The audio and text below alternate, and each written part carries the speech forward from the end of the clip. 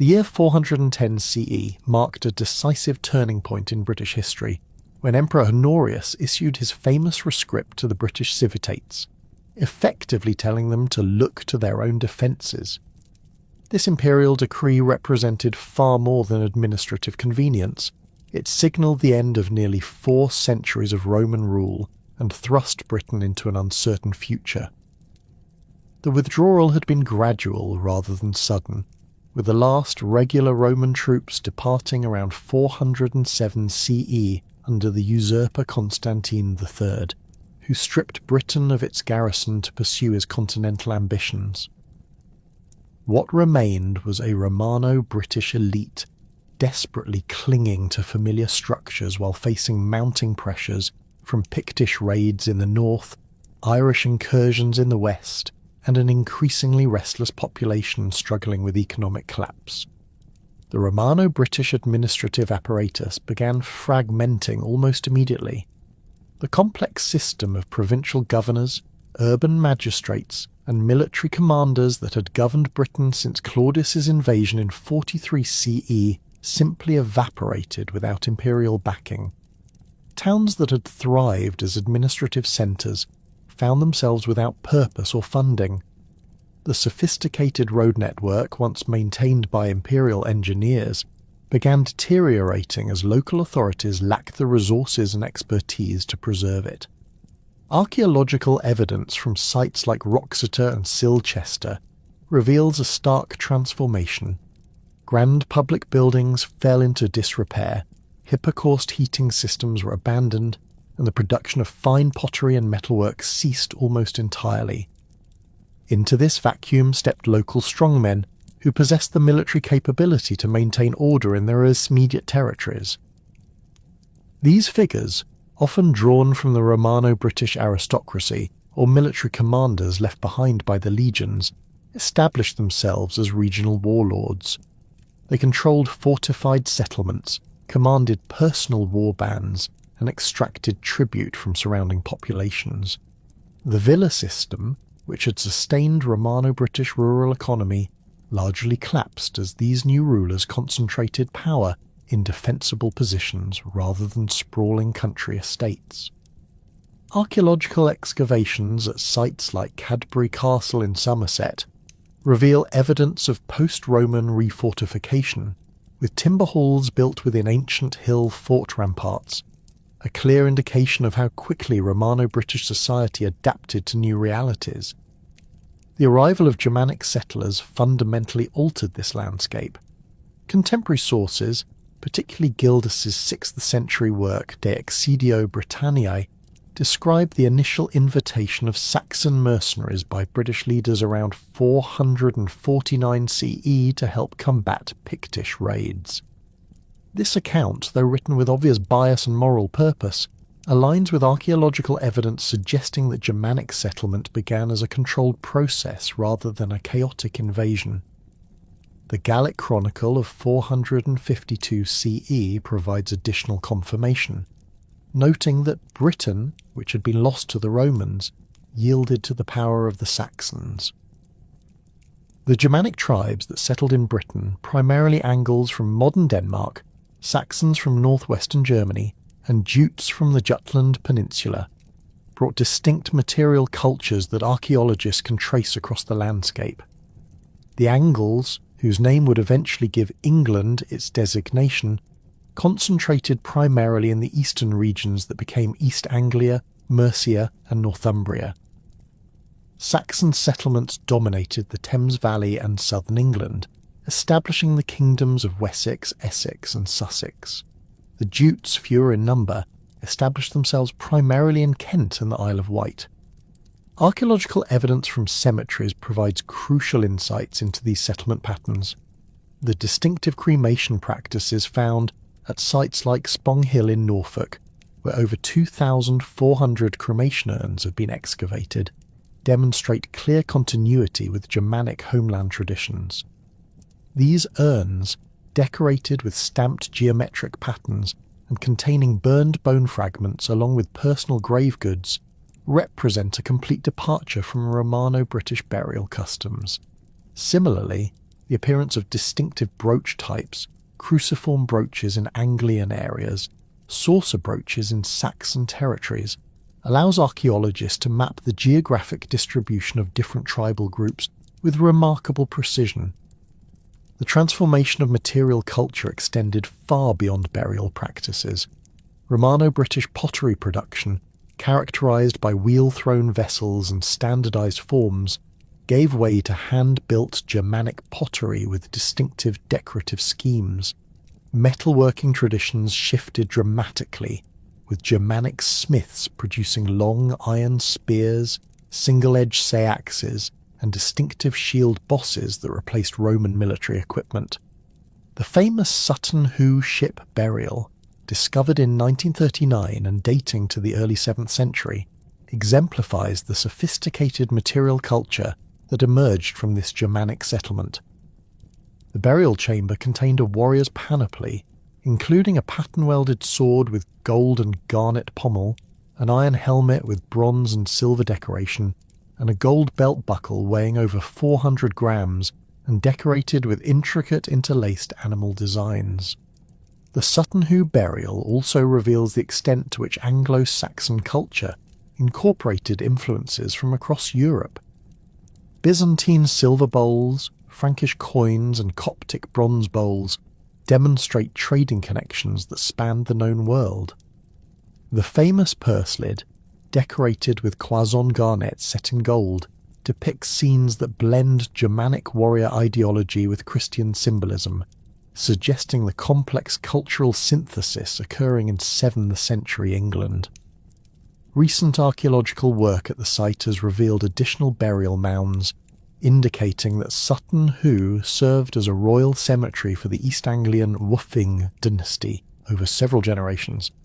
The fate of Romano-British populations during this period remains one of the most debated aspects of early medieval history. Rather than experiencing wholesale displacement or massacre, archaeological evidence suggests a complex process of cultural adaptation and integration. In many areas, Germanic settlers established themselves alongside existing Romano-British communities, creating hybrid societies that blended traditions. Isotope analysis of skeletal remains from cemeteries like West Heslington in Yorkshire indicates that many individuals buried with Germanic grave goods were actually born in Britain, suggesting rapid cultural assimilation rather than ethnic replacement. Christianity provided a crucial element of continuity for Romano-British populations. While the organised church structure collapsed in lowland Britain, Christian communities survived in Wales, Cornwall, and other western regions where Germanic settlement remained limited. Archaeological evidence from sites like Tintagel in Cornwall reveals continued occupation and trade connections with the Mediterranean world throughout the 5th and 6th centuries.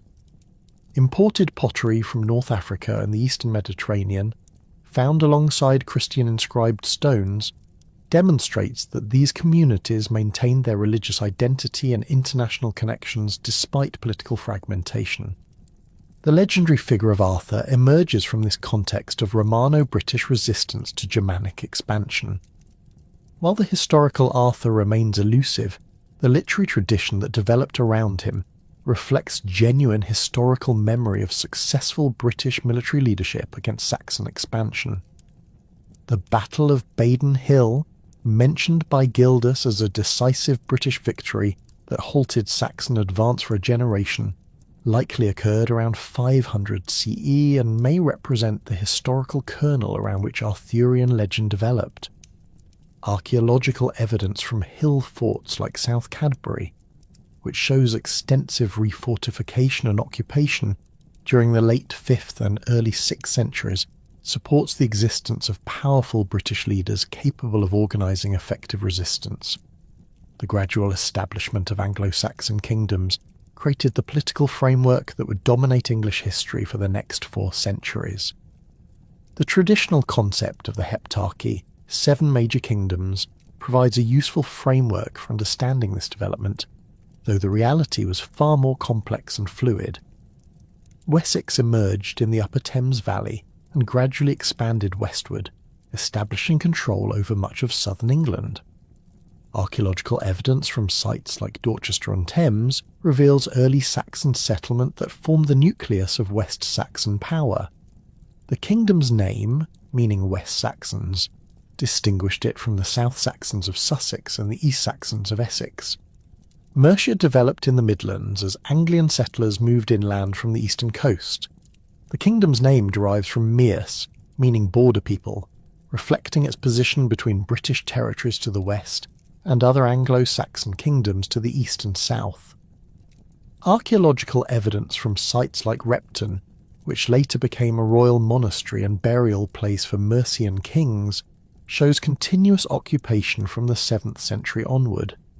The kingdom's central position allowed it to control vital trade routes and eventually challenge the supremacy of more established kingdoms. Northumbria represented the most extensive of the early kingdoms, stretching from the Humber to the Scottish borders. It emerged from the union of two smaller kingdoms, Bernicia, centred on the fortress of Bamborough, and Deira, based around York.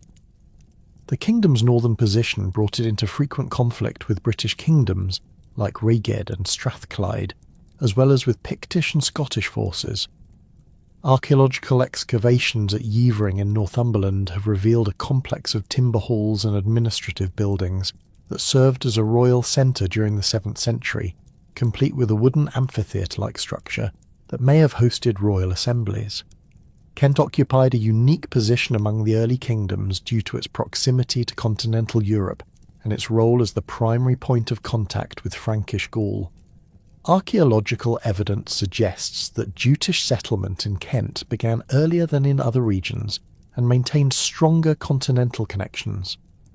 The kingdom's wealth, derived from control of cross-channel trade, is evident in rich grave goods found at sites like Fingalsham and Sayre.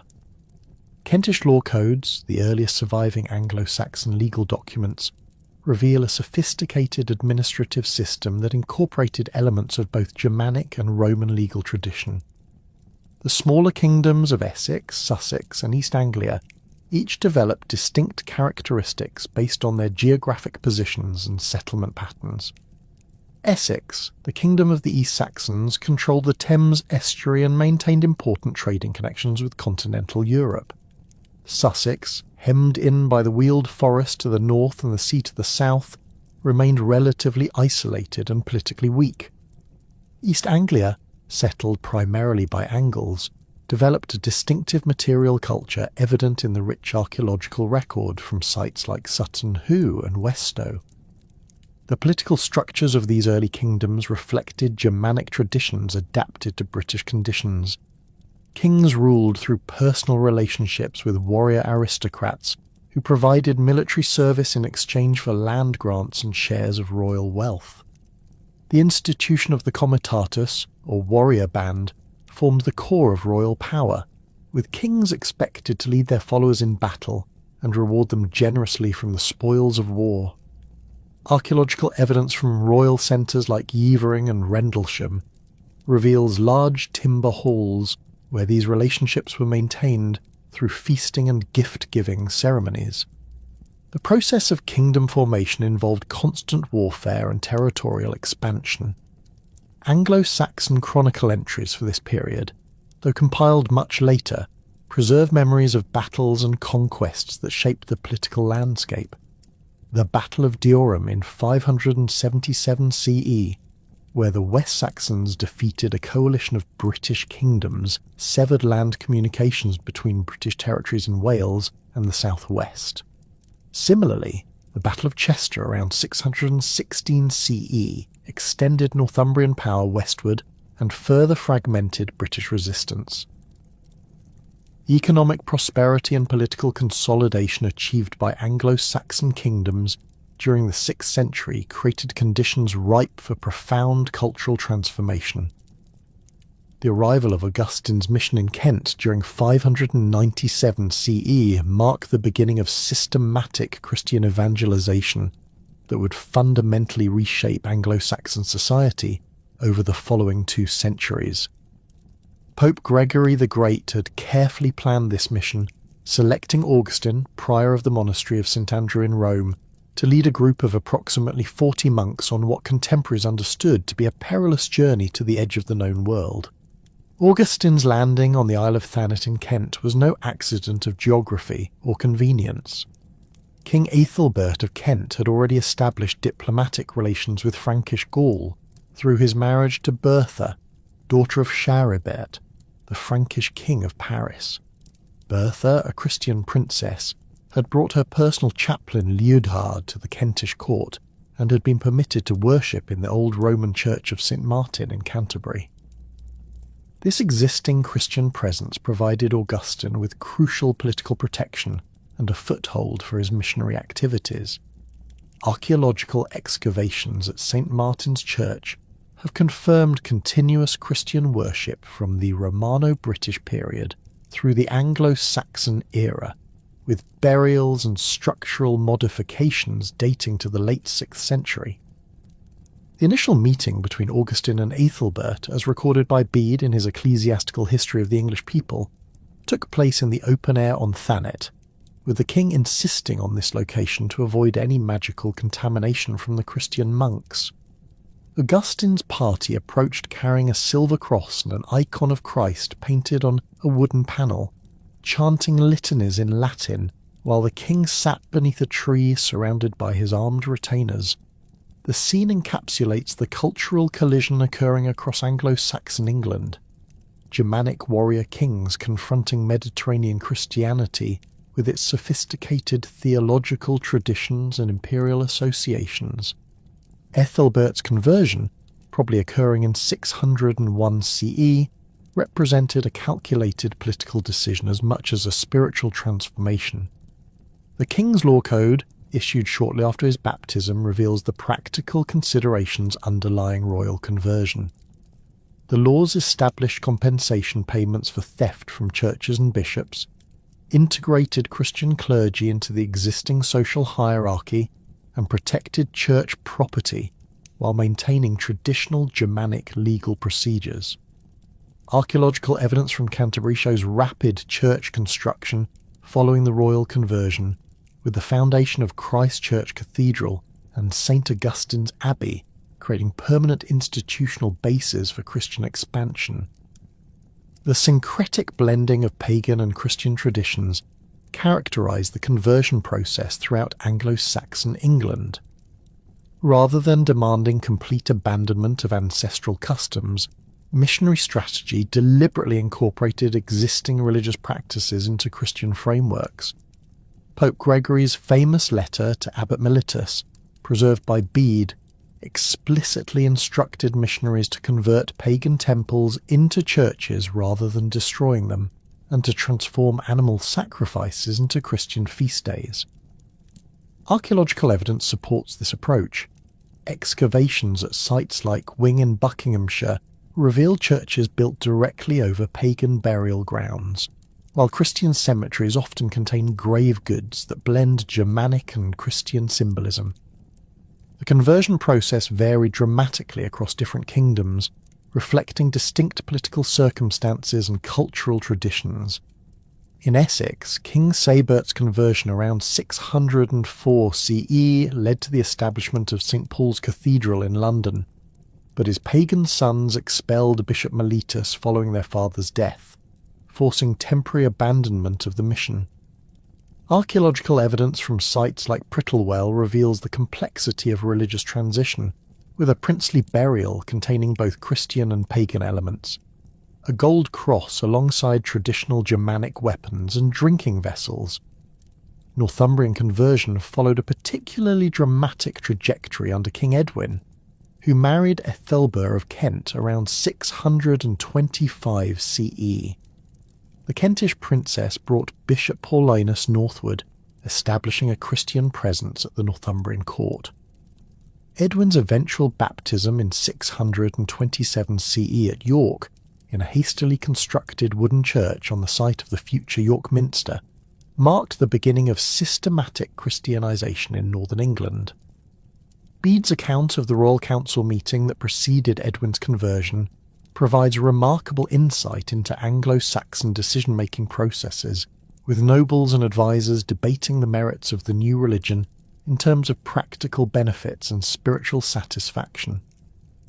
The famous speech attributed to an unnamed noble comparing human life to a sparrow flying through a warm hall from darkness into darkness captures the existential uncertainty that Christianity addressed for Anglo-Saxon audiences. Archaeological evidence from royal centres like Yevering shows rapid construction of Christian churches following Edwin's conversion, with timber buildings erected alongside traditional royal halls. The site's excavation revealed evidence of mass baptisms, with large rectangular pools constructed specifically for Christian initiation ceremonies. The temporary pagan reaction following Edwin's death at the Battle of Hatfield Chase in 633 CE demonstrated the fragility of early conversions. Penda of Mercia and Cadwallon of Gwynedd, representing a coalition of pagan and Christian British forces, devastated Northumbria and forced the Christian court into exile. The subsequent reign of Osric in Deira and Eanfrith in Bernicia saw official abandonment of Christianity, with royal families reverting to ancestral gods. Archaeological evidence from this period shows disruption of church construction projects and possible destruction of Christian monuments, though the archaeological record remains ambiguous about the extent of anti-Christian violence. The restoration of Christian Northumbria under Oswald, following his victory at the Battle of Heavenfield in 634 CE, established the foundation for the kingdom's golden age of Christian culture and learning. Oswald's decision to request missionaries from Iona, rather than Canterbury, reflected the complex ecclesiastical politics of 7th century Britain. The Irish monastery founded by Columba in 563 CE had developed distinctive traditions that differed from Roman practices in matters of tonsure, Easter calculation, and monastic organisation. Archaeological excavations on Iona have revealed the sophisticated stone-carving workshops and scriptoria that produced illuminated manuscripts and carved crosses for distribution throughout the Irish sphere of influence. Aidan's arrival at Lindisfarne around 635 CE established the most influential monastery in early medieval England. The tidal island location, accessible on foot at low tide but isolated during high water, provided the perfect setting for contemplative monastic life while maintaining connections to the mainland kingdom. Archaeological evidence reveals the rapid development of a complex monastic settlement, with timber churches, residential buildings, workshops, and cemeteries spreading across the island. The monastery's scriptorium produced some of the finest illuminated manuscripts of the early medieval period, including the Lindisfarne Gospels, created around 715 NER, 720 CE by the monk Edfrith. The Lindisfarne Gospels represent the pinnacle of Northumbrian artistic achievement, combining Irish, Germanic, and Mediterranean influences in a synthesis that defined insular art. The manuscript's 259 vellum pages contain the 4 Gospels written in insular majuscule script, with elaborate carpet pages featuring interlaced animal designs derived from Germanic metalwork traditions. The evangelist portraits show clear Byzantine influence, probably transmitted through imported manuscripts or ivory carvings, while the decorative initials incorporate Celtic spiral patterns and zoomorphic interlace. Recent scientific analysis has identified the pigments used in the manuscript's creation: lapis lazuli from Afghanistan for blue, Kermes insects from the Mediterranean for red, and orpiment from volcanic regions for yellow, demonstrating the international trade networks that supplied Northumbrian monasteries. The monastery at Jarrow, founded by Benedict Biscop around 682 CE, complemented Lindisfarne's spiritual influence with scholarly achievement.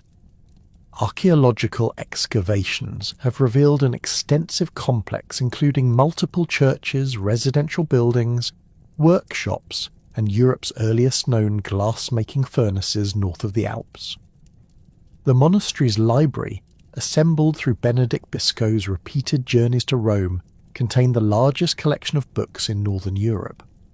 Bede's Ecclesiastical History, completed at Jarrow around 731 CE, drew upon this remarkable collection of sources, including papal letters, royal charters, and eyewitness accounts gathered from throughout Anglo-Saxon England. Bede's scholarly methodology revolutionized historical writing in medieval Europe. His careful citation of sources, chronological precision, and analytical approach to conflicting accounts established standards that influenced historical writing for centuries. The ecclesiastical history provides detailed information about political events, royal genealogies, and ecclesiastical developments that would otherwise be lost, while Bede's scientific works on chronology and natural phenomena demonstrated the intellectual sophistication achieved in Northumbrian monasteries. Archaeological evidence from Jarrow includes writing tablets, styluses, and book clasps that provide physical confirmation of the monastery's scholarly activities. The Synod of Whitby in 664 CE resolved the conflict between Irish and Roman ecclesiastical traditions that had divided Northumbrian Christianity. King Oswic's decision to adopt Roman practices regarding Easter calculation and clerical tonsure reflected political considerations as much as theological preferences. The Roman party, led by Wilfrid of Ripon, argued for conformity with continental European practice and papal authority, while the Irish party, represented by Bishop Colman of Lindisfarne, defended traditional customs established by revered saints like Columba. Archaeological evidence suggests that the synod's aftermath led to significant changes in monastic organisation, with new stone churches replacing timber structures at major monasteries and increased emphasis on Roman liturgical practices. The rise of Mercian supremacy during the 7th and 8th centuries fundamentally altered the political balance of Anglo-Saxon England. Penda's long reign established Mercia as the dominant Midland power through aggressive expansion and strategic alliances. Archaeological evidence from sites like Repton reveals the development of royal centres that combine traditional Germanic hall complexes with Christian churches, reflecting the kingdom's gradual conversion to Christianity. Penda himself remained pagan throughout his reign, but he permitted Christian missionaries to operate within his territories and allowed his sons to convert, demonstrating the pragmatic approach that characterized Mercian statecraft. The Battle of the Wynwaid in 655 CE, where Penda died fighting against Oswic of Northumbria, temporarily disrupted Mercian expansion, but ultimately strengthened the kingdom through political consolidation. Archaeological evidence from battlefield sites remains limited, but the battle's aftermath is clearly visible in the archaeological record through changes in settlement patterns and the construction of new fortifications. Penda's son Wulfhere's restoration of Mercian independence around 658 CE began a period of sustained expansion that brought most of southern England under Mercian overlordship. Ethelbald's reign marked the height of early Mercian power, with contemporary charters describing him as Rex Britanniae and documenting his authority over kingdoms from the Humber to the English Channel. Archaeological evidence from Tamworth, the primary Mercian royal centre, shows extensive development during this period, with timber halls, workshops and defensive earthworks creating a complex that rivaled contemporary continental royal centres. The discovery of the Staffordshire hoard in 2009, dating to the 7th or 8th century, provides dramatic evidence of Mercian wealth and military prowess, with over 3,500 gold and silver objects including sword fittings, helmet fragments, and religious items that may represent battle spoils or royal treasure. Offa's accession around 757 CE, following Ethelbald's murder, initiated the most remarkable phase of Mercian supremacy. Contemporary Frankish sources describe Offa as Charlemagne's equal, negotiating trade agreements and diplomatic marriages that placed Mercia among Europe's major powers. Archaeological evidence reveals extensive administrative development during Offa's reign, with standardized pottery production, expanded metalworking, and the establishment of planned trading settlements like Hamwick and Ipswich that facilitated international commerce. The construction of Offa's Dyke represents the most ambitious engineering project undertaken in early medieval Britain. Archaeological survey and excavation have revealed a complex earthwork system stretching approximately 150 miles from the Severn estuary to the Irish Sea, consisting of a substantial earth bank with an accompanying ditch on the Welsh side. The dyke's construction required enormous resources and sophisticated organisational capabilities, with recent estimates suggesting that over 12,000 tonnes of earth were moved per mile of construction. Radiocarbon dating of organic materials found in the dyke's construction layers confirms 8th century construction, while pollen analysis reveals that large sections required forest clearance before earthwork construction could begin. The dyke served multiple functions beyond simple frontier defence. Archaeological evidence suggests it controlled trade routes between Wales and England, with gaps in the earthwork corresponding to major river valleys and ancient trackways. The monument's scale and visibility functioned as a powerful symbol of royal authority, demonstrating Offa's ability to mobilise massive labour forces and impose his will across vast territories. Recent archaeological work has identified associated features, including timber palisades, watchtowers, and garrison posts that transform the dyke into a comprehensive frontier control system. The development of Anglo-Saxon legal codes during this period reflects growing administrative sophistication and the influence of Christian learning. Ethelbert's laws, the earliest surviving Germanic legal code written in the vernacular, established precedents that influenced legal development throughout Anglo-Saxon England. Archaeological evidence from Canterbury includes wax tablets and styluses that may have been used in legal proceedings, while the survival of multiple manuscript copies of later law codes demonstrates their practical importance in royal administration. Ine of Wessex's law code, issued around 688 as 694 CE, reveals the complex social structures that had developed in Anglo-Saxon kingdoms. The laws distinguish between different social classes, establish compensation rates for various crimes, and regulate relationships between lords and dependents. Archaeological evidence supports the social stratification described in legal sources, with excavations at sites like Cowdrey's Down revealing clear distinctions between elite residences with substantial timber halls and smaller buildings occupied by agricultural workers and craftsmen. The emergence of the Witan as a governing institution reflected the adaptation of Germanic traditions to the requirements of territorial kingdoms. Archaeological evidence from royal centres like Yevering and Rendlesham reveals large timber halls capable of accommodating substantial assemblies, while the survival of witness lists on royal charters documents the participation of bishops, ealdormen, and other nobles in royal decision-making.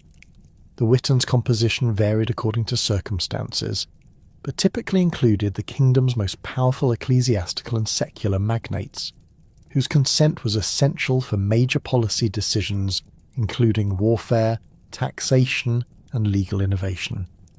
The administrative sophistication and cultural achievements of 8th century Anglo-Saxon England created unprecedented wealth that would soon attract the attention of Scandinavian raiders.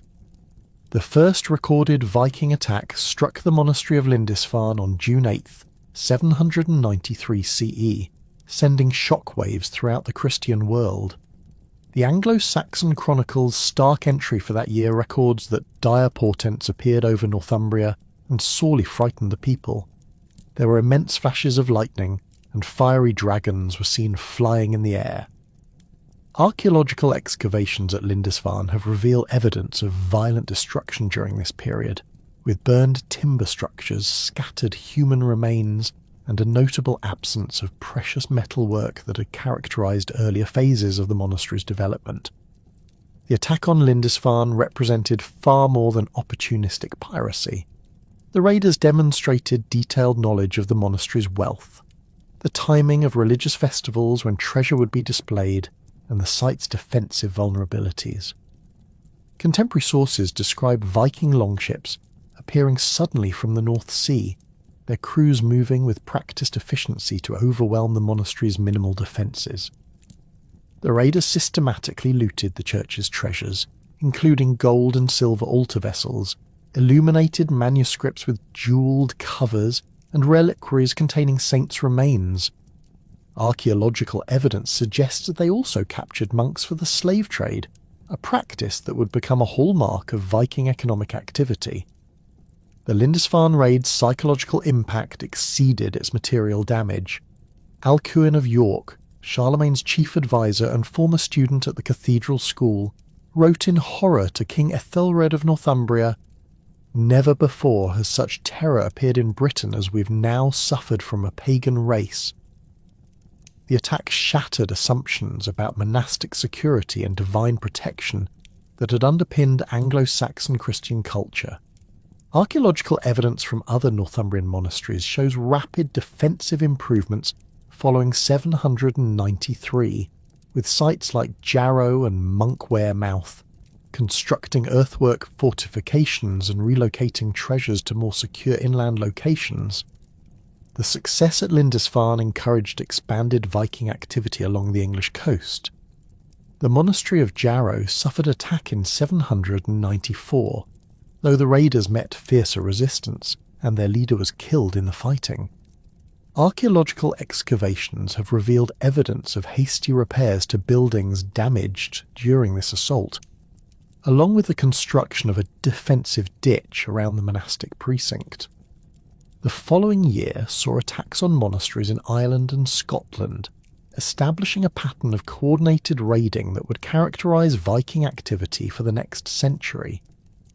The early Viking raids targeted ecclesiastical sites not merely for their portable wealth, but because monasteries represented the most vulnerable concentrations of treasure in early medieval Europe.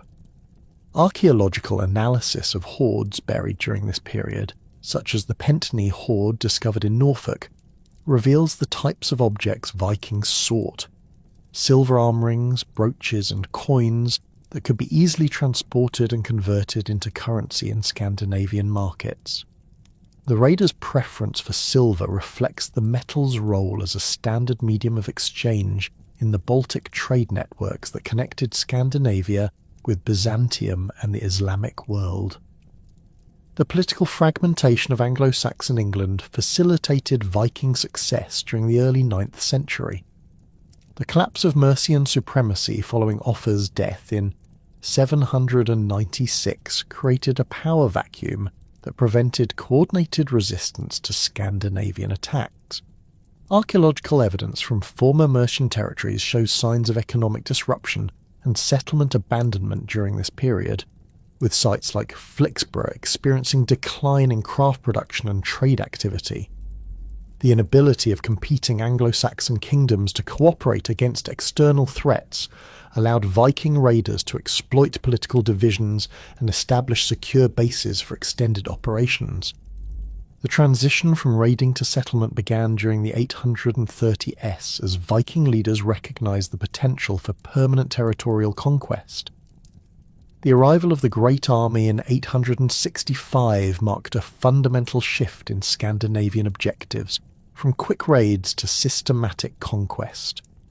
Archaeological evidence from sites like Repton in Derbyshire, where the Viking army established winter quarters in 873, 874 reveals the scale of this transformation. Excavations have uncovered evidence of a fortified camp built within the ruins of a former royal monastery, with defensive earthworks, weapons caches and mass burial sites containing hundreds of individuals, many showing evidence of violent death. The Great Army's campaigns demonstrated sophisticated military organisation and strategic planning. Led initially by Ivar the Boneless and Halfdan Ragnarsson, the force moved systematically through Anglo-Saxon territories, exploiting political weaknesses and establishing control over key strategic locations.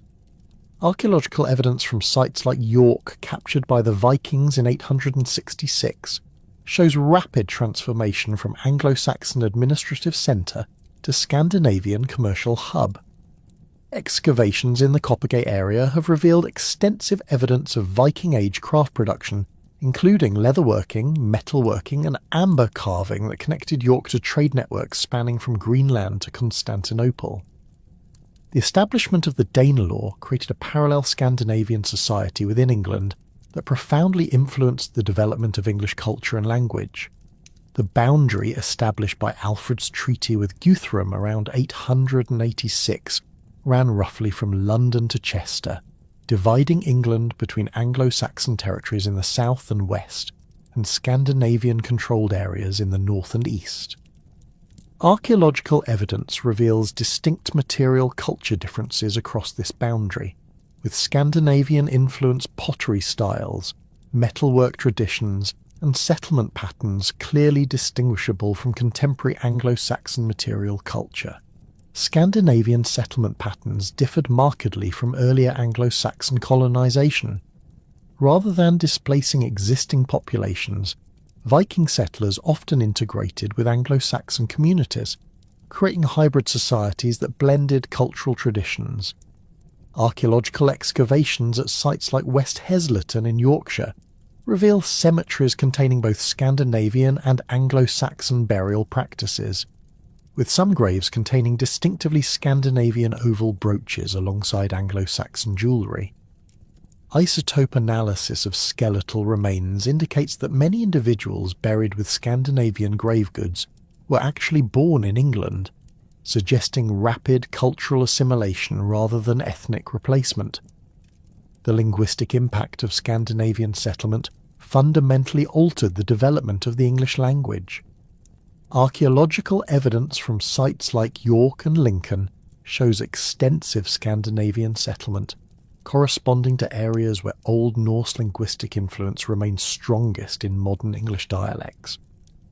The survival of hundreds of Scandinavian place names throughout northern and eastern England provides clear evidence of settlement density and cultural integration.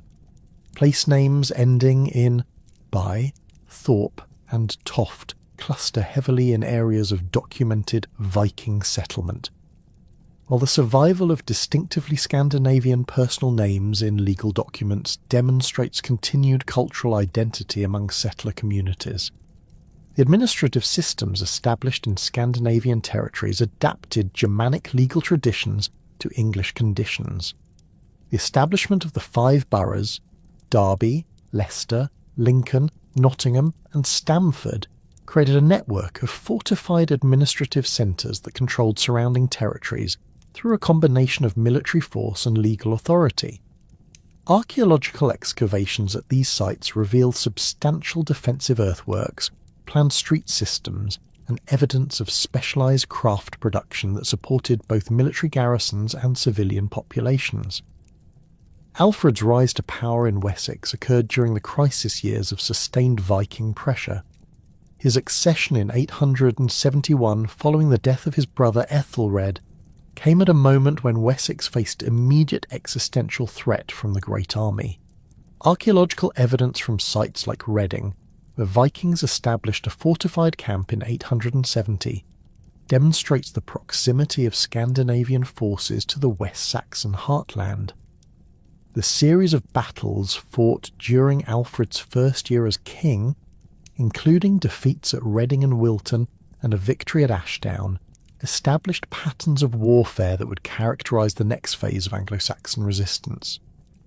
The crisis of 878, when Guthrum's surprise winter attack forced Alfred into exile in the Somerset marshes, represented the nadir of Anglo-Saxon resistance.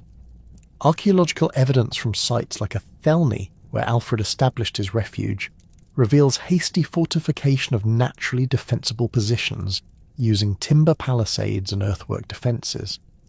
The king's ability to maintain resistance from this remote base depended on support from local populations who had experienced the harsh realities of Viking rule and preferred familiar West Saxon authority to Scandinavian domination. Alfred's victory at Edington in May 878 marked the beginning of systematic West Saxon recovery and the development of innovative defensive strategies. The battle's aftermath, including Guthrum's baptism and the establishment of formal territorial boundaries, created the political framework for sustained resistance to further Scandinavian expansion. Archaeological evidence from sites along the established frontier shows rapid construction of defensive works and the development of administrative systems capable of coordinating resistance across multiple territories. The burh system represented Alfred's most significant military innovation, creating a network of fortified settlements that provided security for agricultural populations while serving as bases for military operations. Archaeological excavations at sites like Cricklade and Wallingford reveal the sophisticated engineering that characterised these fortifications. The defences typically consisted of substantial earthwork ramparts topped with timber palisades, with internal street systems laid out according to planned designs that maximised defensive efficiency while accommodating civilian populations. The Bögelhidegje, a document listing the burhs and their defensive requirements, reveals the systematic nature of Alfred's fortification programme. Each burh was assigned a specific number of hides, units of agricultural land responsible for maintaining designated sections of defensive walls. Archaeological analysis of surviving earthworks confirms the document's accuracy, with wall lengths corresponding closely to the maintenance requirements specified in the text. The system's effectiveness depended on the ability to mobilise agricultural populations for military service, while maintaining food production necessary to sustain both civilian and military populations. Alfred's legal innovations complemented his military reforms by creating administrative systems capable of governing expanded territories. His law code, compiled around 890, synthesized legal traditions from multiple Anglo-Saxon kingdoms while incorporating Christian principles derived from biblical and canonical sources. Archaeological evidence from sites like Winchester, Alfred's primary royal centre, reveals the development of specialised administrative buildings, including a royal palace complex, ecclesiastical centres, and workshops that produced the manuscripts necessary for governmental record-keeping. The king's educational initiatives addressed the cultural devastation caused by decades of warfare and political disruption. Alfred's preface to his translation of Gregory the Great's Pastoral Care lamented the decline of learning in England, noting that few people south of the Humber could understand Latin or translate basic texts. Archaeological evidence supports this assessment, with excavations at formerly important monastic centres like Glastonbury, revealing evidence of abandonment and destruction during the late 9th century. Alfred's programme of translation and education aimed to restore intellectual culture while creating an educated administrative class capable of governing his expanded kingdom. The development of the Anglo-Saxon Chronicle during Alfred's reign provided a powerful tool for political legitimacy and historical memory. The Chronicle's compilation drew upon earlier annalistic records, royal genealogies, and contemporary accounts to create a coherent narrative of Anglo-Saxon history that emphasised West Saxon leadership and divine favour. Archaeological evidence from scriptoria at Winchester and other West Saxon centres reveals the material infrastructure necessary for manuscript production, including writing tablets, styluses, and evidence of parchment preparation that supported the Chronicle's compilation and distribution. Alfred's successors built upon his defensive innovations to launch systematic campaigns for the reconquest of Scandinavian territories. Edward the Elder's accession in 899 initiated a phase of aggressive expansion that would ultimately reunify England under West Saxon rule. The king's strategy combined military conquest with administrative consolidation, establishing new burhs and conquered territories while extending West Saxon legal and administrative systems throughout recovered areas. The campaigns against the Southern Danelaw during the first decade of the 10th century demonstrated the effectiveness of Alfred's military innovations. Archaeological evidence from sites like Bedford and Northampton shows evidence of siege warfare and defensive modifications as Anglo-Saxon forces systematically reduced Scandinavian strongholds. The construction of new burhs at strategic locations like Hertford and Witham provided bases for further operations while securing conquered territories against counterattack. Edward's alliance with his sister Ethelflaed, the Lady of the Mercians, created unprecedented cooperation between Wessex and Mercia that proved decisive in the reconquest campaigns. Archaeological evidence from sites like Chester and Runcorn reveals extensive fortification work undertaken during Ethelflaed's rule, with defensive earthworks and planned urban development that paralleled contemporary West Saxon burh construction. The coordination between brother and sister in establishing complementary defensive networks demonstrates sophisticated strategic planning that maximised available resources while minimising opportunities for Scandinavian resistance. The conquest of York in 927 by Aethelstan marked the culmination of West Saxon expansion and the first unification of England under a single ruler. Archaeological evidence from York reveals significant changes in material culture following the Anglo-Saxon conquest, with the replacement of Scandinavian-influenced pottery styles and metalwork by objects reflecting southern English traditions. However, the archaeological record also shows continuity in many aspects of urban life, suggesting that Aethelstan's administration incorporated existing Scandinavian administrative and commercial systems rather than imposing wholesale cultural transformation. Aethelstan's reign witnessed the development of royal ceremonial and administrative practices that reflected England's new status as a unified kingdom. Archaeological excavations at sites like Kingston upon Thames, where several 10th century kings were crowned, reveal evidence of elaborate royal ceremonies that combined Germanic traditions with Christian symbolism. The king's court attracted scholars and craftsmen from throughout Europe, creating cultural exchanges that enriched Anglo-Saxon artistic and intellectual traditions, while establishing England's reputation as a major European power. The revival of Scandinavian attacks during the late 10th century under Swene Forkbeard reflected changing political conditions in both England and Scandinavia. The accession of Ethelred the Unready in 978 following Edward the Martyr's assassination created political instability that Scandinavian leaders were quick to exploit. Archaeological evidence from sites like Maldon in Essex, where Byrhtnoth's forces were defeated in 991, reveals the resumption of large-scale warfare after decades of relative peace. The battle site excavations have uncovered weapons and human remains that provide physical evidence of the fierce fighting described in the contemporary poem, commemorating Byrhtnoth's heroic but ultimately futile resistance. The payment of Danegeld represented a fundamental shift in English defensive strategy from military resistance to financial appeasement.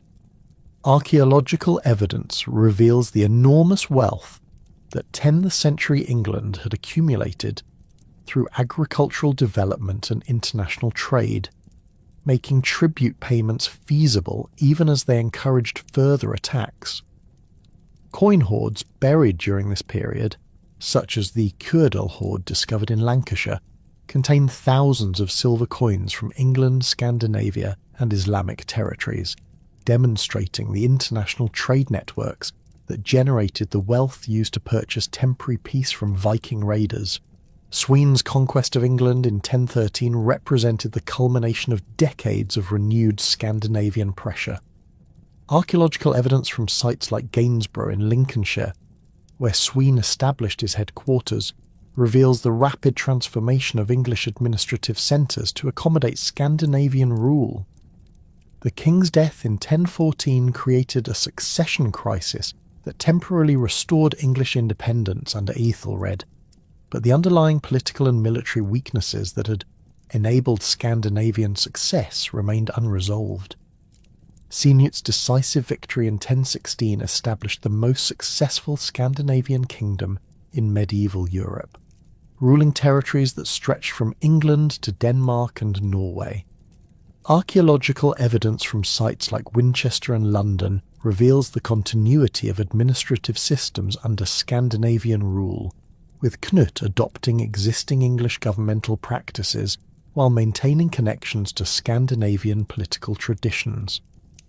The King's Law Codes synthesized Anglo-Saxon and Scandinavian legal traditions, creating hybrid systems that reflected the cultural complexity of his diverse territories.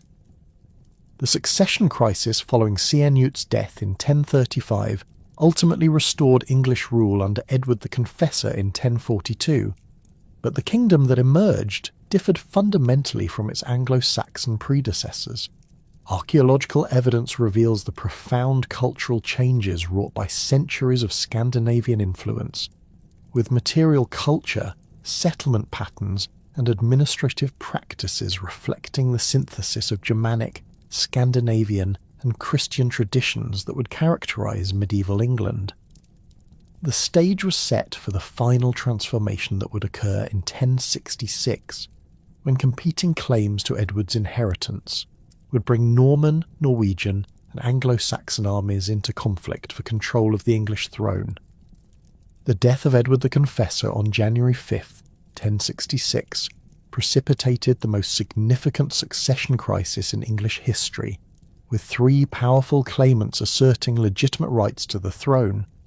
Harold Godwinson, Earl of Wessex and the most powerful nobleman in England, claimed Edward had designated him as heir on his deathbed. Duke William of Normandy insisted that Edward had promised him the succession years earlier, and that Harold had sworn a sacred oath to support his claim during a visit to Normandy around 1064. Harald Hardrada of Norway based his claim on an agreement between his predecessor, Magnus and Harthacnut, Sinut's son, which had promised the survivor rights to both kingdoms. Archaeological evidence from Westminster Abbey, where Edward was buried, reveals the magnificent Romanesque church he had constructed as his memorial. Its substantial stone walls and elaborate carved capitals demonstrating the wealth and continental connections that made England such an attractive prize. The Witten selection of Harold Godwinson reflected practical political considerations rather than strict hereditary succession. Harold possessed the military experience, territorial base, and administrative connections necessary to govern effectively during a period of external threat. His coronation at Westminster Abbey on January 6th, the day after Edward's funeral, demonstrated the urgency with which English nobles moved to establish legitimate authority before foreign claimants could organise invasions. Archaeological excavations at Bosham in Sussex, Harold's primary residence, reveal a substantial stone church and associated buildings that served as the centre of his earldom, with evidence of international trade connections, including pottery from northern France and metalwork from Scandinavia. William's reaction to news of Harold's coronation combined genuine outrage with calculated political manoeuvring. The Norman Duke had spent decades consolidating control over his fractious duchy, surviving assassination attempts, rebellious barons, and French royal interference to establish one of medieval Europe's most effective military states. Archaeological evidence from sites like Falaise and Caen reveals the sophisticated castle-building program that had secured Norman territories, with massive stone keeps and defensive earthworks that demonstrated advanced military engineering. William's court at Rouen attracted knights, clerics and administrators from throughout northern France, creating a cosmopolitan environment that blended Scandinavian military traditions with Frankish administrative practices and reformed Christian spirituality. The papal blessing obtained by William for his invasion represented a diplomatic masterstroke that transformed a dynastic dispute into a holy war. Pope Alexander II's grant of a papal banner reflected the reform movement's support for Norman claims about English ecclesiastical irregularities, including allegations of simony, clerical marriage, and resistance to continental reforms. Archaeological evidence from Norman monasteries like Jumièges and Mont Saint-Michel reveals the architectural and liturgical innovations that reformers sought to impose throughout Europe, with elaborate stone churches featuring innovative vaulting techniques and sculptural programs that emphasized papal authority and clerical celibacy. The construction of William's invasion fleet during the summer of 1066 required unprecedented logistical coordination. Contemporary sources describe the assembly of approximately 700 vessels at Dives-sur-Mer, ranging from large transport ships capable of carrying horses to smaller vessels designed for rapid coastal operations. Archaeological excavations of medieval shipyards in Normandy have revealed evidence of the specialized techniques used in constructing these vessels, with overlapping planks secured by iron rivets and waterproofed with tar and animal hair. The fleet's capacity for transporting not only troops but also horses, siege equipment, and prefabricated castle components demonstrated the systematic planning that characterized Norman military operations. Harold Hardrada's simultaneous invasion of northern England created the strategic dilemma that ultimately determined the campaign's outcome. The Norwegian king's reputation as the greatest warrior of his generation was well established through decades of campaigning in the Mediterranean, where he had served in the Byzantine Emperor's Varangian Guard and accumulated enormous wealth through military service and piracy. Archaeological evidence from sites like Trondheim reveals the sophisticated metalworking traditions that produced the weapons and armour used by Norwegian forces, with pattern-welded swords and elaborate helmets that combined functional effectiveness with symbolic display of royal authority. The alliance between Harold Hardrada and Tostig Godwinson, Harold's exiled brother, provided the Norwegian invasion with crucial local support and intelligence about English defensive preparations. Tostig's knowledge of Yorkshire geography and political loyalties enabled the Norwegian forces to navigate the complex waterways of the Humber estuary and establish secure bases for operations against York. Archaeological excavations at sites like Stamford Bridge reveal evidence of the substantial settlements that supported the Norwegian army during its brief occupation of the region, with temporary fortifications and evidence of systematic requisitioning of local food supplies. The Battle of Fulford on September 20th, 1066, demonstrated the effectiveness of Norwegian military tactics against conventional English forces. Earl Edwin of Mercia and Earl Morcar of Northumbria commanded approximately 6,000 troops, primarily feared levies supplemented by professional warriors from their household retinues.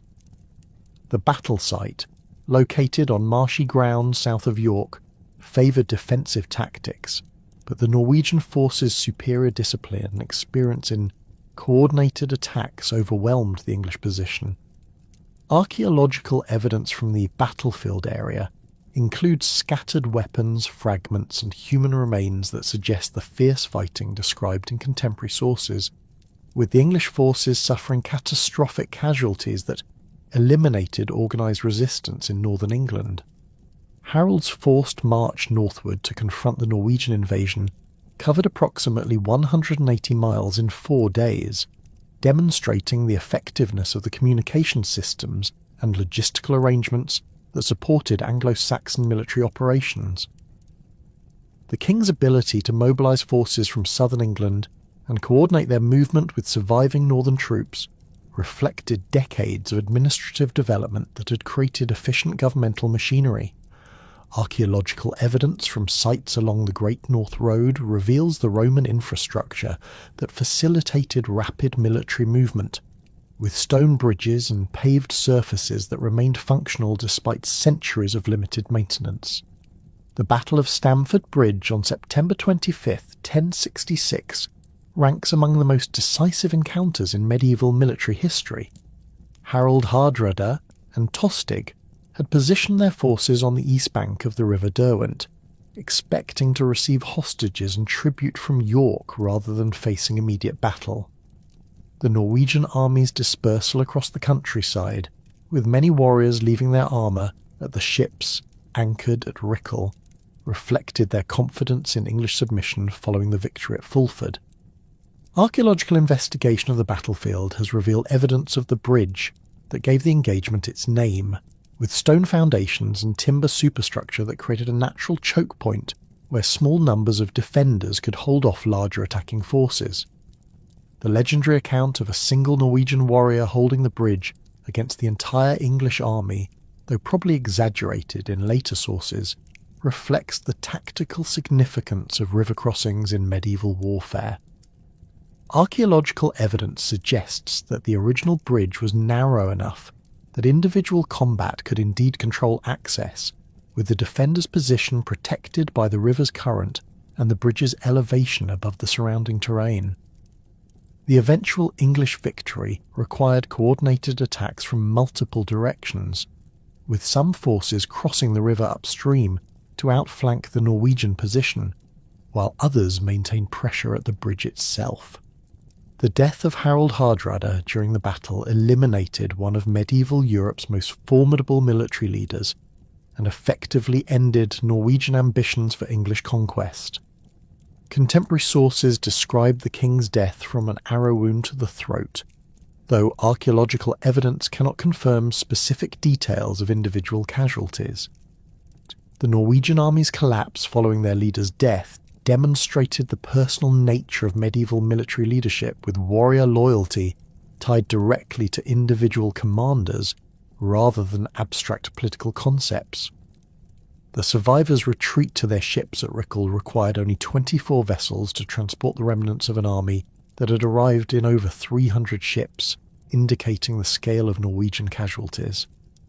Harold's victory celebration at York was interrupted by news of William's landing at Pevensey on September 28th, forcing the English king to undertake another exhausting march southward, with forces already depleted by the northern campaign. The timing of William's invasion, delayed for weeks by unfavourable winds, proved fortuitous in catching Harold between two major military commitments. Archaeological evidence from Pevensey reveals the remains of the Roman fort that provided William's forces with immediate defensive positions, with substantial stone walls and strategic location controlling access routes inland from the coast. William's establishment of a fortified base at Hastings demonstrated the systematic approach that characterised Norman military operations.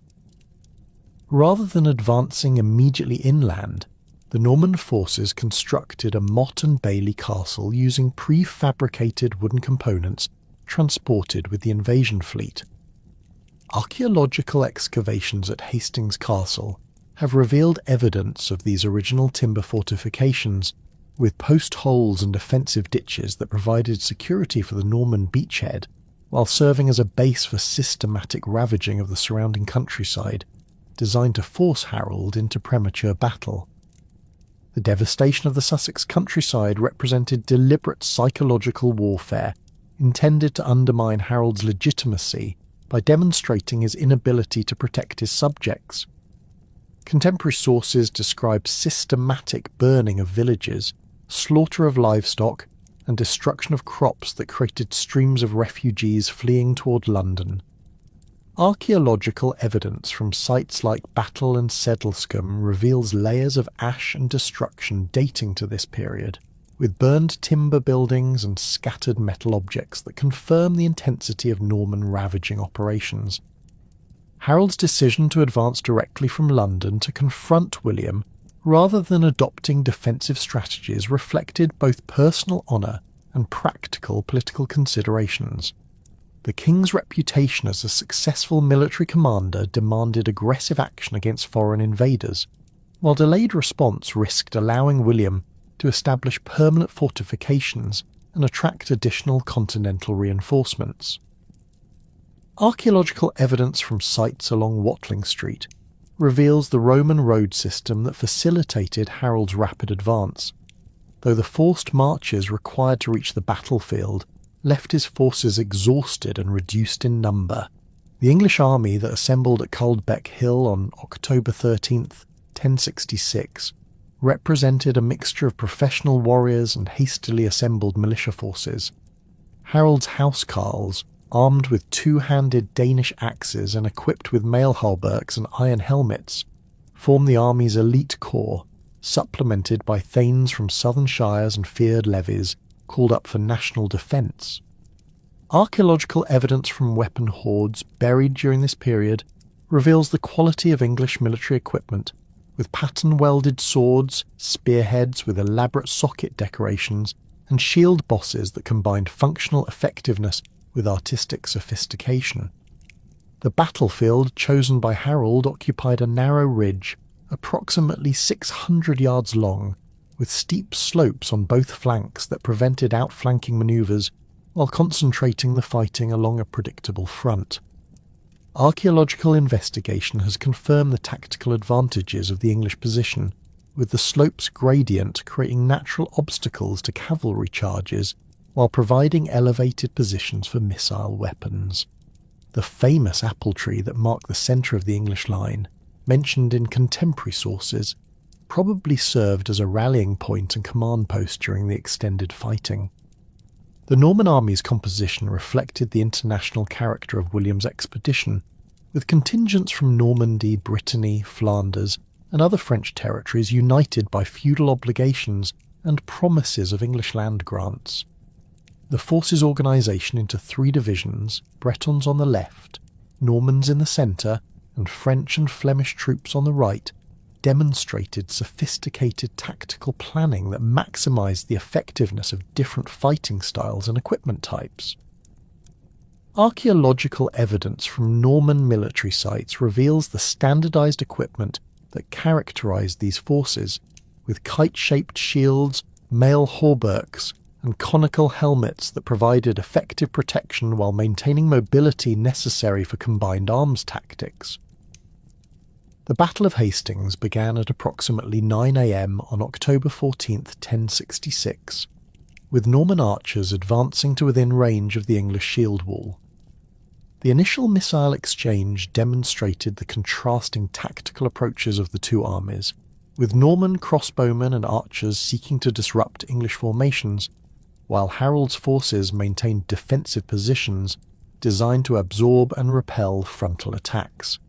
Archaeological evidence from the battlefield includes arrowheads and crossbow bolts that confirm the intensity of this preliminary phase, with iron points designed for penetrating mail armour scattered across the slope where the English line stood. The first Norman cavalry charge encountered the disciplined resistance that had characterised English defensive tactics for centuries. The housecarls' two-handed axes proved devastatingly effective against mounted attackers, with the weapon's long handles and heavy blades capable of killing horses and riders with single blows. Contemporary sources described the terrifying sound of axes striking shields and armour, creating a din that could be heard across the battlefield while the English battle cry of "Oot! Oot!" echoed along the ridge. Archaeological analysis of weapon damage patterns from contemporary sites suggests that axe wounds were indeed capable of penetrating the mail armour worn by Norman cavalry, confirming the effectiveness of English defensive tactics. The false retreat that broke the English left wing around midday represented either tactical brilliance or fortunate improvisation that exploited the feared's lack of battlefield discipline.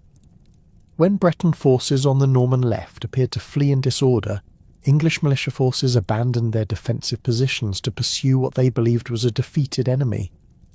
The Bretons' sudden turn to attack their scattered pursuers demonstrated the superior training and coordination that characterised Norman military forces, with cavalry units capable of complex manoeuvres under battlefield conditions. Archaeological evidence suggests that this phase of the battle occurred on the lower slopes where pursuing English forces became vulnerable to coordinated counterattacks. The afternoon fighting centred on repeated Norman attempts to break the contracted English line through coordinated infantry, archery, and cavalry attacks. William's personal leadership proved crucial during this phase, with the Duke reportedly having 3 horses killed beneath him while leading charges against the English centre. Contemporary sources describe his removal of his helmet to demonstrate his survival when rumours of his death began circulating among Norman forces, illustrating the personal nature of medieval military leadership and the psychological factors that determined battlefield outcomes. Harold's death during the final Norman assault remains one of medieval history's most debated episodes, with contemporary sources providing conflicting accounts of whether the king died from an arrow wound to the eye or from sword cuts inflicted during hand-to-hand combat. Archaeological investigation of the battlefield has failed to locate Harold's burial site or provide physical evidence of his death, though the collapse of English resistance following the king's fall suggests that his demise was clearly recognised by both armies. The famous scene depicted in the Bayeux tapestry, showing a figure with an arrow in his eye followed by another being cut down by a mounted warrior, may represent two separate moments in Harold's final struggle rather than alternative versions of the same event. The systematic Norman pursuit of fleeing English forces continued until nightfall, with cavalry units hunting down scattered groups of feared levies who lack the discipline to maintain organised retreat. Archaeological evidence from sites along the probable retreat routes includes scattered weapons and equipment abandoned by fleeing soldiers, confirming contemporary accounts of the pursuit's intensity. The death of Harold's brothers Gurth and Leofwine during the battle eliminated potential leaders for continued English resistance, while the casualties among the housecarls and thanes destroyed the military elite that had sustained Anglo-Saxon royal authority. William's cautious advance towards London following his victory at Hastings demonstrated the strategic uncertainty that persisted despite tactical success. Rather than marching directly on the capital, the Norman forces moved eastward to Dover, securing the crucial port that controlled communications with Normandy, while avoiding immediate confrontation with whatever English forces might remain in the field. Archaeological evidence from Dover Castle reveals extensive modifications undertaken during this period, with Norman engineers strengthening the existing fortifications while constructing additional defensive works that secured their primary supply route. The submission of Canterbury marked the beginning of systematic Norman occupation of southeastern England. The city's ecclesiastical importance made its peaceful surrender politically significant, demonstrating Norman respect for church property while establishing precedents for collaboration between English religious authorities and foreign conquerors. Archaeological excavations at Canterbury Cathedral have revealed evidence of the rapid architectural changes that followed Norman conquest, with construction beginning almost immediately on a new cathedral that would replace the Anglo-Saxon structure with a building reflecting continental architectural traditions. The ravaging of Surrey and Hampshire represented deliberate economic warfare designed to pressure London's population into submission through starvation and refugee influx. Norman forces systematically destroyed agricultural resources, burned settlements, and slaughtered livestock across a broad swath of territory surrounding the capital. Archaeological evidence from sites like Guildford and Winchester reveals layers of destruction dating to this period, with burned timber buildings and scattered metal objects confirming the intensity of Norman devastation campaigns. The brief reign of Edgar Atheling following Harold's death reflected the English nobility's desperate attempt to maintain legitimate resistance to Norman conquest. The teenage prince's claim to the throne derived from his descent from Edmund Ironside, though his youth and lack of military experience made effective leadership impossible under the circumstances. Archaeological evidence from sites like Berkhamsted, where Edgar's supporters made their final submission to William, reveals the hasty fortification efforts undertaken by English forces seeking to establish defensive positions against Norman advance. William's coronation at Westminster Abbey on Christmas Day 1066 marked the formal establishment of Norman rule, though the ceremony's disruption by violence demonstrated the fragility of the new regime's authority. Contemporary sources describe how the Norman Guard's misinterpretation of shouting from inside the abbey led to attacks on surrounding buildings, creating fires that illuminated the coronation ceremony while terrified English nobles fled the church. Archaeological evidence from Westminster reveals the substantial rebuilding required following this violence, with repairs to damaged structures and new construction reflecting Norman architectural preferences.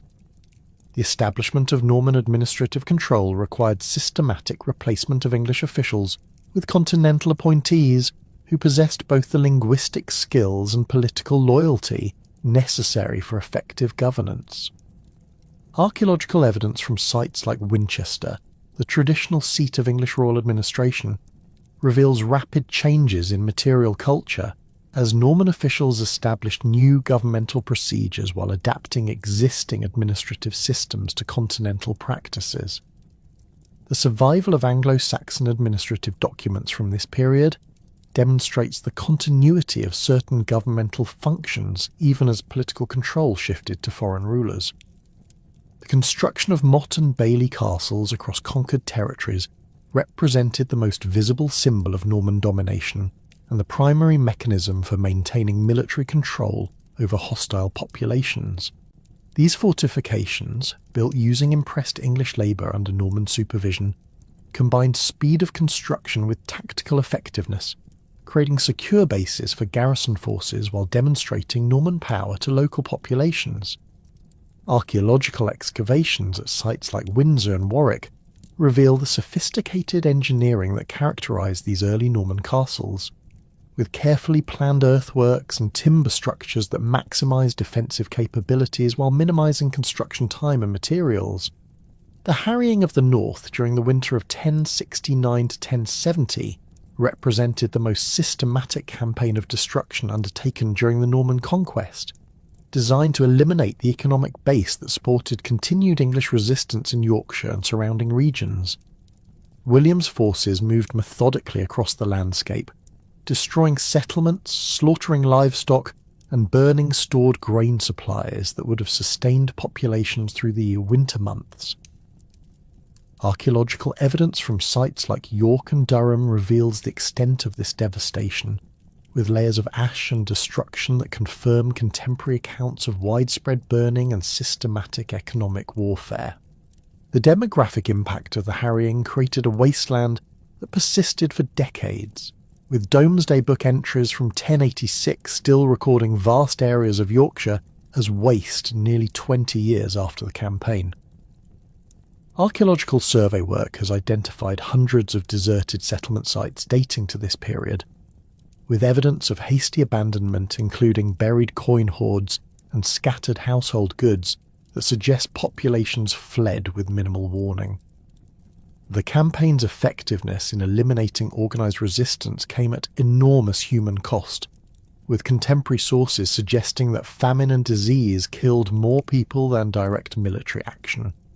The rebellion of Hereward the Wake in the Fenlands represented the most sustained English resistance to Norman rule, exploiting the region's difficult terrain and the leadership of a charismatic warrior who embodied Anglo-Saxon military traditions.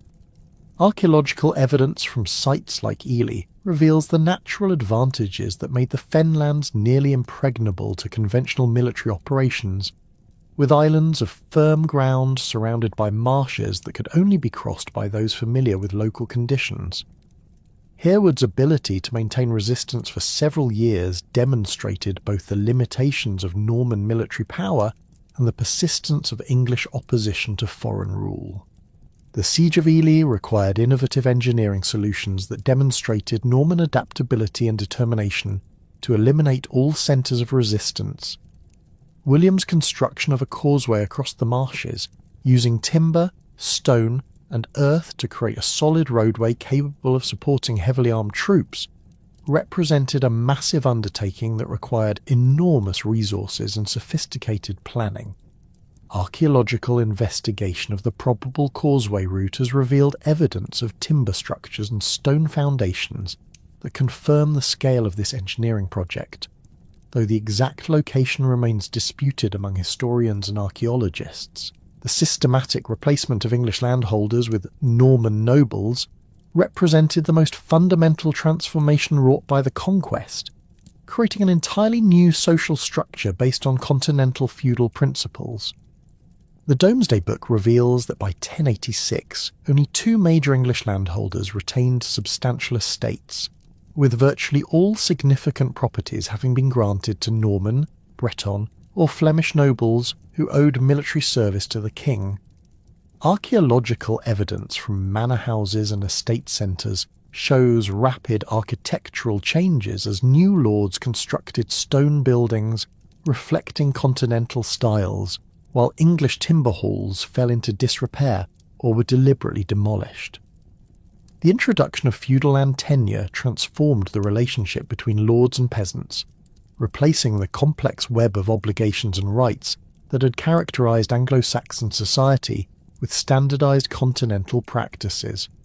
Archaeological evidence from rural settlements reveals changes in agricultural practices and settlement patterns as Norman lords imposed new forms of estate management designed to maximize revenue extraction.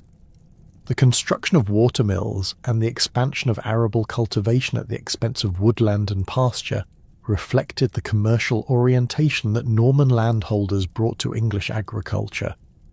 The Domesday Book Survey of 1086 represented the most comprehensive administrative undertaking in medieval Europe, documenting the kingdom's resources with unprecedented detail and accuracy.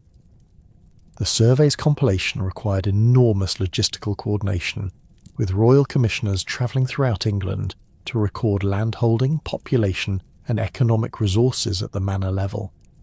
Archaeological evidence from sites mentioned in Domesday reveals the accuracy of the survey's information, with excavations confirming details about settlement sizes, agricultural resources, and economic activities recorded by Norman administrators. The survey's primary purpose involved establishing clear records of land tenure and tax obligations that would prevent disputes while maximising royal revenue. Archaeological evidence from administrative centres like Winchester reveals the sophisticated record-keeping systems that supported Domesday's compilation, with evidence of scriptoria and administrative buildings where the survey's information was processed and recorded.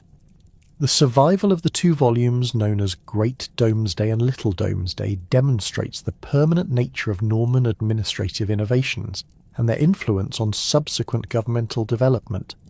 The transformation of English ecclesiastical life under Norman rule involved the systematic replacement of English bishops and abbots with continental appointees who possessed both theological training and political loyalty to the new regime.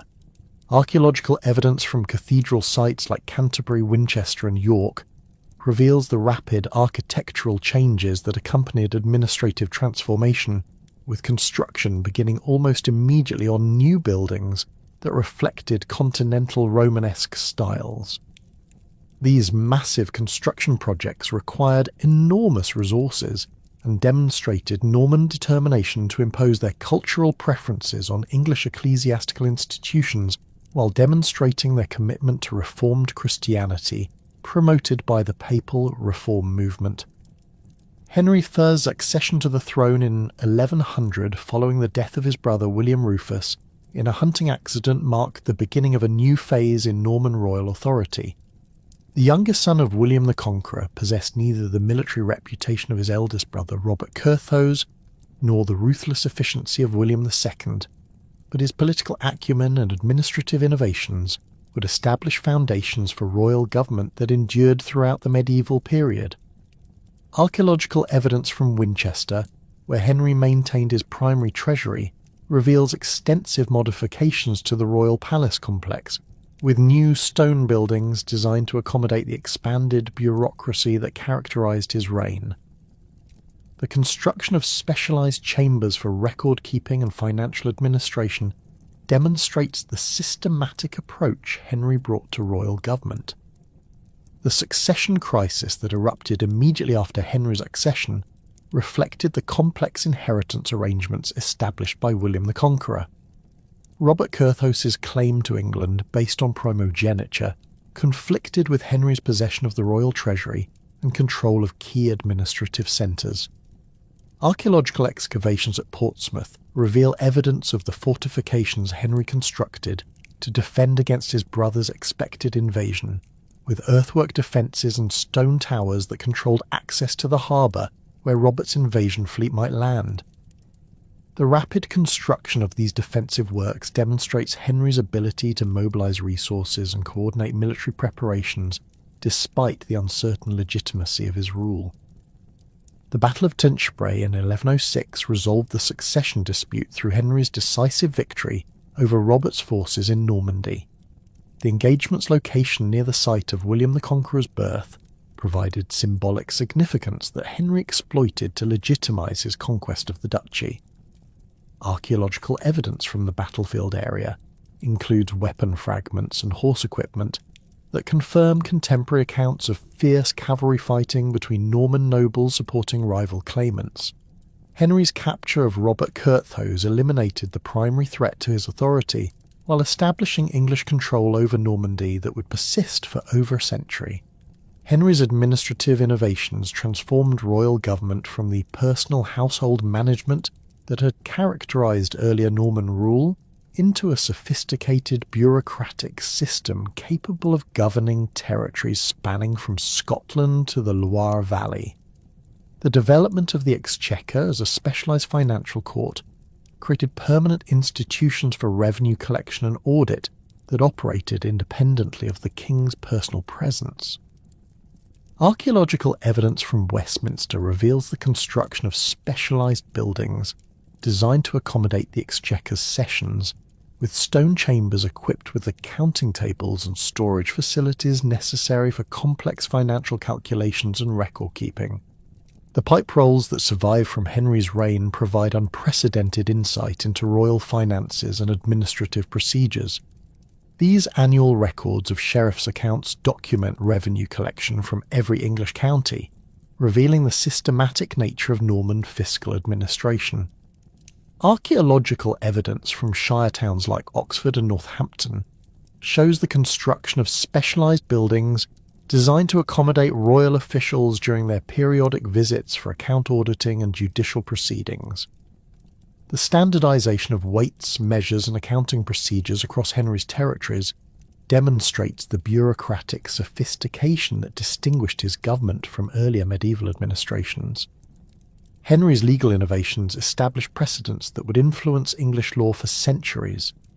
The creation of royal courts with standardised procedures provided alternatives to local courts dominated by baronial interests, while the development of writs as formal legal instruments created systematic methods for initiating legal proceedings. Archaeological evidence from sites like Clarendon reveals the construction of royal hunting lodges that also served as judicial centres where Henry held court sessions during his frequent travels throughout the kingdom. These buildings combined residential accommodation with formal halls designed for legal proceedings and administrative meetings. The White Ship disaster of November the 25th, 1120, fundamentally altered the trajectory of English royal succession and created the crisis that would dominate the remainder of Henry's reign. The vessel sinking in the English Channel while carrying the king's heir William Etheling and numerous young nobles returning from Normandy eliminated an entire generation of royal and aristocratic leadership. Archaeological investigation of medieval shipwrecks from this period reveals the construction techniques and navigational equipment used by cross-channel vessels, with overlapping planks secured by iron fastenings and ballast stones that provided stability in rough seas.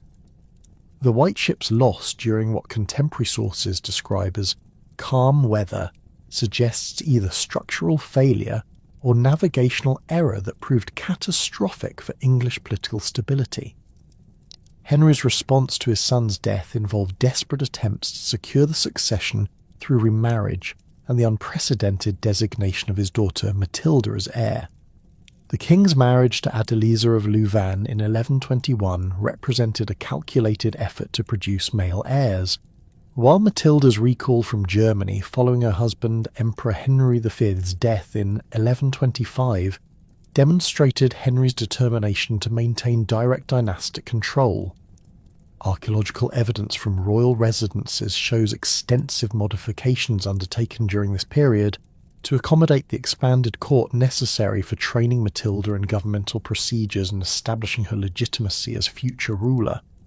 The oath-taking ceremony of 1127, where Henry compelled his barons to swear allegiance to Matilda as his heir, represented an unprecedented departure from traditional succession practices. Contemporary sources describe the reluctance with which nobles accepted female rule, particularly given Matilda's imperious personality and her subsequent marriage to Geoffrey of Anjou, which created the possibility of Angevin control over England. Archaeological evidence from sites like Woodstock, where the ceremony took place, reveals the substantial royal complex that provided appropriate settings for such momentous political events, with great halls capable of accommodating the assembled nobility and their retinues. Matilda's marriage to Geoffrey Plantagenet in 1128 created the dynastic alliance that would transform medieval European politics, while generating immediate opposition from Norman barons who feared Angevin domination. Geoffrey's nickname derived from the broom flower he wore as a personal emblem, though the family would become known to history as the Angevins or Plantagenets. Archaeological excavations at Angers reveal the sophisticated castle complex that served as the centre of Angevin power, with massive stone keeps and defensive walls that demonstrated the military capabilities Geoffrey brought to his marriage alliance. The castle's strategic position controlling the Loire Valley provided the territorial base from which the Angevins would eventually dominate western France.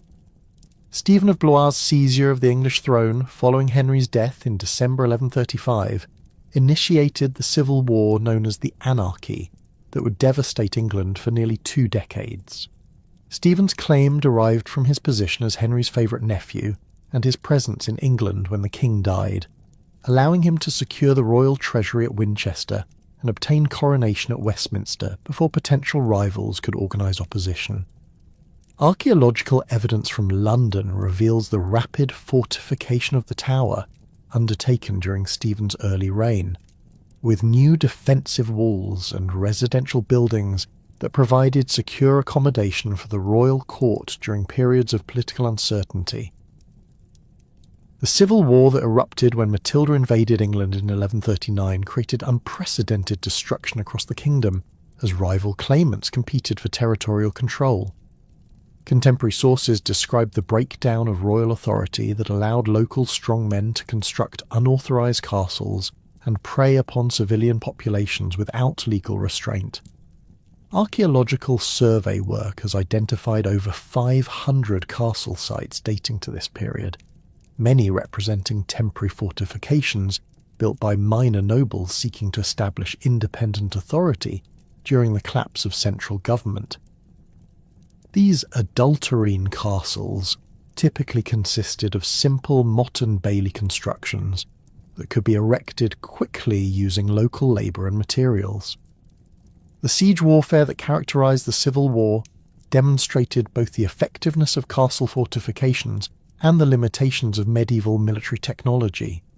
Archaeological excavations at sites like Wallingford and Oxford reveal evidence of the prolonged sieges that determined control of strategic locations, with siege lines, temporary fortifications, and evidence of systematic destruction that accompanied these operations.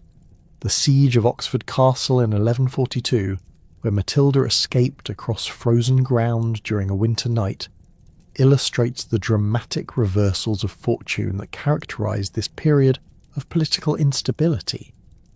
The economic devastation caused by prolonged warfare appears clearly in archaeological evidence from rural settlements across England. Sites like Warren Percy in Yorkshire show evidence of abandonment and destruction during the 1140s, with burned buildings and scattered metal objects suggesting hasty evacuation by civilian populations.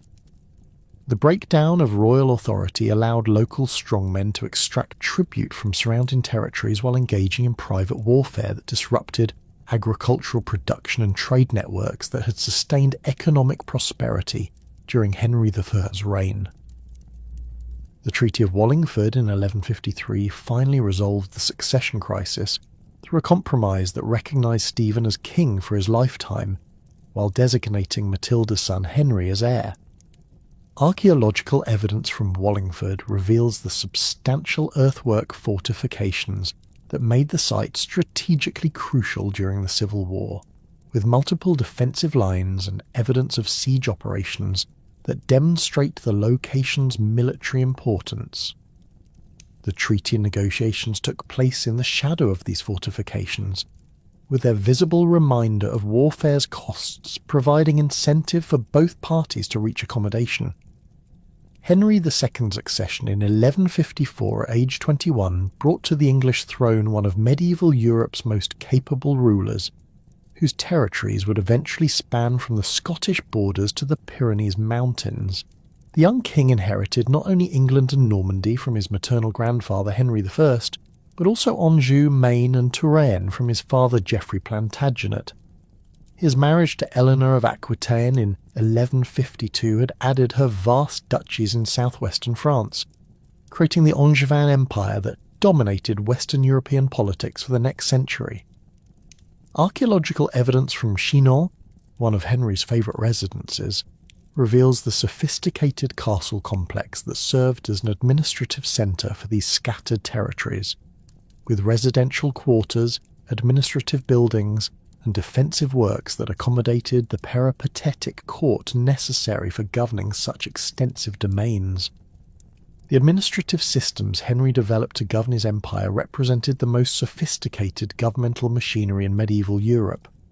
The creation of specialised departments for different aspects of royal administration allowed for systematic record-keeping and policy implementation across territories, with diverse legal traditions and administrative practices. Archaeological evidence from Westminster reveals the construction of new government buildings designed to accommodate the expanded bureaucracy, with specialised chambers for different administrative functions and secure storage for the growing archive of governmental records. The development of common law under Henry II created unified legal procedures that gradually replaced the patchwork of local customs and baronial privileges that had characterised earlier legal systems. The king's decision to send royal justices on regular circuits throughout England established consistent legal standards while extending royal authority into previously autonomous local jurisdictions.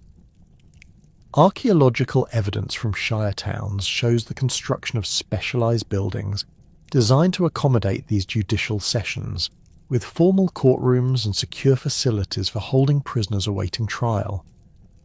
The constitutions of Clarendon, issued in 1164, represented Henry's attempt to define the relationship between royal and ecclesiastical authority in systematic legal terms.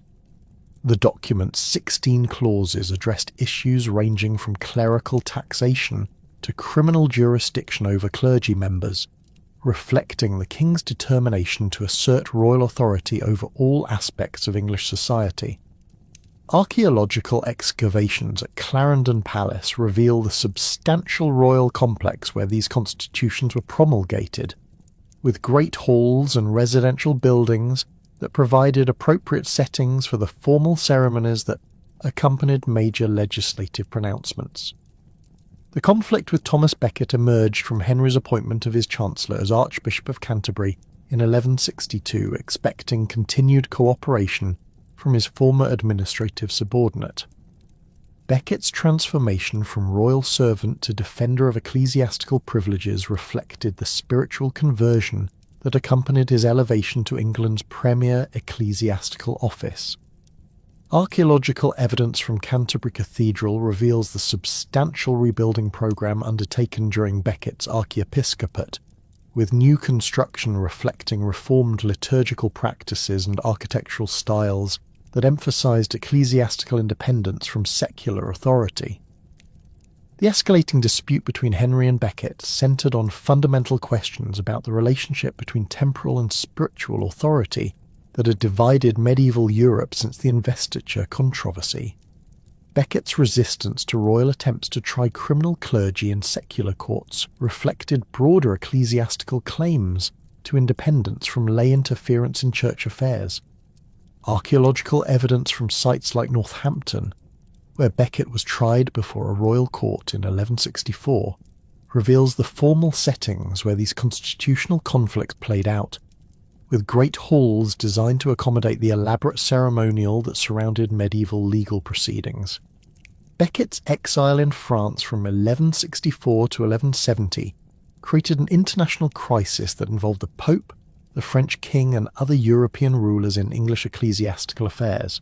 The Archbishop's residence at Pontigny Abbey provided him with a secure base for organising opposition to Henry's ecclesiastical policies, while maintaining communication with supporters in England.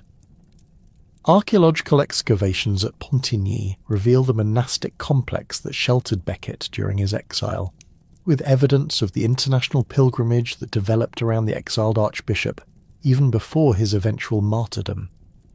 The reconciliation between Henry and Becket in 1170 proved temporary and superficial, failing to resolve the fundamental disagreements that had caused their original conflict. Becket's return to Canterbury in December 1170 was marked by his excommunication of bishops who had participated in the coronation of Henry's eldest son, demonstrating his continued defiance of royal authority. Archaeological evidence from Canterbury reveals preparations for Becket's return, with modifications to the cathedral and archiepiscopal palace that reflected his determination to assert ecclesiastical independence. The murder of Thomas Becket in Canterbury Cathedral on December 29th, 1170, shocked medieval Europe and created one of the most powerful martyrdom cults in Christian history. The four knights who killed the Archbishop Reginald Fitzurse, Hugh de Morville, William de Tracy, and Richard le Breton acted on their interpretation of Henry's angry words about his troublesome archbishop, though the king consistently denied ordering Becket's assassination. Archaeological investigation of Canterbury Cathedral has identified the probable location of Becket's murder, near the altar of St. Benedict, with evidence of modifications made to accommodate the shrine that was immediately established at the martyrdom site. The immediate aftermath of Becket's murder saw the development of miracle stories and pilgrimage that transformed Canterbury into one of Europe's most important religious centres. Contemporary accounts describe miraculous healings associated with Becket's blood and personal possessions, while the cathedral's monks systematically recorded these miracles to support their campaign for the Archbishop's canonisation. Archaeological evidence reveals the rapid development of facilities to accommodate pilgrims, with new hostels, roads, and commercial establishments that supported the religious tourism that became central to Canterbury's economy. Henry's penance at Becket's tomb in 1174 represented one of medieval Europe's most dramatic displays of royal humility, with the king submitting to ritual scourging by Canterbury's monks while dressed in penitential garments. The ceremony's political significance extended beyond religious symbolism, demonstrating Henry's recognition that Becket's martyrdom had fundamentally altered the balance between royal and ecclesiastical authority. Archaeological evidence from Canterbury Cathedral shows the elaborate shrine constructed to house Becket's remains, with gold and silver decorations that reflected the enormous wealth generated by pilgrimage to the martyrdom site. The rebellion of 1173 to 1174, led by Henry's eldest son and supported by Eleanor of Aquitaine, represented the most serious threat to Angevin authority during Henry's reign. The revolt's timing, coinciding with Henry's conflict with Becket's supporters and external pressure from the French king, created a crisis that threatened to fragment the Angevin Empire. Archaeological evidence from sites like Framlingham Castle in Suffolk reveals the fortifications constructed by rebellious barons with substantial stone defences that provided secure bases for operations against royal forces. The siege of Rouen in 1174 demonstrated Henry's military capabilities and his determination to maintain control over his continental territories. The city's strategic importance as the capital of Normandy made its defence crucial for Angevin authority, while its fall would have provided the French king with a foothold for further expansion into Norman territories. Archaeological excavations at Rouen reveal evidence of the siege operations, with temporary fortifications and evidence of systematic destruction that accompanied the military operations necessary to maintain the city's loyalty to Henry. Richard VI's accession in 1189 brought to the throne a king whose primary interests lay in crusading and continental warfare, rather than English governmental administration. The new king's immediate preparations for the Third Crusade required unprecedented financial resources that strained the administrative system developed by his father.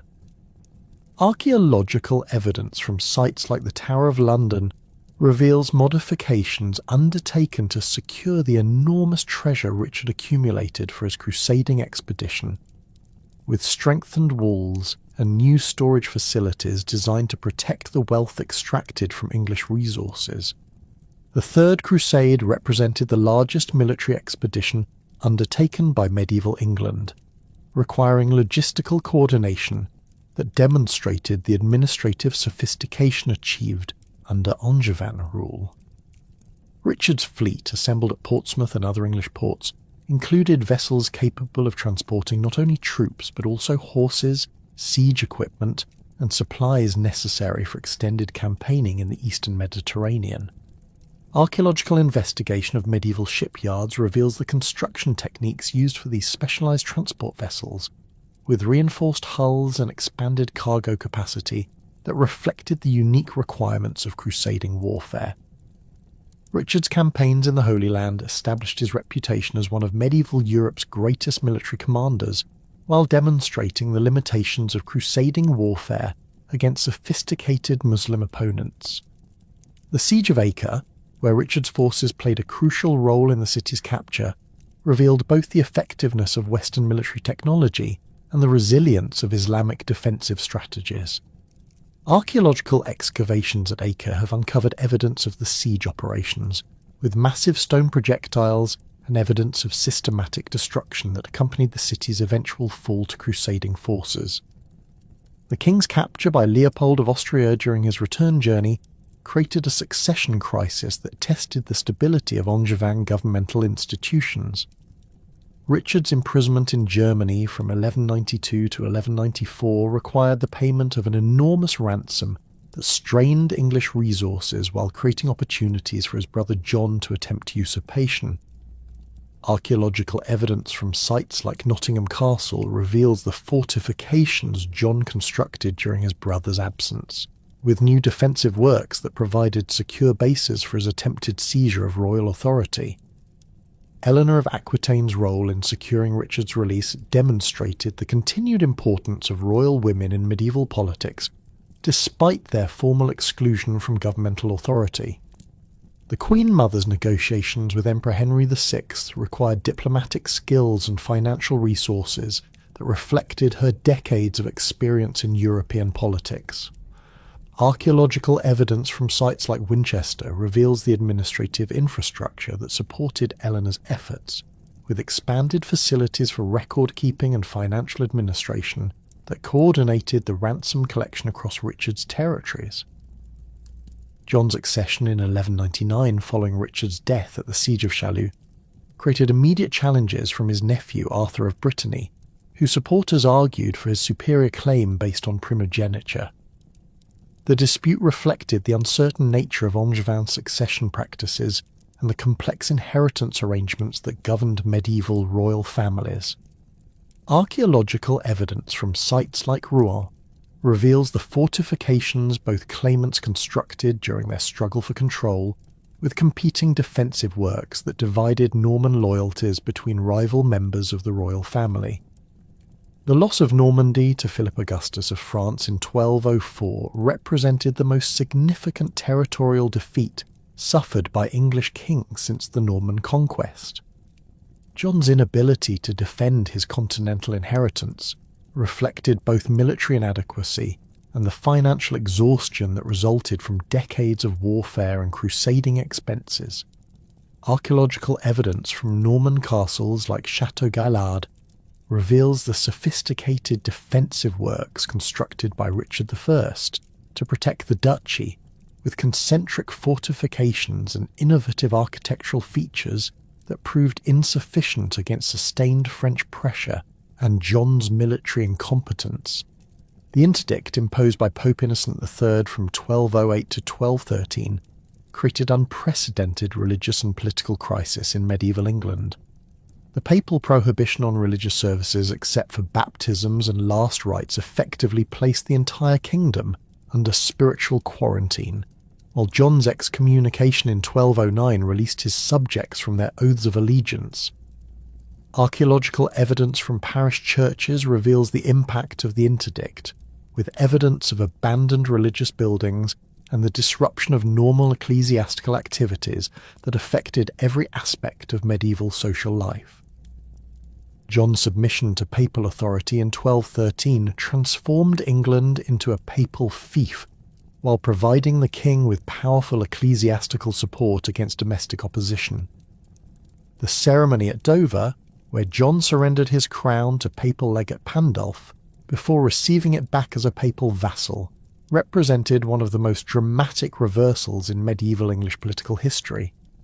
Archaeological evidence from Dover Castle reveals the substantial royal complex where this submission took place, with great halls and ceremonial chambers that provided appropriate settings for such momentous political theatre. The baronial opposition that culminated in Magna Carta reflected fundamental disagreements about the limits of royal authority and the rights of subjects under Angevin governmental systems. The barons' grievances centred on John's arbitrary taxation, his abuse of feudal obligations, and his violation of traditional legal procedures that had provided protection against royal tyranny. Archaeological evidence from sites like Runnymede reveals the meadow setting where the final negotiations took place, with evidence of the temporary structures erected to accommodate the assembled nobility and their retinues during the extended discussions that produced the Charter. Magna Carta's 63 clauses address specific abuses while establishing general principles that would influence constitutional development for centuries.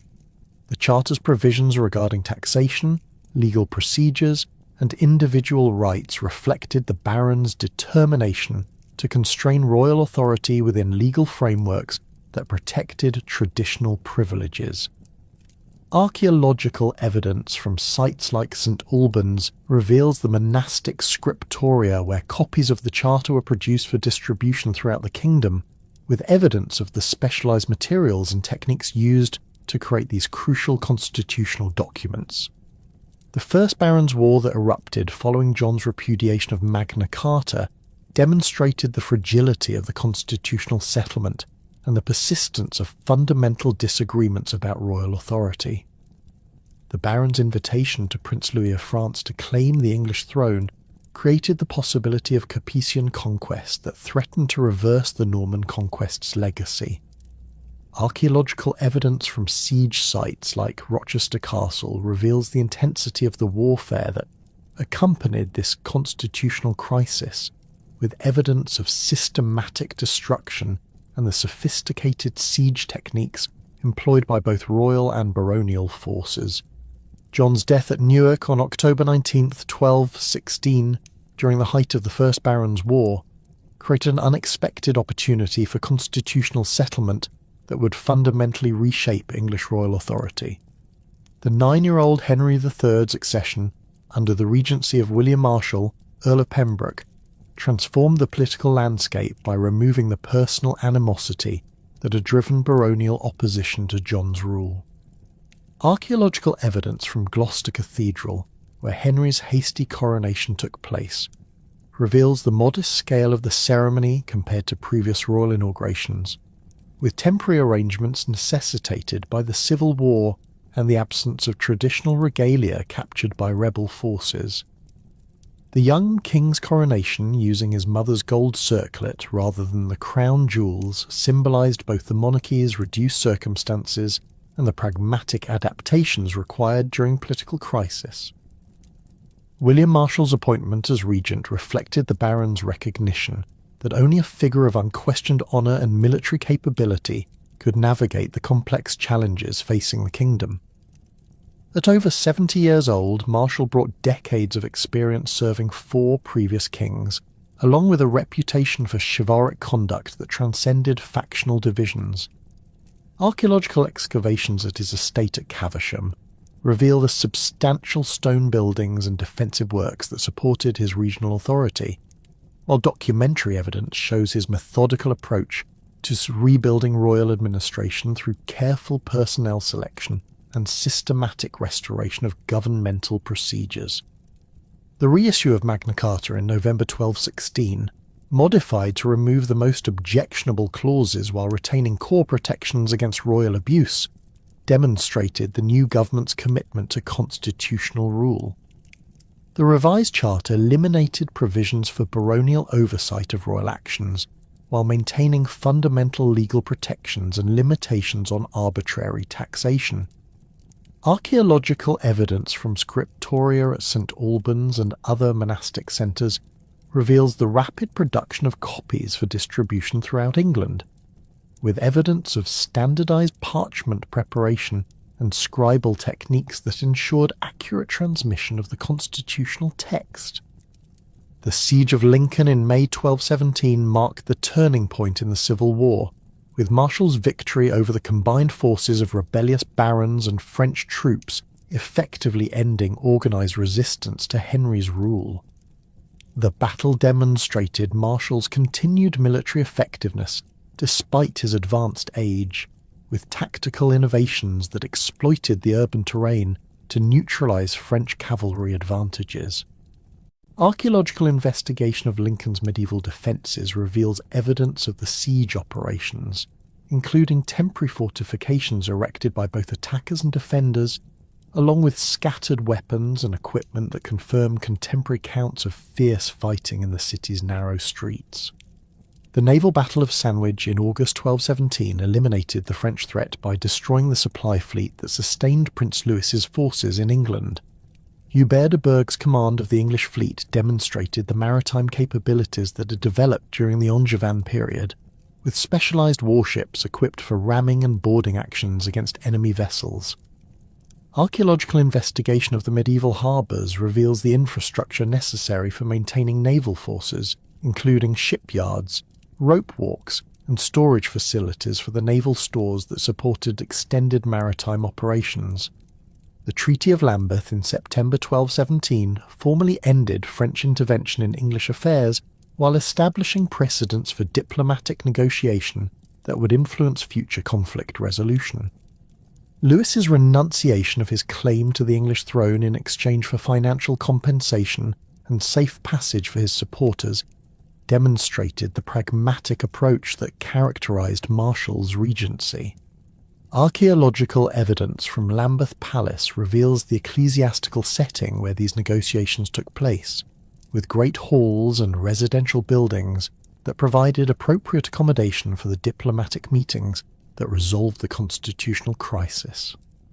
The minority government's administrative innovations established foundations for royal authority that would persist throughout Henry's long reign. The development of specialised departments for different aspects of governmental administration created institutional continuity that operated independently of individual personalities or political circumstances. Archaeological evidence from Westminster reveals the construction of new administrative buildings designed to accommodate the expanded bureaucracy, with specialised chambers for record-keeping, financial administration, and judicial proceedings that reflected the growing sophistication of royal government. The gradual restoration of royal castles damaged during the Civil War demonstrated the systematic approach that characterised the minority government's policies. Sites like Rochester, Corfe, and Dover received substantial investment in defensive improvements and residential accommodation that restored their effectiveness as centres of royal authority. Archaeological excavations reveal evidence of the construction techniques employed during this restoration programme, with improved masonry work and innovative architectural features that incorporated lessons learned from recent siege warfare.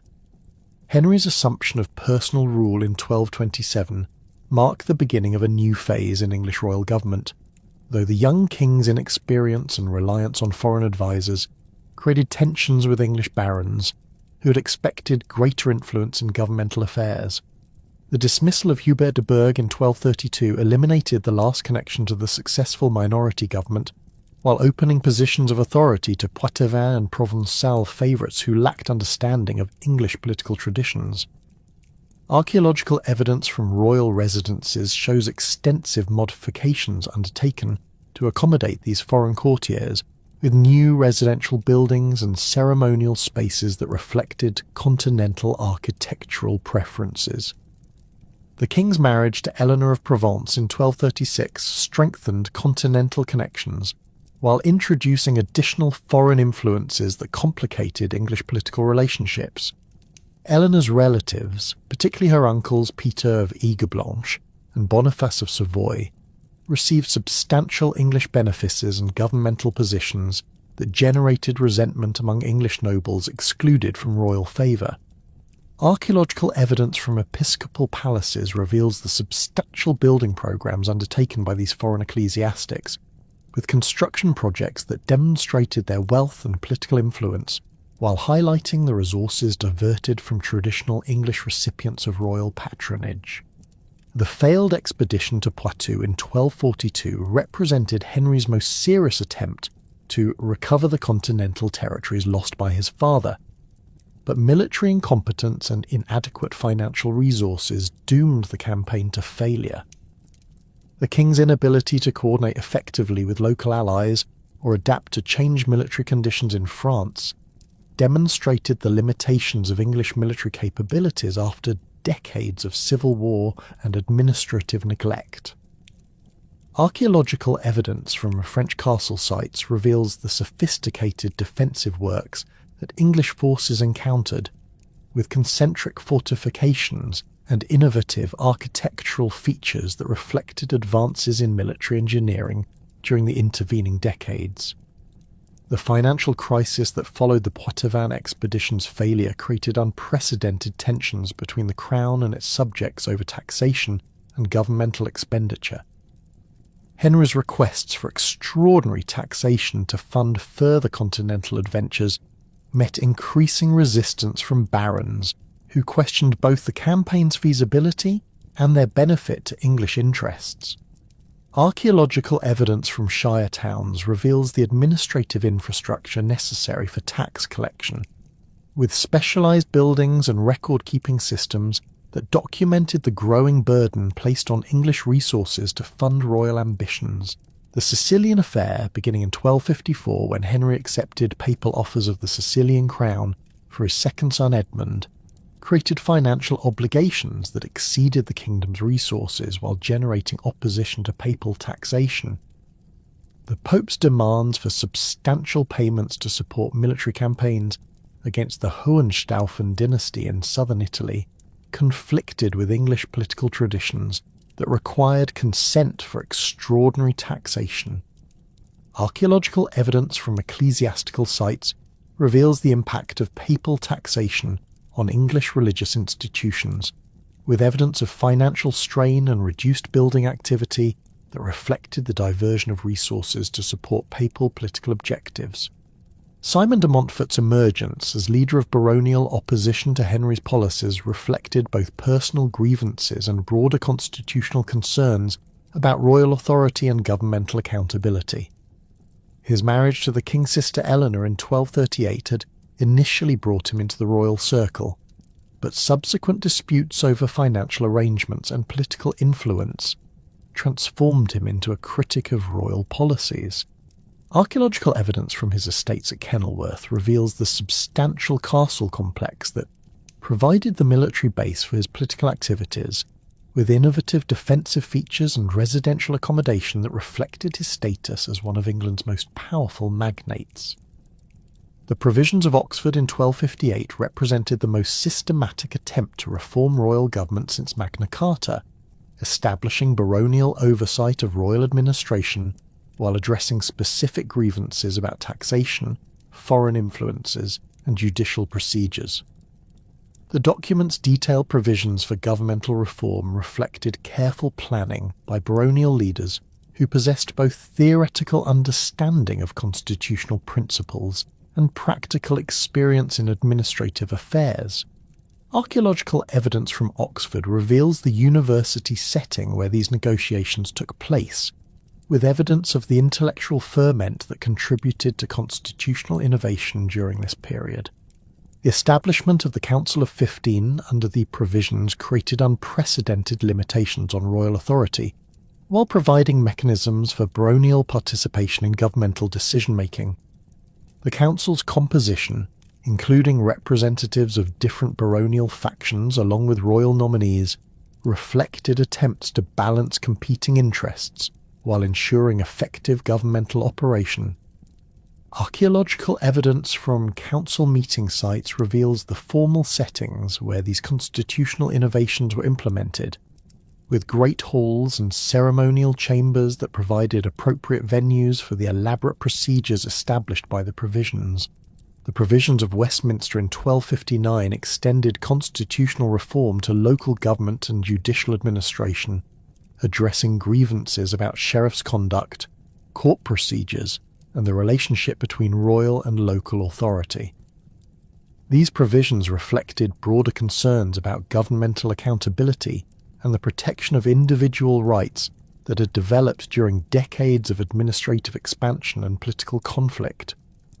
Archaeological evidence from shire courts and local administrative centres reveals the impact of these reforms on governmental practice, with modifications to buildings and procedures that accommodated new oversight mechanisms and appeal processes.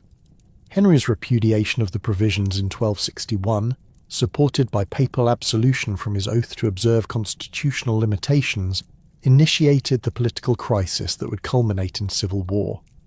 The king's appeal to Louis IX of France for arbitration reflected his determination to restore full royal authority while avoiding the appearance of arbitrary action.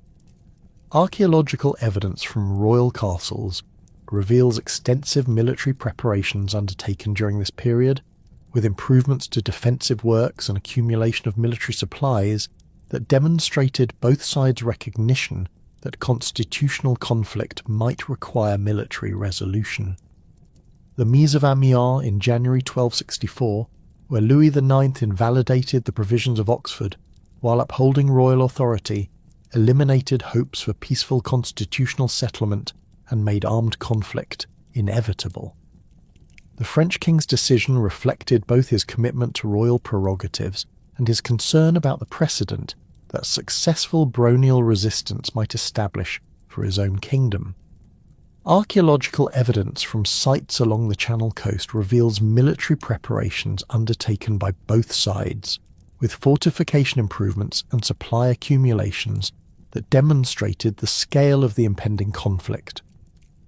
The outbreak of the Second Barons' War in April 1264 represented a fundamental conflict between competing visions of English government, with royalists defending traditional royal prerogatives against baronial demands for constitutional limitations and governmental accountability. The war's initial phase saw rapid territorial divisions as local magnates chose sides based on personal relationships, regional interests, and ideological commitments to different constitutional principles. Archaeological evidence from castle sites reveals the hasty military preparations undertaken by both factions, with emergency fortification improvements and supply accumulations that reflected the conflict's unexpected intensity. The Battle of Lewes on May 14, 1264, ranks among the most significant engagements in English constitutional history, with Simon de Montfort's victory over royal forces creating unprecedented opportunities for implementing baronial governmental reforms. The battlefield's location on the South Downs provided tactical advantages that Montfort exploited through careful positioning and innovative use of terrain features to neutralise royal cavalry superiority. Archaeological investigation of the battlefield has revealed evidence of the fighting's intensity, with scattered weapons and equipment that confirm contemporary accounts of fierce combat between heavily armoured opponents. Henry III's capture during the battle transformed the political situation by placing the king under baronial control while maintaining the fiction of royal authority.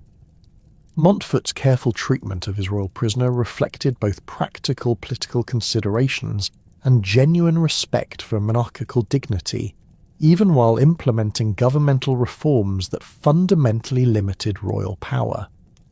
Archaeological evidence from sites where Henry was held reveals the comfortable accommodation provided for the captive king, with residential quarters and ceremonial spaces that maintained royal dignity while ensuring baronial oversight of royal actions. The Mise of Lewes, negotiated immediately after the battle, established the constitutional framework for baronial government while preserving monarchical institutions under new oversight arrangements. The agreement's provisions for foreign arbitration of remaining disputes reflected Montfort's recognition that sustainable constitutional settlement required international legitimacy and acceptance by other European rulers. Archaeological evidence from the negotiation sites reveals the formal settings where these crucial constitutional arrangements were established, with great halls and ceremonial chambers that provided appropriate venues for such momentous political agreements. The establishment of baronial government under Montfort's leadership created unprecedented experiments in constitutional rule that would influence English political development for centuries. The systematic reform of royal administration, judicial procedures, and financial management demonstrated practical alternatives to traditional royal government while maintaining effective governmental operation. Archaeological evidence from Westminster reveals modifications to governmental buildings that accommodated new administrative procedures, with expanded facilities for record-keeping and consultation that reflected the more complex decision-making processes established under baronial rule. The summoning of the 1265 Parliament represented the most innovative constitutional development of Montfort's government, extending political participation beyond the traditional baronial and ecclesiastical elite to include representatives from shires and boroughs. This expansion of parliamentary representation reflected both practical needs for broader political support and theoretical commitments to more inclusive governmental participation. Archaeological evidence from Westminster Hall reveals modifications undertaken to accommodate the enlarged assembly, with additional seating arrangements and procedural innovations that facilitated participation by representatives unfamiliar with traditional parliamentary customs.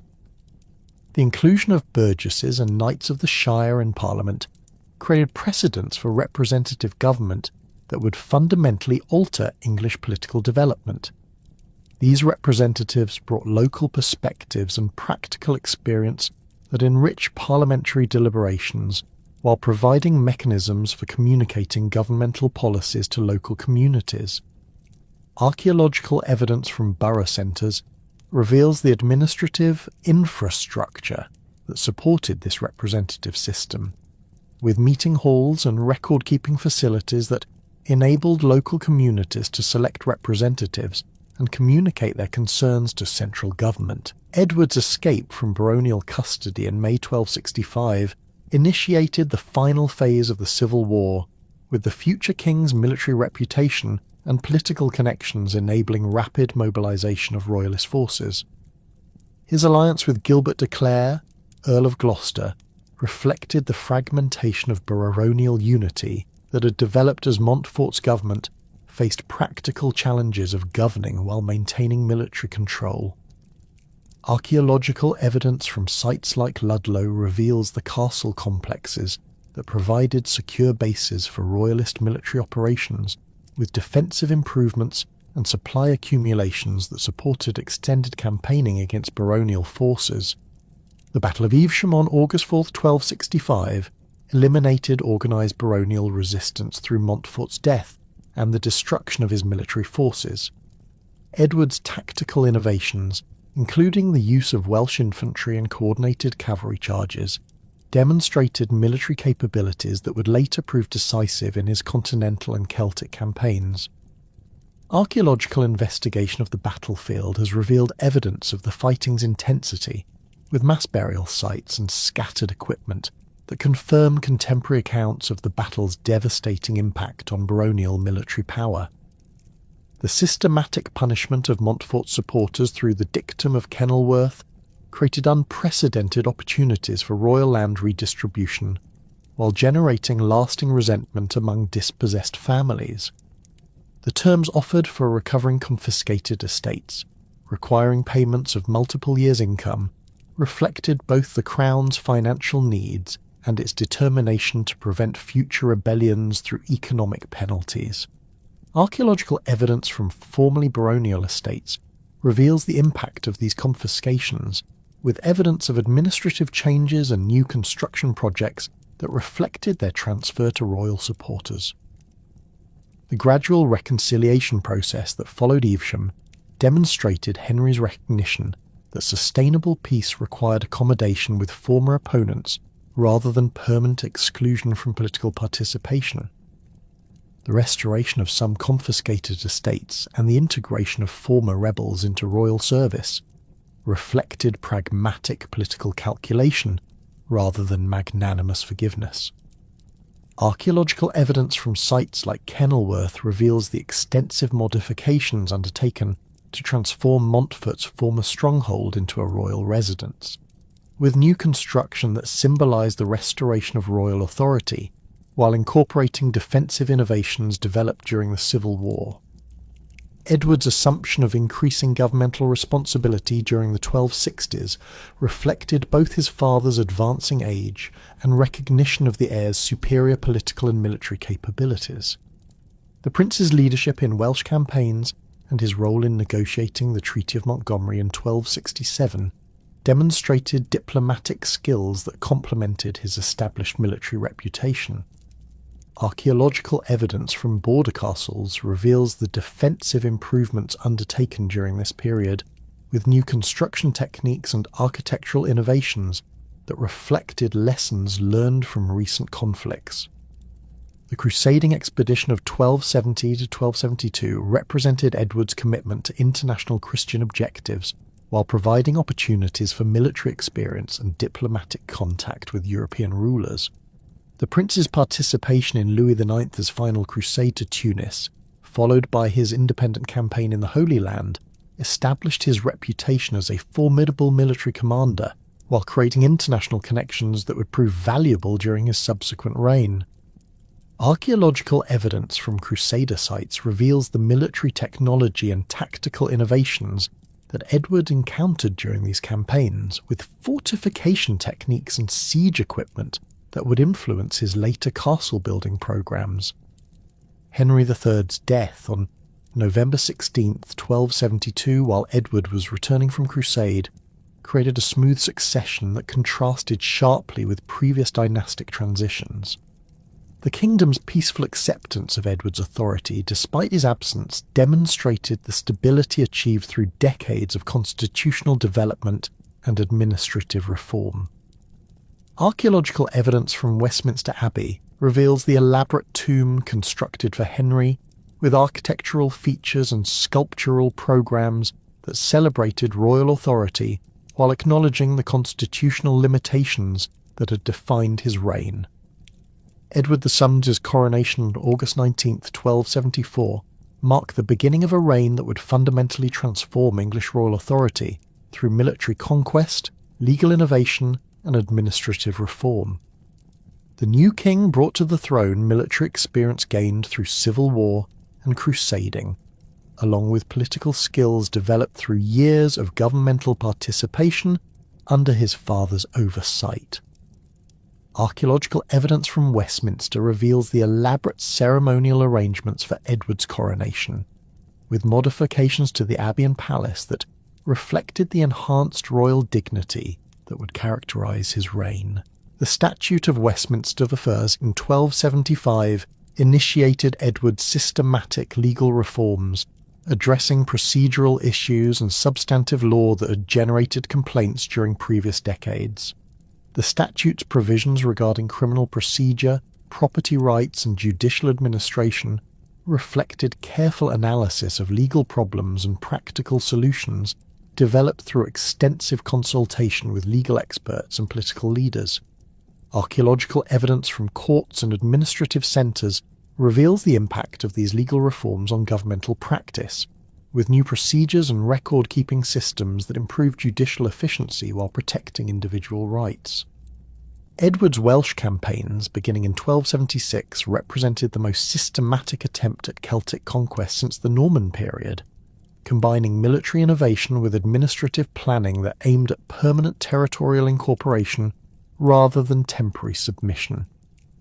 The king's strategy of coordinated advances from multiple bases, supported by naval operations and systematic castle construction, demonstrated military capabilities that exceeded those of previous English campaigns in Wales.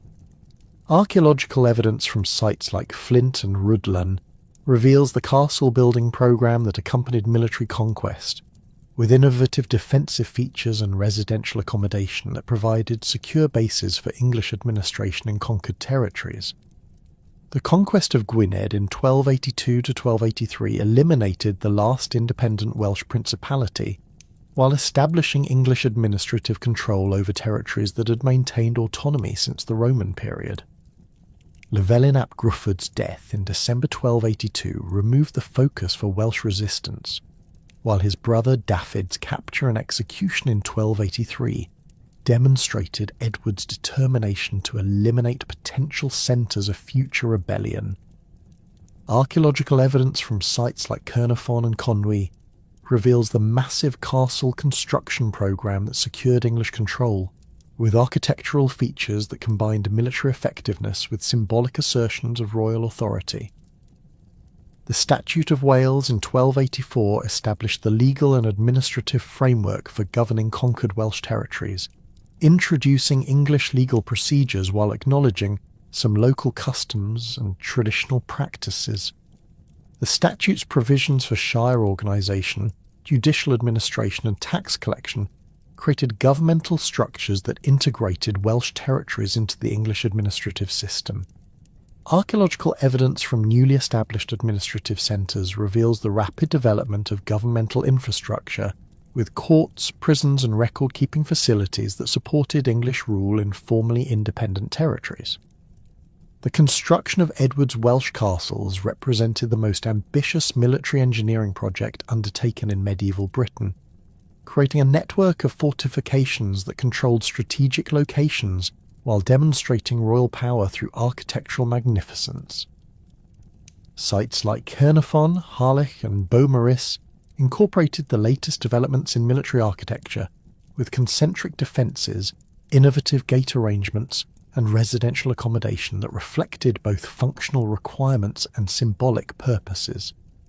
Archaeological investigation of these sites reveals the sophisticated construction techniques employed, with evidence of the specialised craftsmen and enormous resources required for such ambitious building programmes. The expulsion of the Jews in 1290 represented one of Edward's most controversial policies, eliminating a community that had provided crucial financial services to previous kings while generating popular support through appeals to religious prejudice. The expulsion order affected approximately 16,000 individuals who were forced to abandon property and businesses while seeking refuge in continental European communities. Archaeological evidence from former Jewish quarters in cities like London and York reveals the substantial commercial and residential developments that were abandoned, with evidence of hasty departure and the systematic confiscation of property that accompanied the expulsion. The Model Parliament of 1295 established the constitutional framework for representative government that would persist throughout the medieval period and beyond. Edward's summons to lords, clergy and elected representatives from shires and boroughs created a comprehensive assembly that could provide both political support and financial resources for royal policies. Archaeological evidence from Westminster Hall reveals modifications undertaken to accommodate this expanded assembly, with seating arrangements and procedural innovations that facilitated participation by representatives from throughout the kingdom. The development of parliamentary taxation during Edward's reign created systematic mechanisms for royal revenue that required consent from representatives of the political community.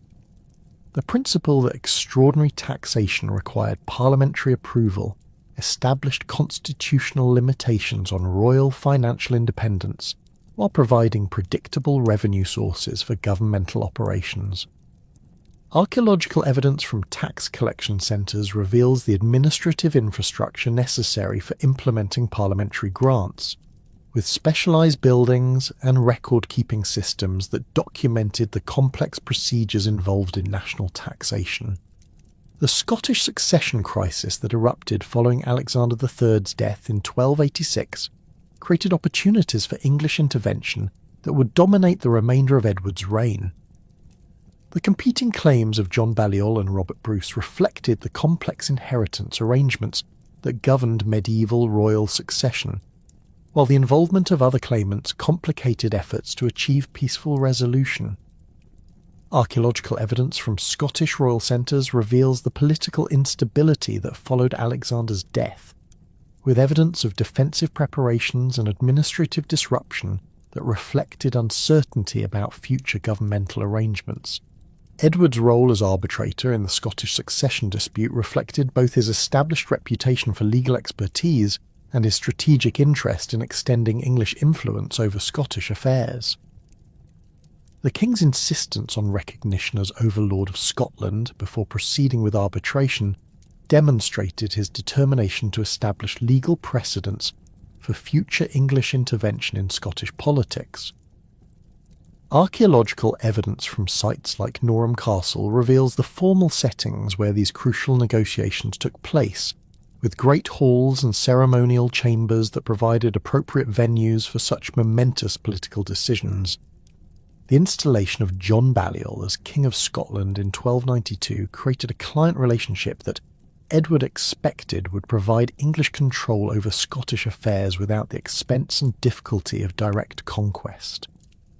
Balliol's homage to Edward and his acceptance of English overlordship established legal frameworks that the English king would invoke to justify subsequent interventions in Scottish politics. Archaeological evidence from Scottish administrative centres reveals the continued operation of governmental institutions under Balliol, though with increasing English oversight and intervention in judicial and administrative matters. The outbreak of war with France in 1294 over disputed territories in Gascony created financial and military pressures that strained English resources while providing opportunities for Scottish resistance to English overlordship.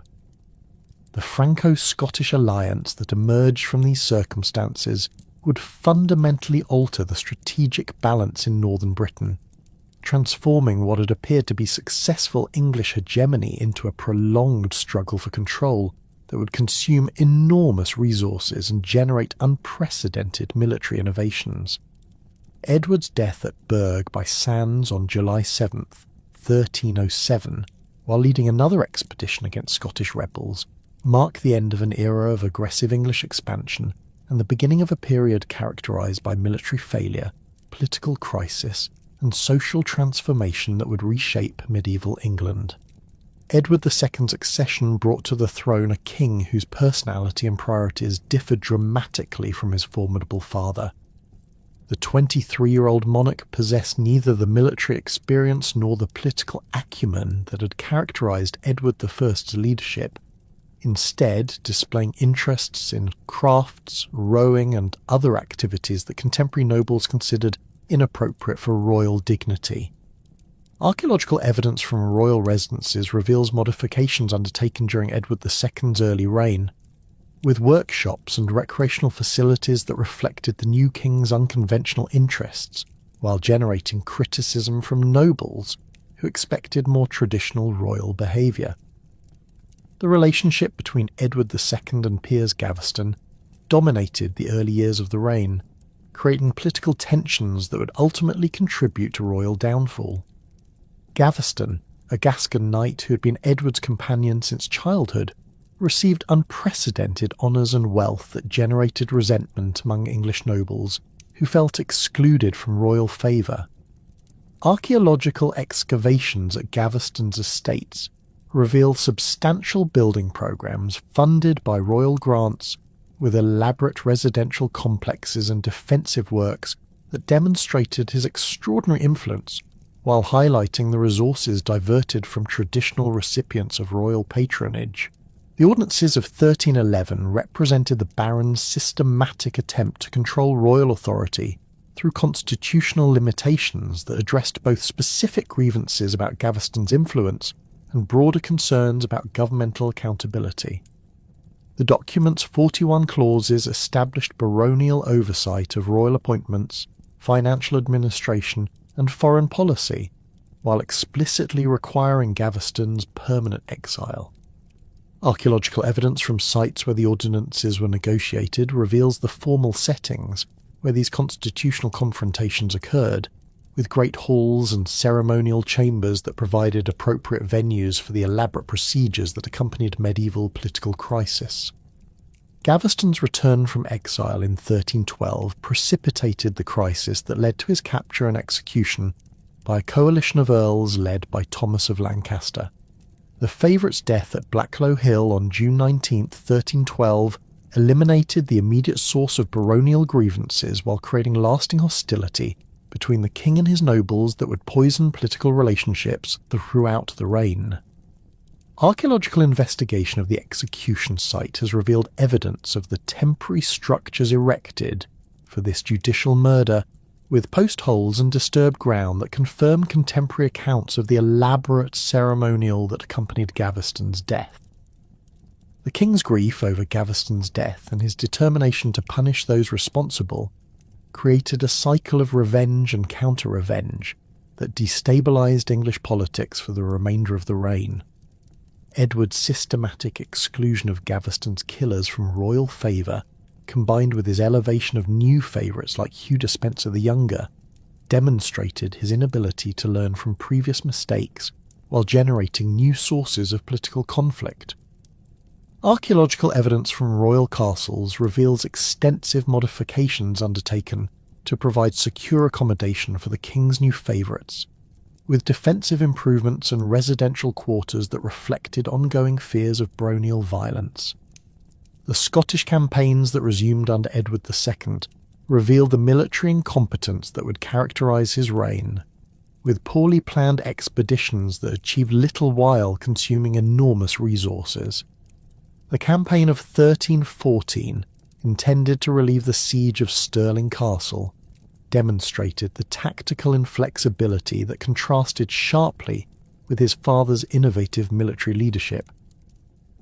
Archaeological evidence from military supply bases reveals the substantial logistical preparations undertaken for these campaigns, with accumulated weapons, provisions, and equipment that represented enormous investments in military operations that consistently failed to achieve their objectives. The Battle of Bannockburn on June 23, 1314, ranks among the most decisive defeats in English military history, with Robert Bruce's tactical innovations neutralising English advantages in heavy cavalry and archery through careful terrain selection and innovative use of schiltrons. The battlefield's location near Stirling provided the Scottish forces with defensive advantages that Bruce exploited through disciplined infantry formations capable of withstanding cavalry charges while maintaining offensive capabilities. Archaeological investigation of the battlefield area has revealed evidence of the extensive preparations undertaken by both armies, with temporary fortifications, supply dumps, and evidence of the systematic planning that characterised Bruce's defensive strategy. The English army that assembled for the Bannockburn campaign represented one of the largest military forces mobilised during the medieval period, with contemporary sources estimating over 20,000 troops, including heavy cavalry, infantry, and specialised units like Welsh archers and Irish kerns. The force's composition reflected the military resources available to English kings, with feudal levies supplemented by paid professionals and allied contingents that demonstrated the international character of medieval warfare. Archaeological evidence from assembly points reveals the logistical infrastructure necessary for coordinating such large forces, with temporary structures and supply facilities that supported extended military operations. The battle's first days saw preliminary skirmishing that established the tactical patterns which would determine the engagement's outcome. Robert Bruce's personal combat with Henry de Bohun, where the Scottish king killed the English knight with a single axe blow, provided both sides with symbolic confirmation of their leader's martial capabilities while demonstrating the personal nature of medieval military leadership. Archaeological evidence from the battlefield includes scattered weapons and equipment that confirm the intensity of these preliminary encounters, with iron spear points and sword fragments that provide physical testimony to the fierce fighting described in contemporary chronicles. The main engagement on June 24th witnessed the systematic destruction of English military power through Scottish tactical innovations that transformed defensive infantry formations into offensive weapons capable of breaking cavalry charges. The Schiltrons advance across the battlefield, with their forest of spear points creating impenetrable barriers to mounted attack, demonstrated military capabilities that English commanders had failed to anticipate or counter. Archaeological investigation has revealed evidence of the mass casualties that resulted from this tactical revolution, with burial sites containing hundreds of individuals whose injuries confirm contemporary accounts of devastating Scottish victory. Edward II's flight from the battlefield, abandoning his army and the royal seal, while seeking refuge at Dunbar Castle, symbolised the military incompetence that would characterise his reign. The king's inability to maintain command during crisis situations contrasted sharply with his father's reputation for personal courage and tactical innovation. Archaeological evidence from Dunbar reveals the hasty defensive preparations undertaken to accommodate the fleeing English court, with emergency fortifications and expanded residential quarters that provided secure refuge while the extent of the military disaster became apparent. The aftermath of Bannockburn established Scottish independence as a practical reality, while eliminating English claims to overlordship that had provided justification for decades of military intervention. Robert Bruce's systematic campaign to reduce English-held castles in Scotland demonstrated the strategic capabilities that complemented his tactical innovations, with coordinated sieges that eliminated the fortress network that had sustained English control. Archaeological evidence from sites like Edinburgh and Roxburgh reveals the sophisticated siege techniques employed by Scottish forces, with evidence of systematic destruction and innovative assault methods that overcame formidable defensive positions. The development of Scottish military capabilities during this period reflected both tactical innovation and technological adaptation that transformed medieval warfare. The effective use of massed infantry formations armed with long spears created alternatives to the heavy cavalry that had dominated European battlefields since the 11th century. Archaeological evidence from weapon production centres reveals the systematic manufacture of standardised spear points and other infantry equipment that supported these tactical innovations, with evidence of specialised smithing techniques and quality control that ensured battlefield effectiveness. The rise of Hugh Despenser the Younger as Edward's new favourite created political tensions that paralleled earlier conflicts over Gaveston's influence. Despenser's systematic acquisition of lands in Wales and the Welsh Marches generated opposition from established magnates who saw their own territorial interests threatened by royal favouritism. Archaeological evidence from Despenser's acquisitions reveals extensive building programmes that demonstrated his enormous wealth and political influence, with castle improvements and residential construction that rivaled royal projects in their scale and magnificence.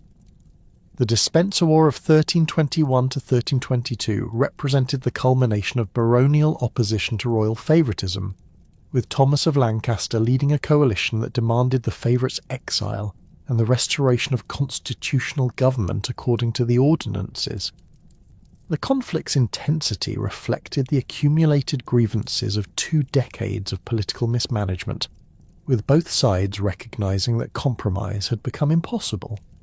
Archaeological evidence from sites like Leeds Castle reveals the military preparations undertaken by both factions, with hasty fortification improvements and supply accumulations that demonstrated the conflict's seriousness. The Battle of Boroughbridge on March 16, 1322, eliminated organised baronial resistance through Edward's tactical victory over Lancaster's forces. The engagement demonstrated that the king could achieve a military success when facing domestic opponents, even if his campaigns against foreign enemies consistently failed. Archaeological investigation of the battlefield has revealed evidence of the fighting's intensity, with scattered weapons and human remains that confirm contemporary accounts of fierce combat between heavily armoured opponents fighting for fundamentally different visions of English government. Thomas of Lancaster's execution following his capture at Boroughbridge eliminated the most persistent critic of royal policies while creating a martyr whose cult would inspire future opposition to Edward's rule. The Earl's death at Pontefract Castle on March 22nd, 1322, was accompanied by popular demonstrations of support that revealed the extent of anti-royal sentiment among ordinary subjects. Archaeological evidence from Pontefract reveals modifications undertaken to accommodate Lancaster's imprisonment and execution, with specialised facilities that reflected the political significance of his captivity and death. The Statute of York in 1322 formally revoked the ordinances while asserting royal authority to govern according to traditional prerogatives rather than constitutional limitations imposed by baronial opposition. The statute's language emphasised royal independence from baronial oversight, while maintaining theoretical respect for consultation and consent in governmental decision-making. Archaeological evidence from York reveals the formal settings where this constitutional reversal was proclaimed, with ceremonial chambers and administrative facilities that provided appropriate venues for such momentous political declarations. The period of Despencer ascendancy from 1322 to 1326 witnessed systematic exploitation of royal authority for personal enrichment that generated unprecedented levels of popular opposition to the regime. Hugh Despencer the Younger's accumulation of lands, offices and judicial powers created a parallel governmental structure that bypassed traditional administrative procedures while enriching the favourite and his associates. Archaeological evidence from Despencer properties reveals the massive building programs funded through these corrupt practices, with elaborate residential complexes and defensive works that demonstrated the enormous wealth extracted from royal resources. The judicial proceedings that followed Boroughbridge revealed the extent to which royal authority had been corrupted by favouritism and personal vengeance. The systematic confiscation of estates belonging to Lancaster's supporters, often based on questionable legal procedures, created a climate of fear among the nobility while enriching royal favourites through redistributed properties. Archaeological evidence from confiscated estates reveals the rapid changes in ownership and management that accompanied these political purges, with new construction projects and administrative modifications that reflected their transfer to royal supporters.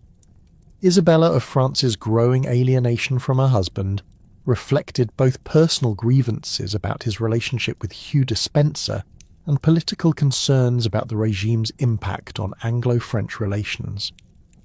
The Queen's position as sister to the French king provided her with international connections that would prove crucial in organising opposition to Edward's rule.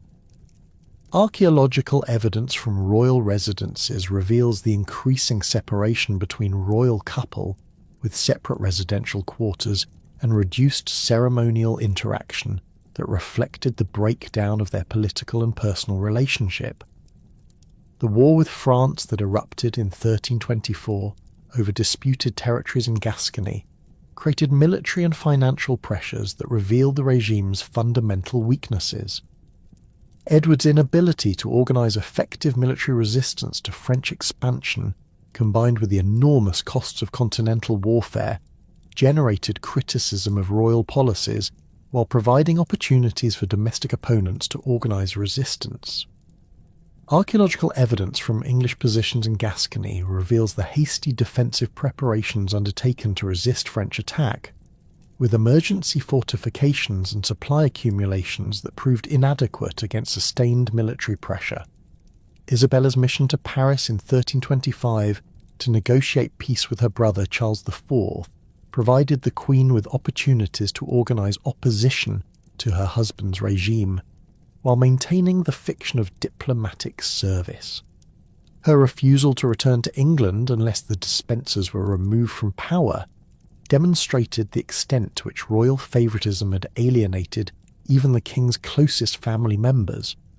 Archaeological evidence from French royal residences reveals the substantial accommodation provided for Isabella's extended stay, with residential quarters and ceremonial facilities that supported her political activities while she organised invasion plans.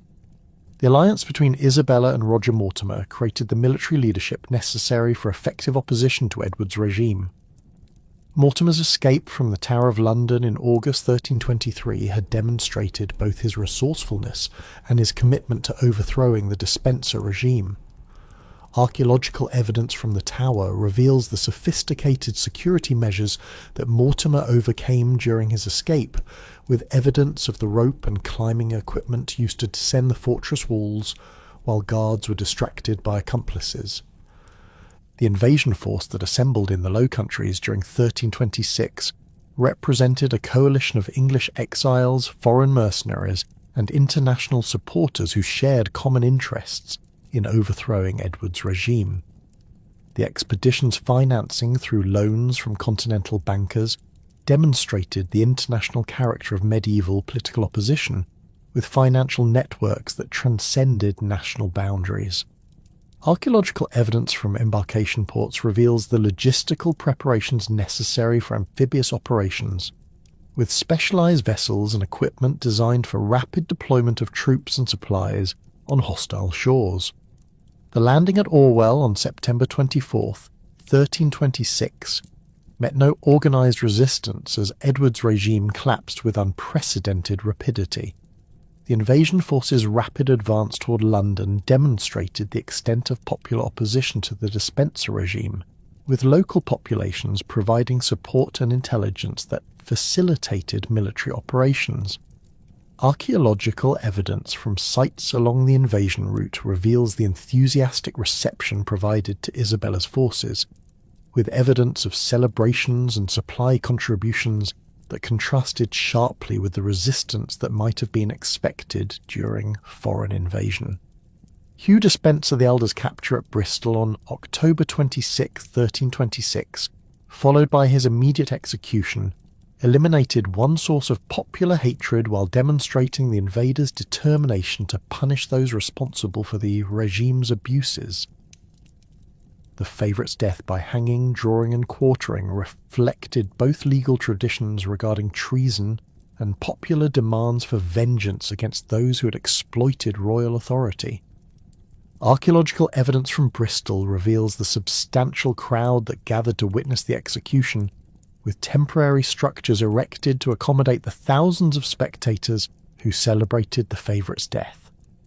Edward II's flight towards Wales with Hugh Despencer the Younger represented a desperate attempt to organise resistance from the traditional stronghold of royal authority in the western regions.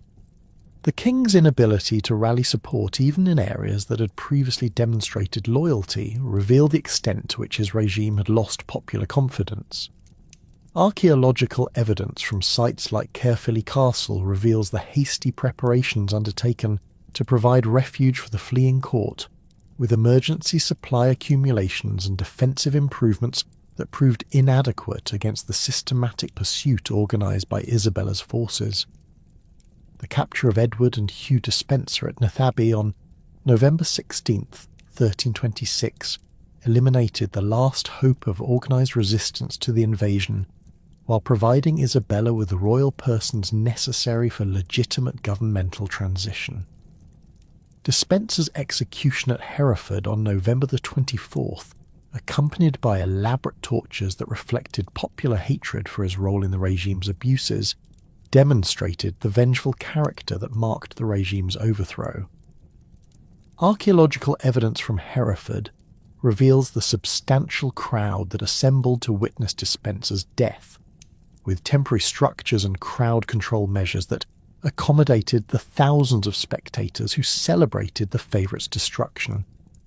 Edward II's deposition by Parliament in January 1327 established precedents for royal removal that would influence English constitutional development for centuries.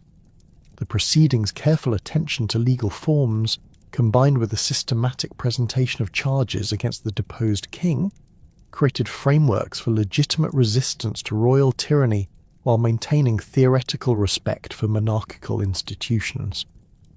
Archaeological evidence from Westminster Hall reveals modifications undertaken to accommodate the enlarged assembly that participated in these unprecedented constitutional proceedings, with expanded seating and ceremonial arrangements that provided appropriate settings for such momentous political decisions.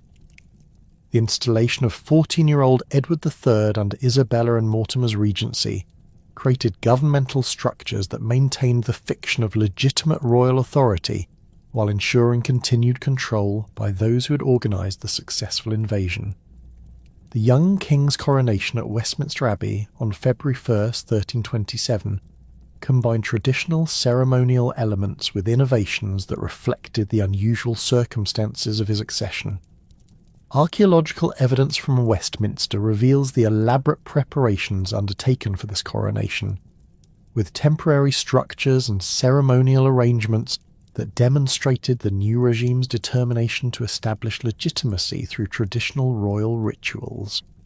Edward II's murder at Berkeley Castle on September 21, 1327, eliminated the potential focus for loyalist resistance while generating lasting controversy about the methods employed to ensure the deposed king's death.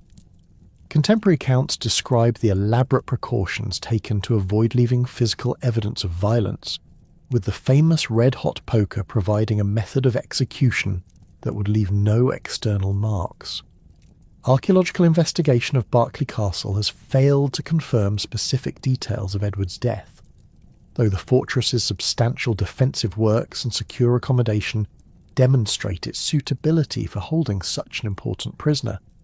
The Regency government's Scottish policies represented a dramatic reversal of previous English objectives, with the Treaty of Edinburgh-Northampton in 1328 recognising Scottish independence and renouncing English claims to overlordship. This diplomatic revolution reflected both military realities established at Bannockburn and the new regime's need to concentrate resources on domestic consolidation rather than expensive foreign adventures. Archaeological evidence from border fortifications reveals the systematic abandonment of defensive positions that had sustained English claims to Scottish territories, with castles left to decay as symbols of failed imperial ambitions. The marriage of David Bruce to Joan of the Tower, Edward III's sister, symbolised the diplomatic accommodation that replaced decades of military confrontation between England and Scotland. The wedding ceremony at Berwick on July 17, 1328, combined traditional royal ceremonial with political symbolism that celebrated the restoration of peaceful relations between the two kingdoms. Archaeological evidence from Berwick reveals the substantial preparations undertaken for this diplomatic celebration, with temporary structures and ceremonial arrangements that accommodated the international audience assembled to witness this historic reconciliation. Edward III's assumption of personal rule in 1330 through the coup that eliminated Mortimer's regency marked the beginning of a new phase in English royal authority, characterised by military innovation and aggressive foreign policy. The 18-year-old king's capture of Mortimer at Nottingham Castle on October 19, 1330, demonstrated both personal courage and political acumen that would characterise his long reign. Archaeological evidence from Nottingham reveals the secret passages and defensive arrangements that Mortimer had relied upon for security, with hidden entrances and escape routes that proved inadequate against the young king's carefully planned operation. Mortimer's execution at Tyburn on November 29, 1330, eliminated the last remnant of the regime that had overthrown Edward II, while establishing the new king's authority through decisive action against those who had dominated his early years. The regency's end marked the restoration of traditional royal government, though Edward III would prove far more capable than his father in managing both domestic politics and foreign relations. Archaeological evidence from sites associated with Mortimer's rule reveals the rapid changes in administration and personnel that accompanied the young king's assertion of authority, with new appointments and policy reversals that demonstrated his determination to establish independent royal control. The resumption of aggressive Scottish policy under Edward III reflected both personal ambition and strategic calculation that English interests required elimination of Scottish independence. The king's support for Edward Balliol's claim to the Scottish throne provided legal justification for renewed military intervention, while promising territorial gains that would compensate for previous losses. Archaeological evidence from border regions reveals the military preparations undertaken for these renewed campaigns, with castle improvements and supply accumulations that demonstrated the systematic planning that would characterise Edward's military operations. The Battle of Halidon Hill on July 19th, 1333, demonstrated the tactical innovations that would make English armies dominant throughout the 14th century. Edward III's use of dismounted men-at-arms supported by massed archers created defensive formations capable of destroying traditional cavalry charges while maintaining offensive capabilities through coordinated infantry advances. Archaeological investigation of the battlefield has revealed evidence of the systematic deployment that characterised English tactical superiority, with carefully prepared positions and coordinated fields of fire that maximised the effectiveness of English archery while protecting friendly forces from enemy counterattacks. The development of the English longbow as a dominant battlefield weapon reflected both technological innovation and systematic training programs that created professional military capabilities unavailable to other European armies. The weapon's 6-foot length and 150-pound draw weight required specialised training from childhood, creating a military elite drawn primarily from English and Welsh rural populations. Archaeological evidence from weapon production centres reveals the sophisticated manufacturing techniques employed to create these weapons, with specialised wood selection and treatment processes that ensured battlefield effectiveness while maintaining production efficiency. The tactical revolution achieved through combined longbow and dismounted men-at-arms formations transformed European warfare by demonstrating that disciplined infantry could defeat traditional heavy cavalry through superior missile power and defensive coordination. The English system's effectiveness depended on careful terrain selection and coordinated deployment that maximised archery effectiveness while protecting friendly forces from cavalry charges. Archaeological evidence from training grounds reveals the systematic preparation that supported these tactical innovations, with practice ranges and equipment that demonstrate the professional military culture that sustained English battlefield superiority. Edward III's claim to the French throne through his mother Isabella created the legal justification for the military campaigns that would dominate his reign and transform European politics. The assertion that female inheritance could transmit royal rights, contrary to the Salic law that governed French succession, provided theoretical grounds for English intervention in French affairs while promising enormous territorial gains. Archaeological evidence from royal residences reveals the elaborate genealogical displays created to support these claims, with heraldic decorations and ceremonial arrangements that emphasised Edward's French royal ancestry while legitimising his military ambitions.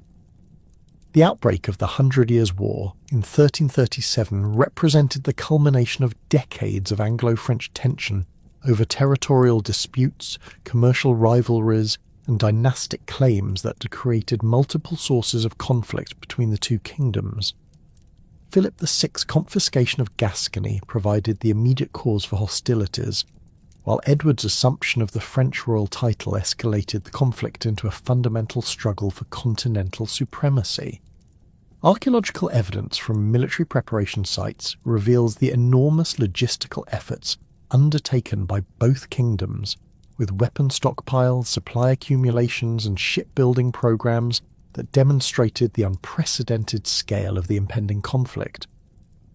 The naval victory at Sluys on June 24, 1340, established English control of the English Channel while demonstrating the tactical effectiveness of combining naval operations with land-based archery support.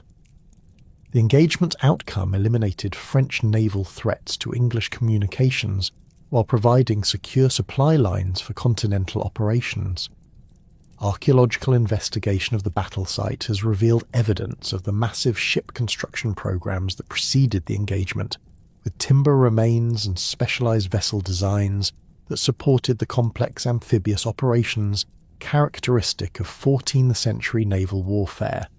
The victory's strategic implications extended far beyond immediate tactical success, establishing patterns of English maritime dominance that would persist throughout the medieval period, while providing secure foundations for the continental campaigns that would define Edward III's reign. The deposition of Richard II in September 1399 marked one of the most dramatic constitutional crises in medieval English history, with Henry Bolingbroke's usurpation establishing precedents for royal removal that would influence political development for centuries. Richard's return from his Irish expedition to find his kingdom in rebellion demonstrated the fragility of royal authority when confronted by systematic baronial opposition backed by popular support.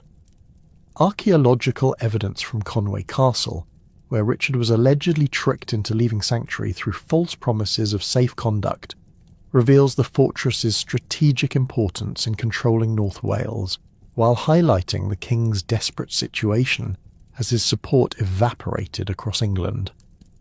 Henry IV's succession as the first Lancastrian king brought to the throne a usurper whose legitimacy rested on parliamentary approval rather than hereditary right, creating constitutional innovations that would fundamentally alter the relationship between crown and nobility. The new king's coronation at Westminster Abbey on October 13, 1399, combined traditional ceremonial elements with unprecedented emphasis on parliamentary sanction, reflecting the unusual circumstances of his elevation. Archaeological evidence from Westminster reveals modifications undertaken to accommodate the enlarged assembly that participated in Richard's deposition and Henry's installation, with temporary structures and seating arrangements that provided appropriate venues for these constitutional proceedings. The Percy Rebellion of 1403 represented the most serious threat to Henry's authority during his early reign, with the powerful northern family's defection creating military challenges that tested the new dynasty's survival capabilities. Henry Percy, known as Hotspur, commanded military forces and territorial resources that rivaled royal power, while his family's control of strategic border regions provided secure bases for rebellion against Lancastrian authority. Archaeological excavations at Alnwick Castle reveal the substantial defensive works and residential complexes that supported Percy power, with massive stone fortifications and administrative buildings that demonstrated their quasi-royal status in northern England. The Battle of Shrewsbury on July 21, 1403, eliminated organised Percy resistance through Henry's tactical victory over rebel forces led by Hotspur and his uncle Thomas Percy, Earl of Worcester. The engagement demonstrated the effectiveness of royal military organisation, while highlighting the personal nature of medieval political loyalty that could transform powerful supporters into dangerous enemies. Archaeological investigation of the battlefield has revealed evidence of the fighting's intensity, with mass burial sites containing hundreds of individuals whose injuries confirm contemporary accounts of fierce combat between heavily armoured opponents fighting with identical weapons and tactical training. Hotspur's death during the battle, reportedly killed by an arrow to the face while leading a cavalry charge against royal forces, eliminated the military leadership that had made Percy rebellion so dangerous while creating a martyr whose memory would inspire future opposition to Lancastrian rule. The rebel leader's reputation as one of England's finest knights made his death particularly significant, demonstrating that even the most accomplished warriors could fall victim to the democratic nature of battlefield violence. Archaeological evidence from the battle site includes scattered weapons and horse equipment that confirm the intensity of cavalry combat, with specialised lance points and sword fragments that reflect the high-quality military equipment employed by both sides. Owain Glyndwr's Welsh uprising, beginning in 1400 with his proclamation as Prince of Wales, created a sustained challenge to English authority that would persist throughout Henry's reign, while demonstrating the persistence of Celtic resistance to Anglo-Norman domination. Glyndwr's initial success in mobilising Welsh support reflected both personal charisma and systematic exploitation of grievances against English rule that had accumulated during decades of administrative oppression and cultural suppression. Archaeological evidence from sites like Sycharth, Glyndwr's principal residence, reveals the sophisticated domestic arrangements that supported Welsh aristocratic culture, with substantial timber halls and defensive works that provided centres for resistance organisation. The systematic nature of Welsh resistance under Glyndwr's leadership transformed sporadic raiding into coordinated military campaigns that captured major English strongholds while establishing alternative governmental structures throughout Wales. The rebels' capture of Conwy Castle in 1401 through infiltration during Good Friday celebrations demonstrated tactical innovation that complemented their strategic planning, while their subsequent siege of Caernarfon revealed military capabilities that exceeded traditional Welsh raiding activities. Archaeological evidence from captured castles shows the modifications undertaken by Welsh forces to adapt English fortifications for their own defensive needs, with blocked gates, new defensive positions, and supply storage areas that reflected systematic military planning. The alliance between Glyndwr and the Percy family created unprecedented coordination between English and Welsh opponents of Lancastrian rule, with the tripartite indenture of 1405 proposing to divide England between the three conspirators. This diplomatic agreement reflected sophisticated political planning that transcended traditional ethnic and regional divisions, creating a coalition based on shared opposition to Henry's usurpation, rather than narrow territorial interests. Archaeological evidence from sites where these negotiations occurred reveals the formal settings where such momentous political arrangements were established, with great halls and ceremonial chambers that provided appropriate venues for international diplomatic proceedings. The French alliance that Glyndwr negotiated in 1404 provided crucial military support that transformed Welsh rebellion from local uprising into international conflict involving major European powers. The landing of French forces at Milford Haven demonstrated the global implications of Henry's domestic political problems, with continental intervention threatening to establish permanent foreign presence in British affairs. Archaeological evidence from French landing sites reveals the substantial logistical preparations undertaken to support amphibious operations, with temporary fortifications and supply facilities that enabled sustained military operations far from home bases. The gradual collapse of Welsh resistance after 1408 reflected both military pressure from systematic English campaigns and the exhaustion of resources that had sustained rebellion for nearly a decade. Glyndwr's withdrawal to remote mountain strongholds marked the transition from organised resistance to guerrilla warfare that would characterise the rebellion's final phase. Archaeological evidence from abandoned Welsh settlements reveals the devastating impact of prolonged warfare on civilian populations, with burned buildings and scattered household goods that suggest hasty evacuation as military operations destroyed the economic foundations that had supported resistance. Henry V's succession in 1413 brought to the throne a king whose military ambitions and political capabilities would transform English royal authority while establishing the kingdom as Europe's dominant military power. The 26-year-old monarch possessed both the personal charisma and strategic vision that had been lacking during his father's troubled reign, while his experience suppressing Welsh rebellion had provided practical military training that would prove invaluable in continental campaigns. Archaeological evidence from royal residences reveals extensive modifications undertaken during Henry's early reign, with new construction projects and ceremonial arrangements that reflected the enhanced royal dignity that would characterise his kingship. The Southampton Plot of 1415 represented the last serious attempt to overthrow Lancastrian rule through domestic conspiracy, with Richard, Earl of Cambridge, and other nobles planning to assassinate Henry and install Edmund Mortimer as king.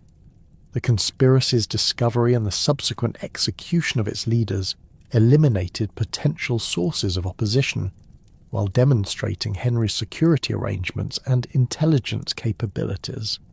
Archaeological evidence from Southampton reveals the substantial royal complex where these conspirators were tried and executed, with formal courtrooms and execution facilities that provided appropriate settings for such high-profile judicial proceedings.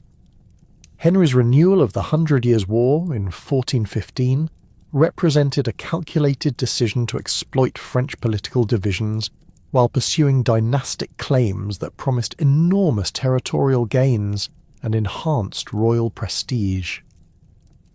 The French kingdom's weakness following Charles VI's mental illness and the civil war between Armagnac and Burgundian factions created unprecedented opportunities for English intervention in continental affairs.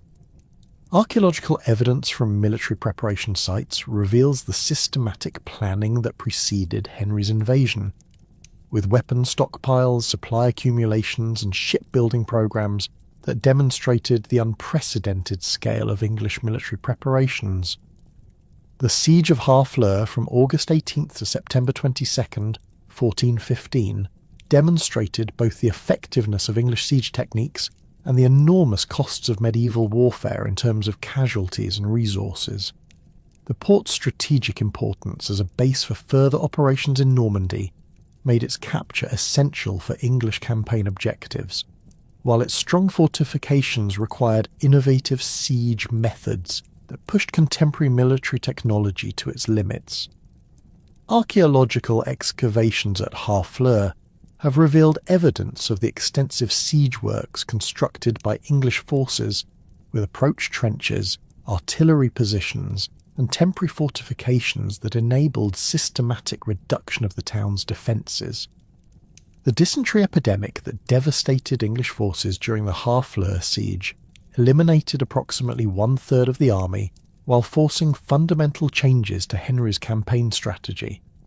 The disease's impact on military operations demonstrated the biological realities of medieval warfare, where epidemic illness often proved more deadly than enemy action. Archaeological evidence from military camps reveals the sanitary arrangements that failed to prevent disease transmission, with inadequate waste disposal and water contamination that created ideal conditions for epidemic spread among densely concentrated military forces. The Battle of Agincourt on October 25, 1415, ranks among the most decisive victories in English military history, with Henry's tactical innovations neutralising French numerical superiority through superior deployment and coordination of combined arms formations. The battlefield's location between the woods of Tramcourt and Agincourt created natural boundaries that prevented French flanking manoeuvres while concentrating their attack along predictable routes that maximised English defensive advantages. Archaeological investigation of the battlefield has revealed evidence of the systematic preparation that characterised English tactical superiority, with carefully prepared positions and coordinated fields of fire that enabled a relatively small force to destroy a much larger enemy army.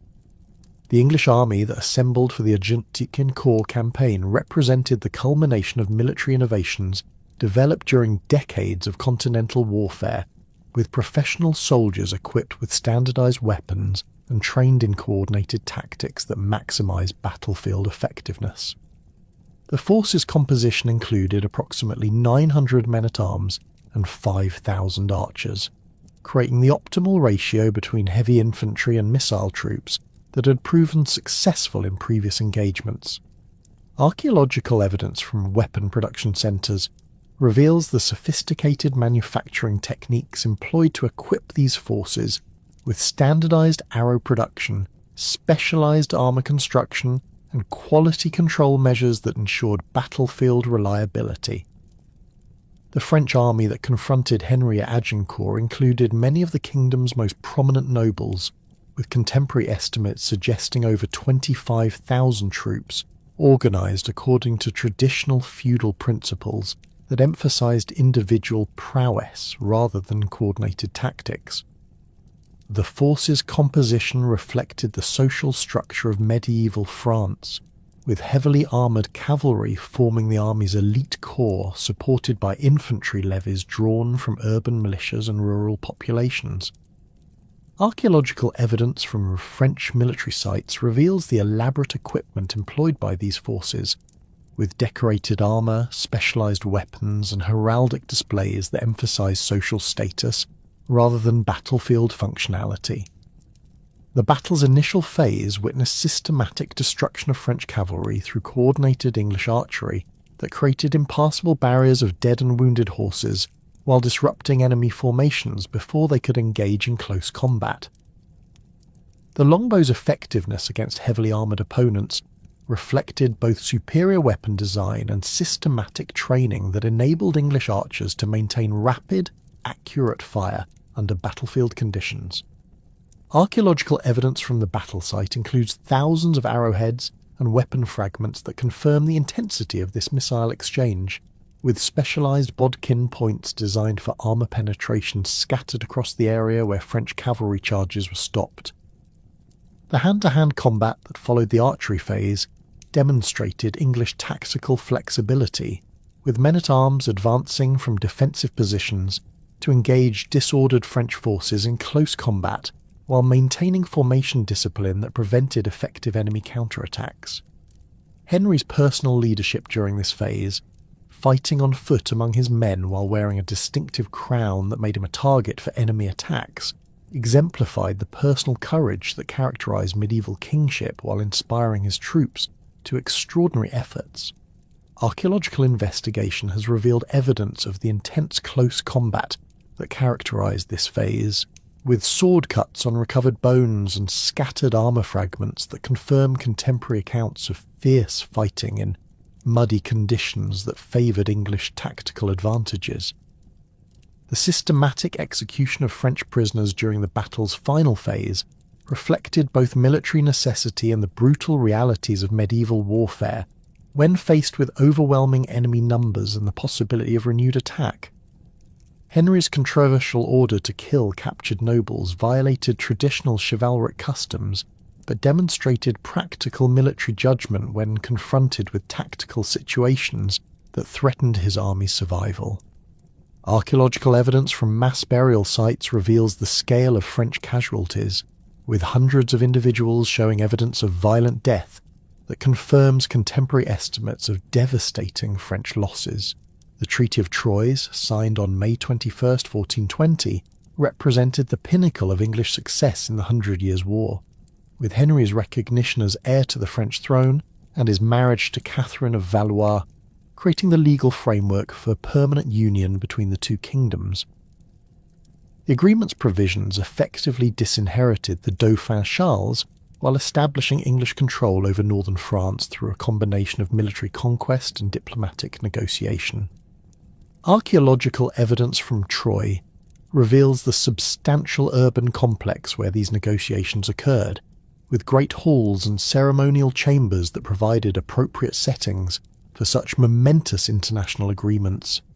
Henry's marriage to Catherine of Valois on June 2, 1420, symbolised the diplomatic accommodation that accompanied military conquest, while providing the personal relationship necessary for implementing the Treaty of Troyes provisions.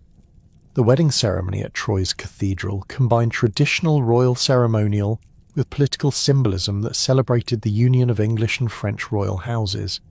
Archaeological evidence from the cathedral reveals the elaborate preparations undertaken for this international celebration, with temporary decorations and ceremonial arrangements that accommodated the European audience assembled to witness this historic alliance. The systematic English conquest of northern France following Troy demonstrated the administrative capabilities that complemented military success, with occupied territories receiving governmental structures that integrated French populations into English administrative systems. The establishment of English garrisons in captured towns, combined with the appointment of English officials to key administrative positions, created permanent occupation forces that sustained military control while extracting resources necessary for continued campaign operations. Archaeological evidence from occupied French towns reveals the modifications undertaken to accommodate English administration with new governmental buildings and defensive improvements that reflected the systematic nature of English territorial control. Henry V's death at Vincennes on August 31st, 1422, at age 35, eliminated the military leadership that had achieved unprecedented English success, while creating succession crisis that would ultimately doom the Lancastrian dynasty. The king's death from dysentery while campaigning in France demonstrated the biological hazards that threatened even the most successful medieval rulers, with epidemic disease proving more deadly than enemy action. Archaeological evidence from Vincennes reveals the substantial royal complex where Henry died, with residential quarters and administrative buildings that had served as the centre for English operations in occupied France. The minority of Henry VI, beginning with his accession at 9 months old, created governmental challenges that tested the stability of English political institutions while providing opportunities for French recovery from decades of military defeat. The establishment of a Regency Council under the Duke of Bedford's leadership maintained administrative continuity, though the absence of strong royal authority created factional divisions that would ultimately undermine Lancastrian rule. Archaeological evidence from Westminster reveals modifications undertaken to accommodate the infant king's court, with specialised residential quarters and security arrangements that protected the royal child while maintaining governmental operations. The Duke of Bedford's regency in France demonstrated exceptional military and administrative capabilities that sustained English territorial control despite growing French resistance and declining English resources. His systematic approach to governing occupied territories, combined with continued military pressure against French strongholds, maintained the conquest momentum while adapting to changing strategic circumstances. Archaeological evidence from English administrative centres in France reveals the sophisticated governmental structures established to control conquered territories, with specialised buildings for tax collection, judicial proceedings, and military coordination that supported permanent occupation. The emergence of Joan of Arc in 1429 transformed French resistance from disorganised regional opposition into coordinated national movement that challenged fundamental assumptions about English military superiority and French political legitimacy. The peasant girl's claims of divine inspiration and her successful persuasion of the Dauphin to grant her military authority created unprecedented leadership that transcended traditional social hierarchies while mobilising popular support for French recovery.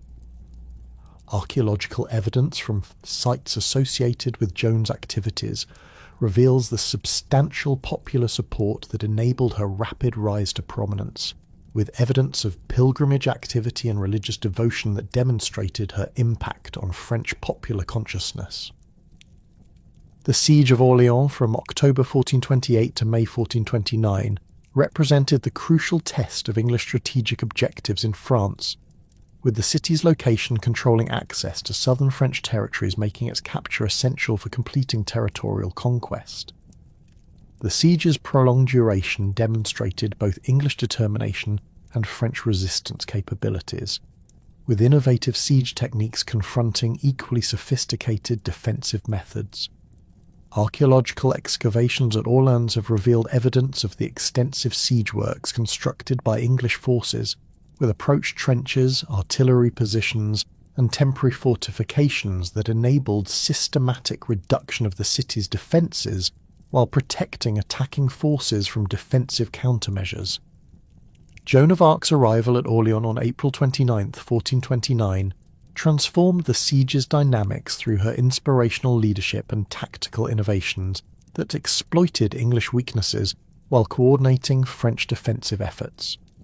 Her successful organisation of sorties against English positions demonstrated military capabilities that complemented her spiritual authority, creating effective resistance that forced English withdrawal after months of systematic siege operations.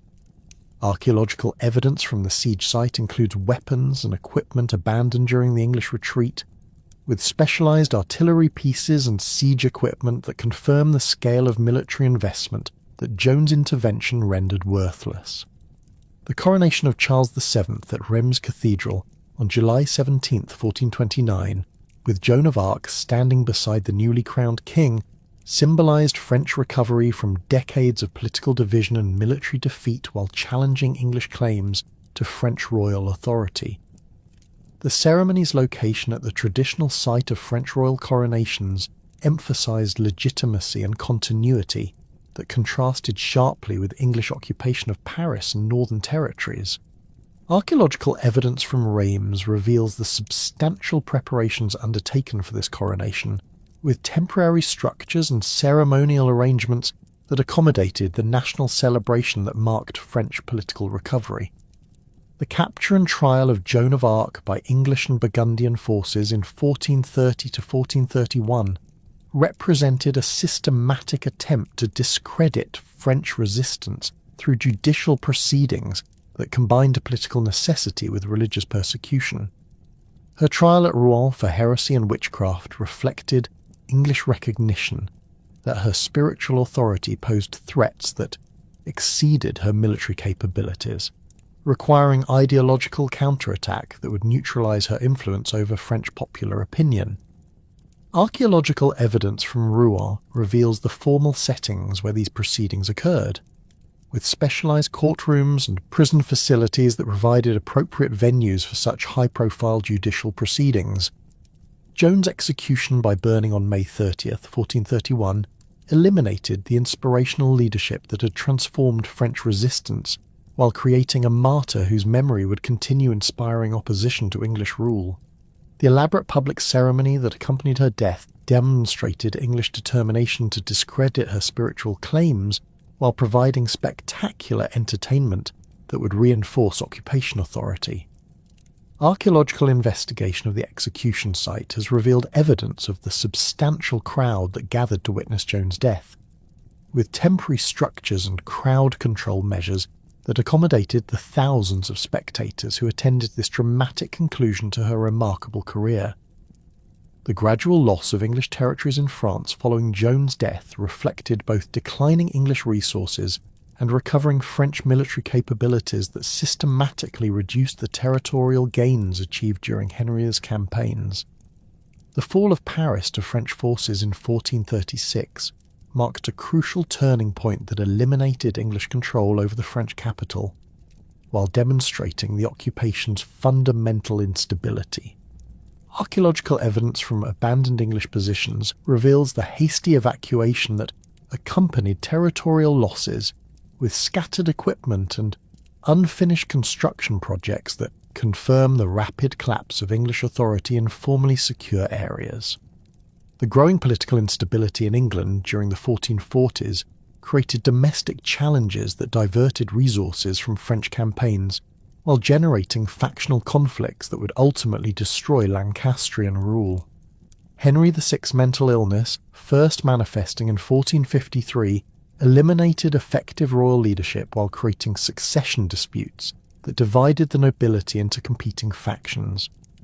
Archaeological evidence from royal residences reveals the declining maintenance and reduced ceremonial activity that reflected the monarchy's weakening authority, with unfinished construction projects and deteriorating facilities that symbolise political decay. The rise of Richard, Duke of York, as leader of opposition to Lancastrian rule reflected both personal ambition and genuine concerns about governmental incompetence that had led to military defeat and domestic disorder. York's superior claim to the throne through his descent from Edward III's second and fourth sons provided legal justification for challenging Henry VI's authority, while promising more effective royal leadership. Archaeological evidence from York's estates reveals the substantial military preparations undertaken during the 1450s, with weapon stockpiles and defensive improvements that demonstrated systematic planning for armed confrontation with Lancastrian forces. The First Battle of St Albans on May 22, 1455, initiated the Wars of the Roses through York's decisive victory over royal forces that eliminated key Lancastrian leaders, while demonstrating the military capabilities that would characterise this dynastic conflict. The engagement's brief duration and limited casualties contrasted sharply with the systematic destruction that would characterize later battles, reflecting the participants' initial hopes that limited violence might resolve political disputes without devastating civil war. Archaeological investigation of the battlefield has revealed evidence of the urban combat that characterized this engagement, with scattered weapons and damaged buildings that confirm contemporary accounts of fierce fighting in the town's narrow streets. The death of Edmund Beaufort, Duke of Somerset, during the St Albans fighting eliminated the most prominent Lancastrian military leader while creating blood feuds that would perpetuate dynastic conflict for decades. Somerset's role in English defeats in France had made him a target for Yorkist criticism, while his death provided concrete evidence of the personal stakes involved in political opposition. Archaeological evidence from the battle site includes scattered armour and weapons that confirm the intensity of combat between heavily equipped opponents fighting with identical military training and equipment. The brief Yorkist ascendancy following St Albans demonstrated both the potential for political accommodation and the fundamental divisions that made permanent settlement impossible. York's appointment as protector during Henry VI's mental incapacity provided opportunities for governmental reform while maintaining theoretical respect for Lancastrian royal authority. Archaeological evidence from governmental centres reveals the administrative changes implemented during this period, with new personnel appointments and procedural modifications that reflected Yorkist priorities while maintaining institutional continuity. The resumption of Lancastrian authority in 1456 eliminated hopes for peaceful resolution of dynastic disputes, while creating conditions for renewed military confrontation between competing factions. Queen Margaret of Anjou's leadership of Lancastrian resistance demonstrated both her political capabilities and her determination to secure her son's inheritance against Yorkist challenges.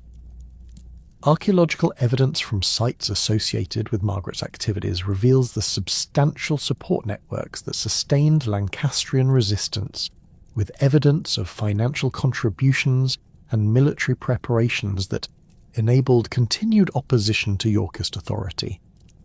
The complex social hierarchy that emerged in medieval England rested fundamentally upon the feudal system, a web of personal relationships and obligations that bound together all levels of society from the king to the humblest peasant.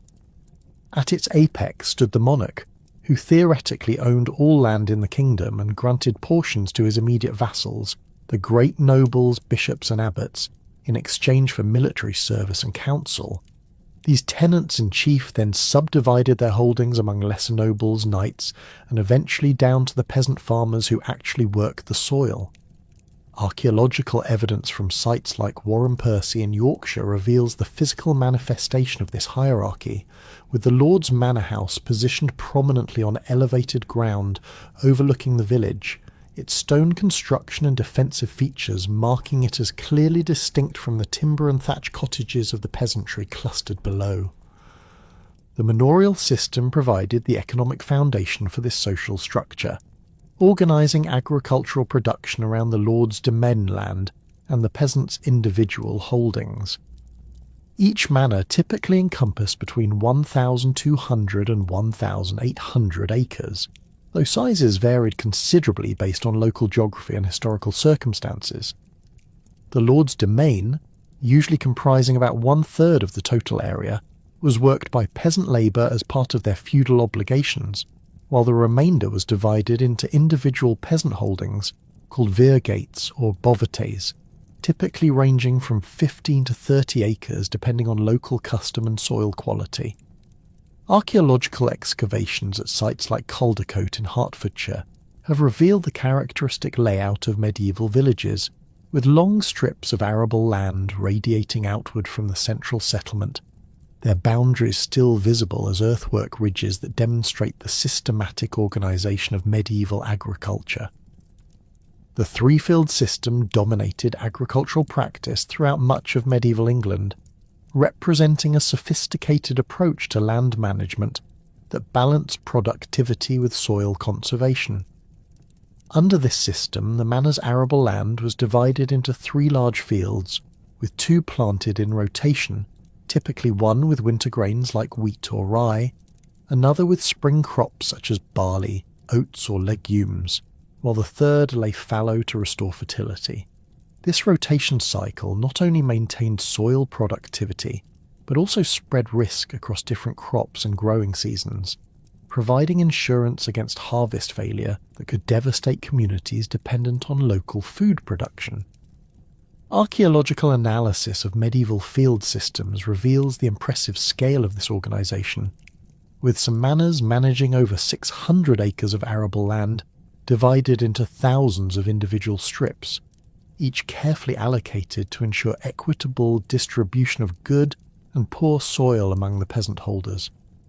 The gradual transformation of agricultural practices throughout the medieval period reflected both technological innovation and changing economic pressures that drove increased productivity and commercialization.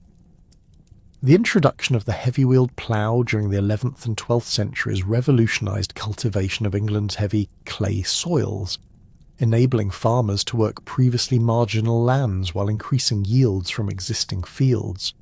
Archaeological evidence from sites like West Cotton in Northamptonshire shows the impact of these innovations, with expansion of cultivated areas and changes in settlement patterns that reflect agricultural intensification. The adoption of the horse collar and improved harness systems during the same period increased ploughing efficiency while reducing the labour required for cultivation, freeing workers for other productive activities that supported economic diversification. Watermills became increasingly common throughout the medieval period, transforming grain processing from household-level activity into specialised commercial operations that served entire communities. The Domesday Book records over 5,600 mills in England by 1086, a number that continued growing throughout the medieval period as lords invested in mill construction to capture processing fees from their tenants. Archaeological excavations at sites like Bawdsley Abbey in Worcestershire have revealed sophisticated mill complexes with multiple wheels, gear systems and specialised buildings that process not only grain but also fulled cloth, ground bark for tanning, and powered other industrial activities. These installations required substantial capital investment and technical expertise, demonstrating the economic sophistication that developed within the manorial system. The legal relationships that bound peasants to their lords varied considerably across different regions and time periods, reflecting the complex evolution of feudal obligations and customary rights.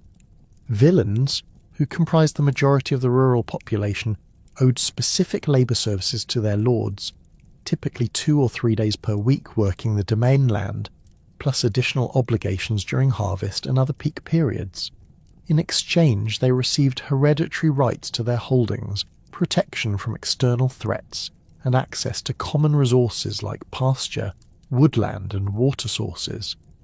Archaeological evidence from peasant houses reveals the material conditions of villein life, with single-room timber structures typically measuring 30 by 15 feet, containing central hearths, storage areas, and sleeping spaces for entire families plus their livestock during winter months. Free peasants, though less numerous than villeins, played crucial roles in medieval rural society as smallholders who owed rent rather than labour service to their lords. These farmers typically held smaller plots, often 5 to 15 acres, but enjoyed greater legal freedom and mobility than their villein neighbours. Archaeological excavations at sites like Golthoe in Lincolnshire reveal material differences between free and unfree peasant households, with free farmers' houses showing evidence of greater investment in permanent construction, specialised storage facilities, and craft production that supplemented agricultural income. The presence of higher quality pottery, metal tools, and imported goods in free peasant contexts suggests their participation in commercial networks that remained largely inaccessible to villeins bound to their manors. The gradual commutation of labour services into money rents during the 13th and 14th centuries reflected broader economic changes that increased the circulation of currency, while providing both lords and peasants with greater flexibility in managing their resources. Lords found cash rents more convenient than supervising peasant labour, while peasants preferred the freedom to organise their own work schedules and pursue additional income sources. Archaeological evidence from rural sites shows the impact of this transformation, with increased evidence of craft production, market participation, and material prosperity among peasant households that gained control over their labour time. Coin finds from rural contexts become more common during this period, reflecting the monetisation of rural economies that had previously operated largely through barter and service obligations. The emergence of towns and cities during the medieval period created alternative centres of economic activity that gradually challenged the dominance of agricultural production while providing new opportunities for social advancement and commercial development. London's growth from a modest Anglo-Saxon settlement to medieval Europe's largest city north of the Alps exemplifies this urban revolution, with archaeological evidence revealing continuous expansion of the settled area from approximately 330 acres in 1066 to over 700 acres by 1300. Excavations in the City of London have uncovered evidence of intensive commercial activity, with specialised craft quarters, market areas, and residential districts that house populations engaged in manufacturing, trade, and service activities largely independent of agricultural production. York emerged as Northern England's premier urban centre, its strategic location at the confluence of the Ouse and Foss rivers, providing access to both inland and maritime trade networks that connected the city with markets throughout Britain and continental Europe. Archaeological excavations in the Coppergate area have revealed extensive evidence of craft production, including leatherworking, metalworking, textile production, and specialised trades like comb making and jewellery production that served both local and distant markets. The discovery of amber from the Baltic, silk from Byzantium, and pottery from the Rhineland demonstrates York's integration into international trade networks that brought exotic goods to English consumers while providing markets for local products. Norwich developed as East Anglia's dominant urban centre, its prosperity based on textile production that exploited the region's wool resources and access to continental markets through Great Yarmouth and other coastal ports. Archaeological evidence from Norwich reveals the systematic organisation of textile production, with specialised areas for different stages of cloth manufacture and evidence of technological innovations like water-powered fulling mills that increase productivity while improving product quality. The city's prosperity attracted immigrants from throughout England and continental Europe, creating a cosmopolitan population that contributed diverse skills and cultural influences to the local economy. The guild system provided the organisational framework for urban craft production and commercial activity, establishing standards for product quality, training procedures, and market access that protected established artisans while ensuring consumer confidence in manufactured goods. Each craft typically organised its own guild with specific regulations governing apprenticeship, journeyman status, and master craftsman requirements that controlled entry into the trade while maintaining technical standards. Archaeological evidence from guild halls reveals the institutional infrastructure that supported these organisations, with meeting rooms, storage facilities, and ceremonial spaces that reflected their social and economic importance within urban communities.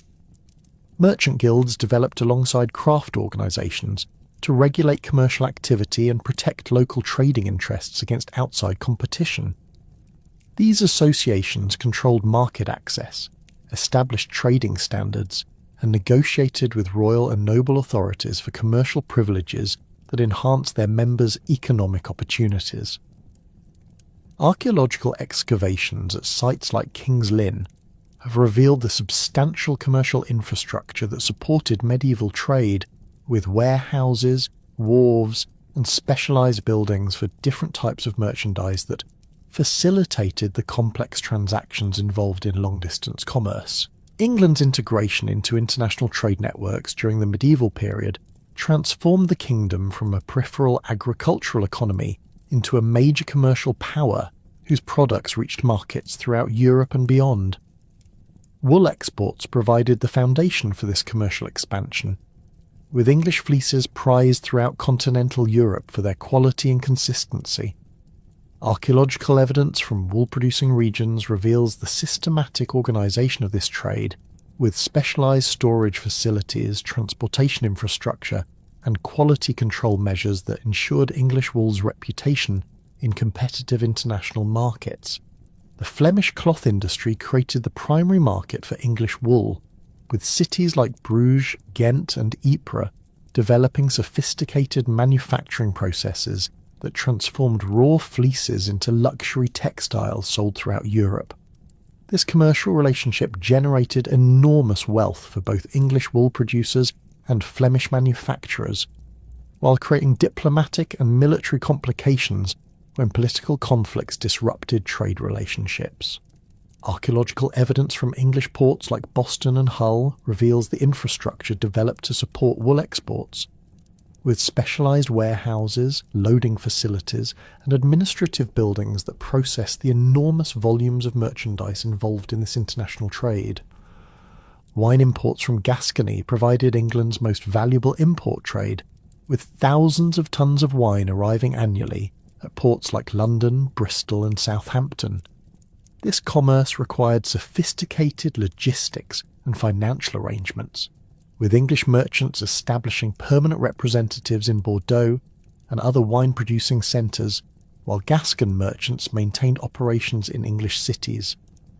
Archaeological excavations at medieval wine cellars reveal the specialised storage facilities required for this trade, with stone-lined chambers, drainage systems and temperature control features that preserved wine quality during storage and distribution. The Hanseatic League's expansion into English markets during the 13th and 14th centuries brought German and Baltic merchants into direct competition with English traders, while introducing new products and commercial practices that enriched the kingdom's economy. The Steel Yard in London served as the League's English headquarters, with warehouses, residential quarters, and administrative facilities that supported extensive commercial operations throughout the kingdom. Archaeological evidence from Hanseatic sites reveals the international character of medieval commerce, with artefacts from throughout northern Europe demonstrating the extensive trade networks that connected England with distant markets and suppliers. Religious life permeated every aspect of medieval English society, providing both spiritual guidance and practical services that shaped daily experience from birth to death. Parish churches served as focal points for community life, offering not only religious services but also social gathering spaces, educational opportunities, and charitable assistance that supported local populations. Archaeological excavations at sites like Raunds in Northamptonshire reveal the evolution of parish church architecture, with successive building campaigns that expanded and enhanced these structures to accommodate growing congregations and changing liturgical requirements. The typical medieval parish church reflected both local resources and broader architectural trends that connected English communities with continental developments in religious architecture and artistic expression. Norman churches of the 11th and 12th centuries featured massive stone walls, rounded arches, and minimal window openings that created dark, fortress-like interiors emphasizing divine mystery and human insignificance. Archaeological evidence from sites like Kilpeck in Herefordshire reveals the sophisticated stone carving that decorated these buildings, with elaborate doorways, capitals and corbels featuring geometric patterns, plant motifs, and fantastic creatures that combined Christian symbolism with pre-Christian artistic traditions. The transition to Gothic architecture during the 13th century transformed parish church design through innovations that emphasized height, light, and decorative elaboration that reflected changing theological emphases and increased prosperity among church-building communities. Pointed arches, ribbed vaulting and large windows filled with coloured glass created interior spaces that drew worshippers' attention upward, while flooding sanctuaries with coloured light that symbolised divine presence. Archaeological investigations at sites like Southwell Minster reveal the technical innovations that made these architectural achievements possible, with sophisticated understanding of structural engineering and material science that enabled construction of increasingly ambitious religious buildings. Monasteries provided alternative centres of religious life that combined spiritual devotion with practical services including education, healthcare, agricultural innovation, and charitable assistance that benefited both monastic communities and surrounding populations. The Benedictine rule, followed by most English monasteries, established daily schedules that balance prayer, study, and manual labour while creating self-sufficient communities capable of surviving economic and political disruptions that affected secular society.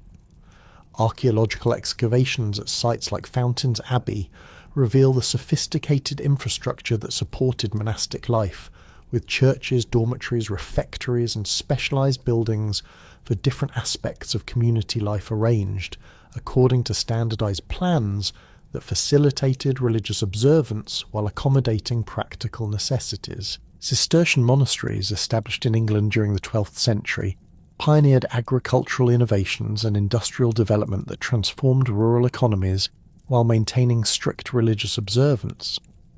These communities deliberately sought remote locations where they could pursue spiritual perfection without worldly distractions, but their systematic approach to land development and resource exploitation created prosperous estates that contributed significantly to regional economic development.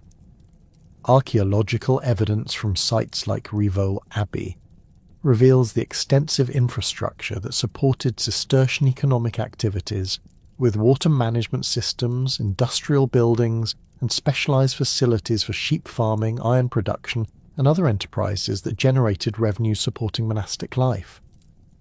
Pilgrimage sites provided focal points for popular religious devotion, while creating economic opportunities for communities that developed services supporting religious travellers. Canterbury Cathedral's shrine to Thomas Becket attracted pilgrims from throughout Europe, generating enormous revenues that funded the cathedral's reconstruction and supported a complex service economy, including hostels, guides, souvenir vendors, and transportation providers. Archaeological excavations around Canterbury reveal the extensive commercial infrastructure that developed to serve pilgrims, with specialised buildings, road improvements, and sanitary facilities that accommodated the thousands of visitors who arrived annually to venerate the martyred archbishop.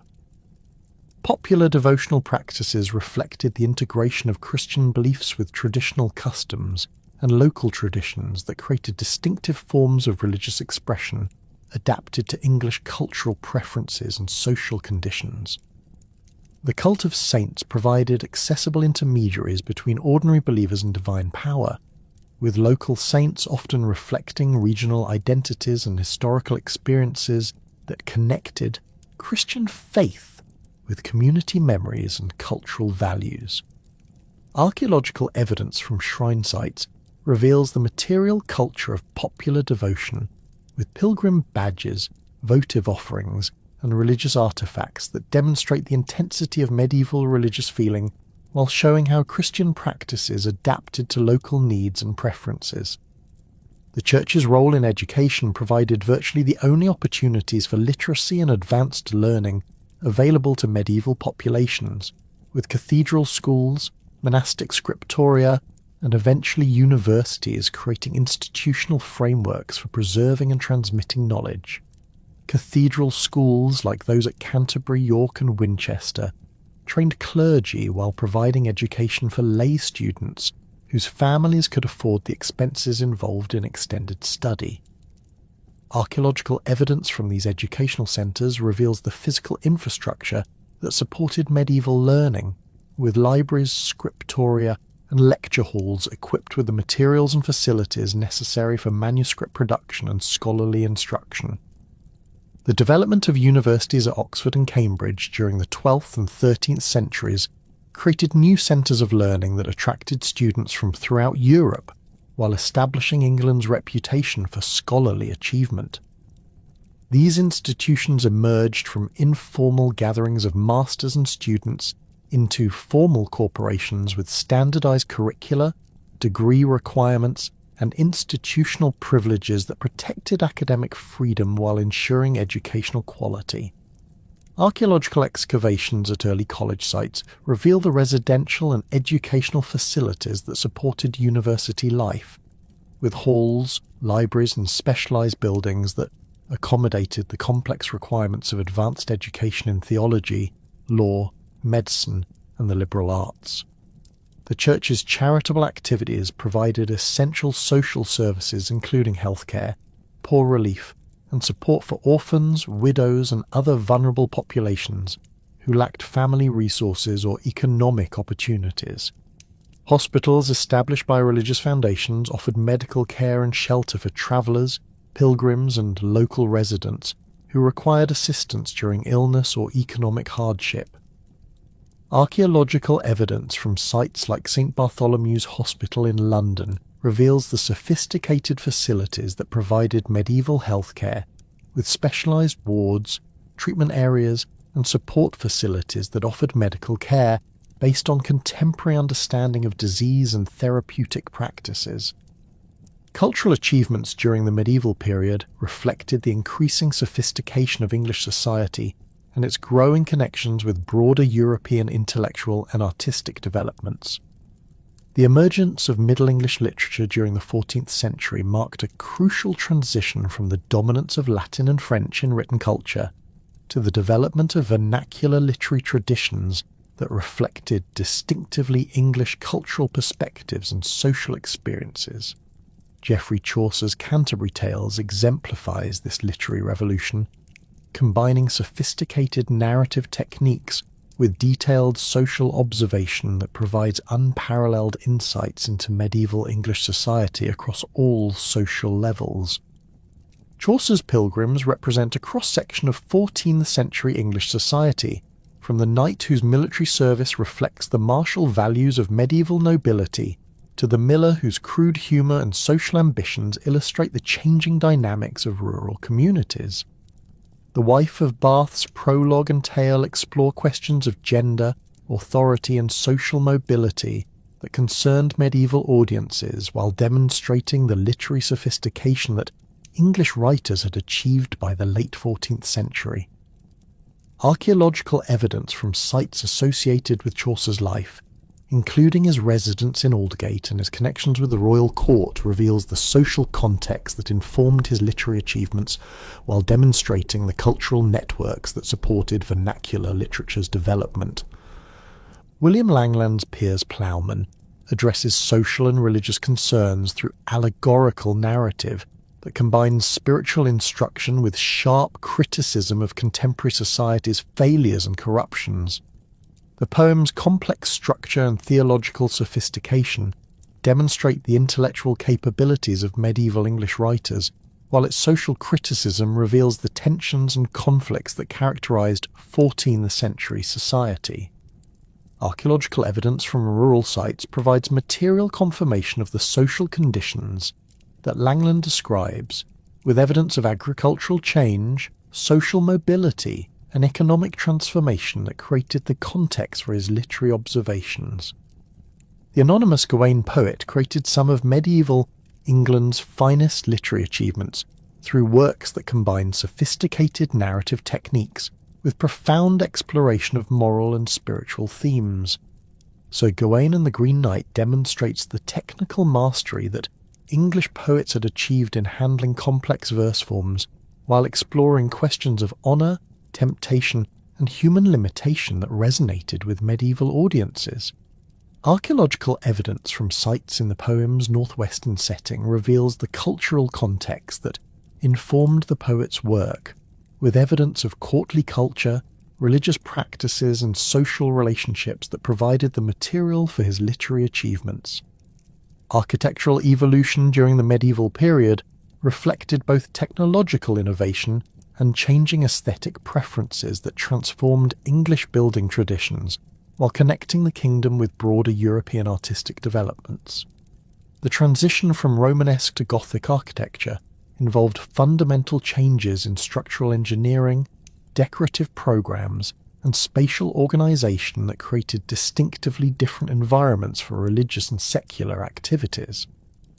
Archaeological investigations at sites like Durham Cathedral reveal the technical innovations that made these architectural achievements possible, with sophisticated understanding of load distribution, foundation engineering, and material science that enabled construction of increasingly ambitious buildings.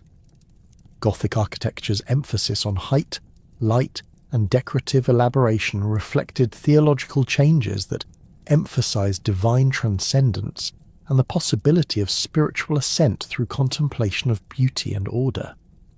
The development of flying buttresses, pointed arches, and ribbed vaulting created structural systems that supported unprecedented heights, while opening wall surfaces for large windows that flooded interiors with coloured light. Archaeological evidence from construction sites reveals the sophisticated planning and coordination required for these projects, with evidence of master masons' lodges, specialised tool production, and quality control measures that ensured structural integrity while achieving aesthetic objectives. Secular architecture also evolved during the medieval period, with castle design reflecting changing military requirements and social expectations that transformed these structures from purely defensive installations into residential complexes that combined military functionality with domestic comfort. The development of concentric castle designs during the 13th century created sophisticated defensive systems that incorporated lessons learned from crusading warfare while adapting to English geographic and strategic conditions. Archaeological excavations at sites like Caerphilly Castle reveal the engineering innovations that made these achievements possible, with complex water defences, multiple defensive lines, and specialised military architecture that represented the pinnacle of medieval fortification design. Manor houses evolved from simple defensive structures into elaborate residential complexes that reflected their owners' social status while providing comfortable accommodation for extended households and their activities.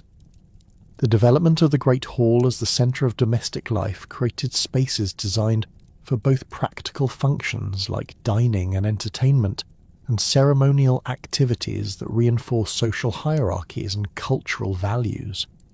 Archaeological evidence from sites like Stokesay Castle reveals the sophisticated domestic arrangements that characterise late medieval manor houses, with specialised rooms for different activities, improved heating and sanitation systems, and decorative programmes that demonstrated their owners' wealth and cultural sophistication. The flourishing of manuscript illumination during the medieval period created some of the finest artistic achievements in English cultural history, combining sophisticated technical skills with profound religious and secular themes that reflected the full range of medieval intellectual and spiritual concerns. The development of distinctive English illumination styles during the 13th and 14th centuries demonstrated the kingdom's artistic independence, while maintaining connections with broader European artistic traditions. Archaeological evidence from scriptoria reveals the complex production processes involved in creating illuminated manuscripts, specialised tools, materials and techniques that required years of training to master while producing works of extraordinary beauty and cultural significance. Craftsmanship in metalworking, stone carving and textile production achieved remarkable levels of sophistication during the medieval period, creating objects that combined functional effectiveness with artistic beauty while demonstrating the technical skills and cultural values of their creators. The development of specialised craft traditions in different regions created distinctive local styles, while participation in international trade networks introduced new techniques and materials that enriched English artistic traditions. Archaeological evidence from craft production sites reveals the systematic organisation of medieval industries, with evidence of apprenticeship systems, quality control measures, and technological innovations that supported the creation of objects whose beauty and technical excellence continue to inspire admiration centuries after their creation. The institutional foundations established during England's medieval period created enduring frameworks for governance that would profoundly influence constitutional development, not only within the British Isles, but throughout the English-speaking world and beyond. The parliamentary system that emerged from the baronial conflicts of the 13th century evolved from Simon de Montfort's experimental assembly of 1265 into a sophisticated representative institution capable of balancing royal authority with popular consent. By the late medieval period, Parliament had established crucial precedents regarding taxation, legislation, and governmental accountability that would survive dynastic changes and political upheavals to become fundamental principles of constitutional government. Archaeological evidence from Westminster Hall reveals the physical adaptations made to accommodate these evolving parliamentary functions, with modifications to seating arrangements, procedural spaces and record-keeping facilities that reflect the institution's growing complexity and importance. The House of Commons, initially summoned as a practical expedient to secure broader support for royal policies, gradually developed into a powerful check on monarchical authority through its control over taxation and its role in legislative approval. The principle that extraordinary taxation required parliamentary consent, established during Edward I's reign and reinforced through subsequent conflicts, created constitutional limitations that prevented arbitrary royal finance while ensuring governmental accountability to the broader political community. The development of formal procedures for petition, debate and voting transformed ad hoc assemblies into systematic institutions capable of sustained political deliberation and decision-making that transcended individual personalities or immediate crises. The evolution of the House of Lords from feudal assemblies of tenants-in-chief into a formal legislative chamber demonstrates the adaptation of medieval institutions to changing political circumstances, while maintaining continuity with traditional forms of authority. The inclusion of bishops alongside secular peers created a bicameral upper house that balanced temporal and spiritual authority while providing representation for different aspects of medieval society. The development of hereditary peerage as a distinct legal status, separate from mere landholding, created permanent political privileges that would persist into the modern era, while establishing precedents for constitutional monarchy that limited royal power through institutional constraints rather than personal relationships. Common law emerged from the judicial reforms of Henry II as a unified legal system that gradually replaced the patchwork of local customs and baronial privileges that had characterized earlier legal arrangements. The systematic development of legal precedents through royal court decisions created consistent standards that applied throughout the kingdom, while providing predictable procedures for resolving disputes and protecting individual rights. The establishment of permanent royal courts with trained judges and standardized procedures transformed law from personal relationships between lords and vassals into impersonal, institutional processes that operated according to established principles rather than arbitrary will or local prejudice. The writ system, developed during the 12th and 13th centuries, provided standardized mechanisms for initiating legal proceedings that made royal justice accessible to ordinary subjects while creating uniform procedures that operated throughout the kingdom. These formal legal instruments established categories of legal action, procedural requirements, and remedial options that created comprehensive frameworks for civil and criminal law. Archaeological evidence from royal chanceries reveals the sophisticated administrative infrastructure that supported writ production, with specialized scribes, standardized forms, and quality control measures that ensured legal documents met technical requirements while maintaining the authority necessary for effective judicial proceedings.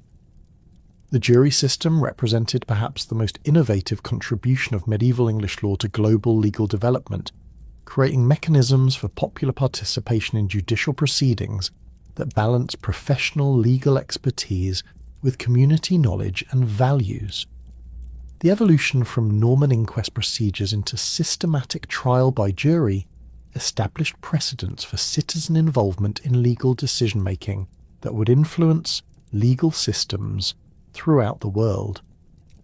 The development of grand juries for criminal indictments and petty juries for trial proceedings created dual systems that protected individual rights while ensuring community participation in law enforcement and judicial decision-making.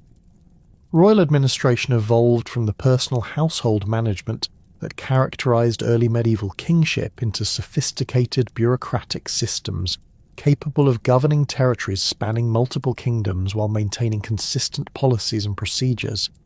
The development of specialized departments for different aspects of governmental activity created institutional continuity that operated independently of individual monarchs, while providing systematic approaches to taxation, military organization, judicial administration, and diplomatic relations. Archaeological evidence from governmental centres reveals the physical infrastructure that supported these administrative innovations, with specialised buildings, record-keeping systems, and communication networks that enabled systematic governance of unprecedented territorial scope and complexity. The Exchequer's development as a specialised financial court created systematic mechanisms for revenue collection and audit that established governmental accountability while providing predictable income sources for royal operations. The pipe roll system documented sheriff's accounts with unprecedented detail and accuracy, creating permanent records that enabled systematic financial planning while preventing corruption and mismanagement. The development of standardized accounting procedures, audit mechanisms, and revenue collection methods created administrative capabilities that supported the complex governmental activities required for managing medieval kingdoms while establishing precedents for modern fiscal administration. The cultural and linguistic transformation of England during the medieval period created distinctive national identity that synthesized Germanic, Celtic, Latin, and French influences into unique cultural expressions that would define English civilization for centuries.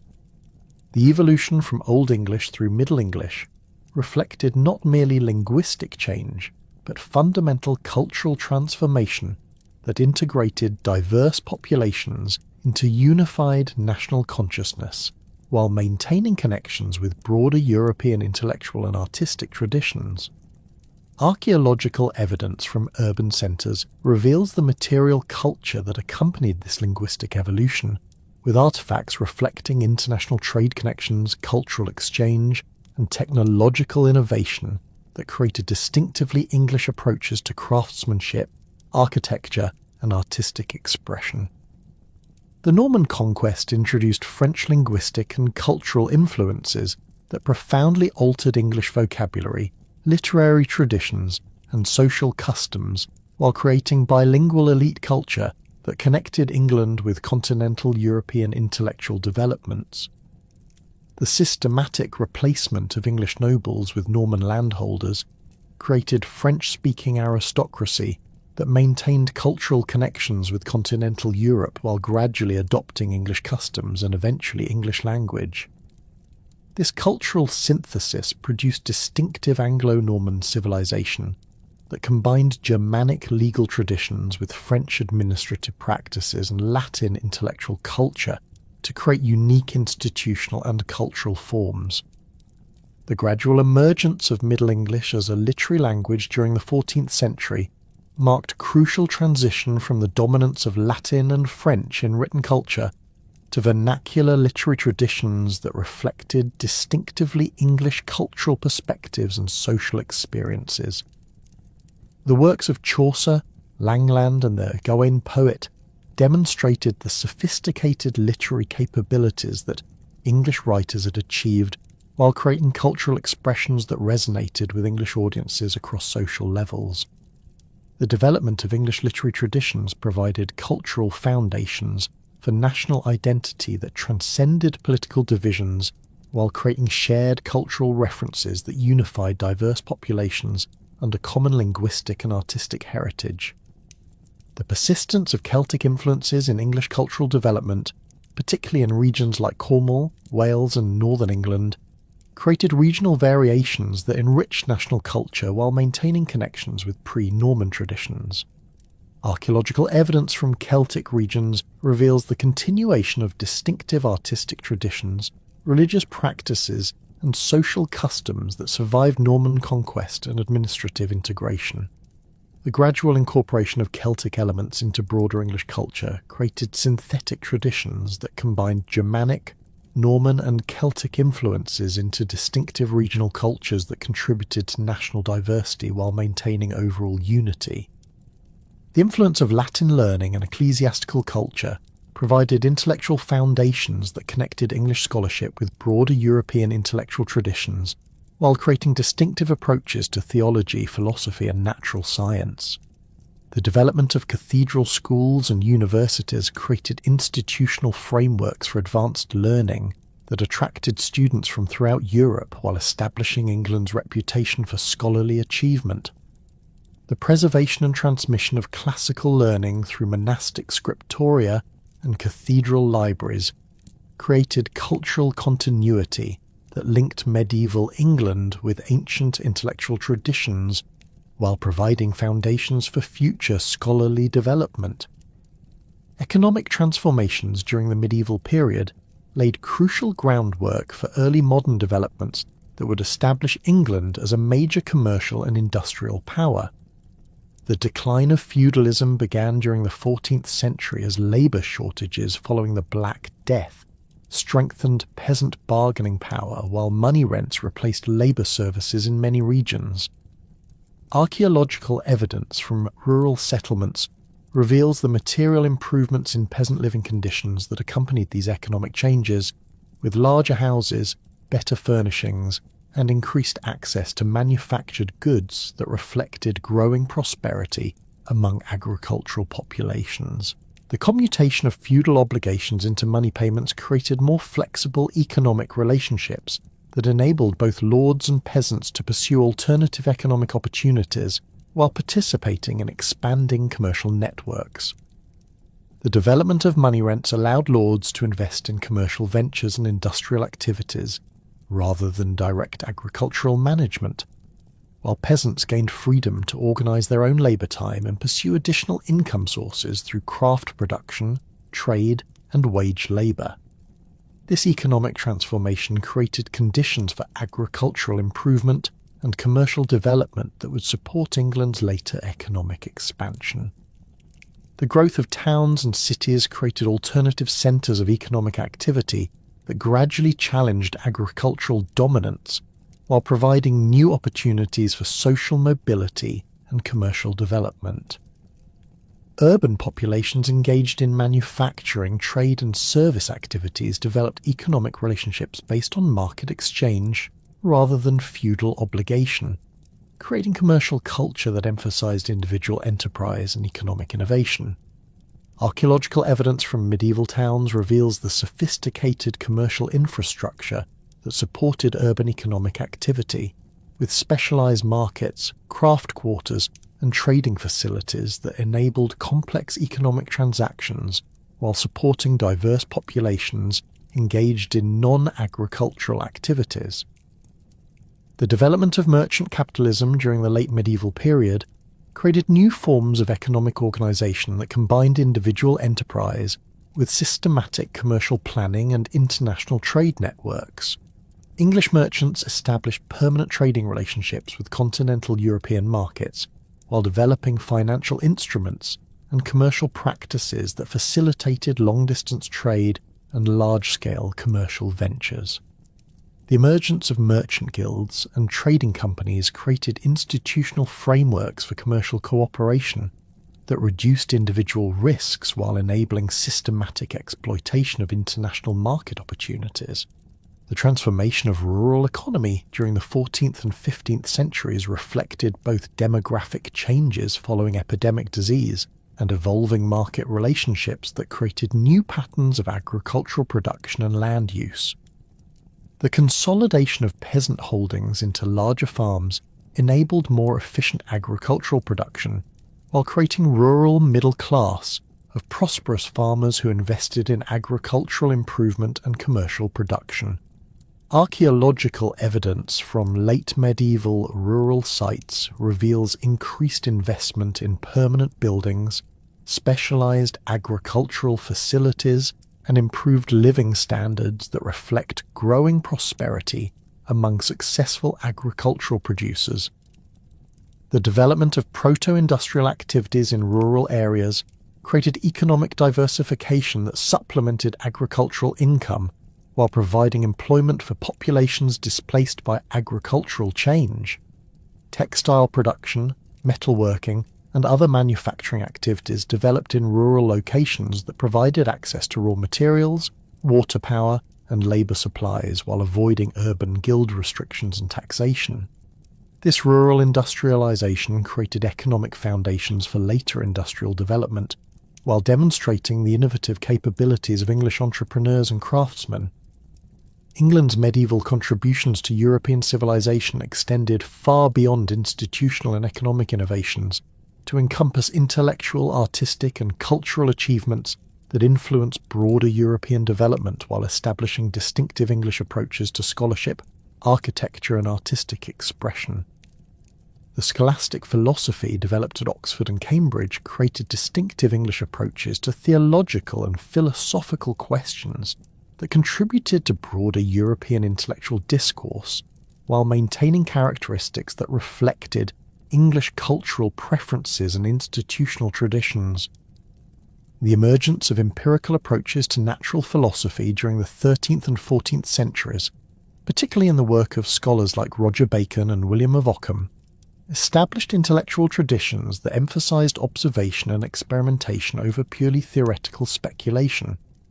These methodological innovations contributed to broader European scientific development, while creating intellectual foundations for later English contributions to scientific revolution and Enlightenment thinking. Archaeological evidence from medieval universities reveals the institutional infrastructure that supported these intellectual achievements, with libraries, laboratories, and scholarly communities that enabled systematic investigation of natural phenomena. Gothic architecture achieved distinctive English characteristics through innovations that adapted continental European architectural developments to English materials, climate, and cultural preferences. The development of perpendicular Gothic during the 14th century created architectural style that emphasized vertical lines, elaborate window tracery, and decorative complexity that reflected English aesthetic preferences while demonstrating sophisticated technical capabilities. English Gothic cathedrals and parish churches created architectural heritage that influenced building traditions throughout the English-speaking world, while establishing aesthetic standards that continued influencing architectural development for centuries. The development of English manuscript illumination created distinctive artistic traditions that combined continental European influences with English aesthetic preferences and cultural themes. The sophisticated technical skills and artistic sensibilities demonstrated in works like the Lindisfarne Gospels and the Luttrell Psalter established English reputation for artistic excellence, while creating cultural expressions that reflected distinctively English approaches to religious devotion and artistic beauty. These artistic achievements contributed to broader European cultural development, while establishing aesthetic traditions that would influence English artistic development throughout subsequent centuries. The evolution of representative government in medieval England created constitutional principles and institutional practices that would profoundly influence political development throughout the world. The establishment of parliamentary sovereignty, the rule of law, and constitutional limitations on royal authority provided models for democratic government that would inspire political reformers and constitutional theorists for centuries. The English experience demonstrated that effective government could combine popular participation with institutional stability, while protecting individual rights through legal procedures and constitutional constraints. The medieval English contribution to legal development through common law principles and judicial procedures created legal traditions that would spread throughout the English-speaking world while influencing legal systems globally. The emphasis on precedent, jury trial, and individual rights established legal principles that protected citizens from arbitrary authority while providing systematic mechanisms for resolving disputes and maintaining social order. These legal innovations demonstrated that law could serve both governmental efficiency and individual liberty, while creating institutional frameworks that adapted to changing social and economic conditions. The cultural synthesis achieved in medieval England created national identity that successfully integrated diverse populations and cultural traditions into unified civilization, while maintaining connections with broader European cultural development. The development of English language, literature, and cultural institutions created foundations for national unity that transcended regional, ethnic, and social divisions, while providing cultural expressions that resonated with English populations across all social levels. This cultural achievement demonstrated the possibility of creating inclusive national identity that celebrated diversity while maintaining overall unity and coherence. As medieval England transitioned into the early modern period, the institutional foundations, cultural achievements, and economic innovations of the medieval centuries provided crucial foundations for England's emergence as a major European power and eventually a global empire. The parliamentary system, common law tradition, and constitutional principles developed during the medieval period would prove adaptable to changing circumstances while maintaining core commitments to representative government, individual rights, and institutional accountability. The cultural confidence and national identity forged through centuries of cultural synthesis and political development provided psychological foundations for the ambitious international ventures that would characterize England's early modern and modern history. The medieval legacy thus represents not merely a historical phase, but a foundational period that established enduring characteristics of English civilization, while creating institutional and cultural frameworks that would influence global development. The transformation from a collection of Anglo-Saxon kingdoms into a unified nation with sophisticated governmental institutions, distinctive cultural identity, and innovative economic systems demonstrates the creative possibilities inherent in cultural synthesis and institutional development. Medieval England's achievements in law, government, culture, and economic organisation created precedents and established principles that would continue shaping human civilization long after the medieval period itself had ended, ensuring that the medieval English contribution to world history would prove both enduring and transformative.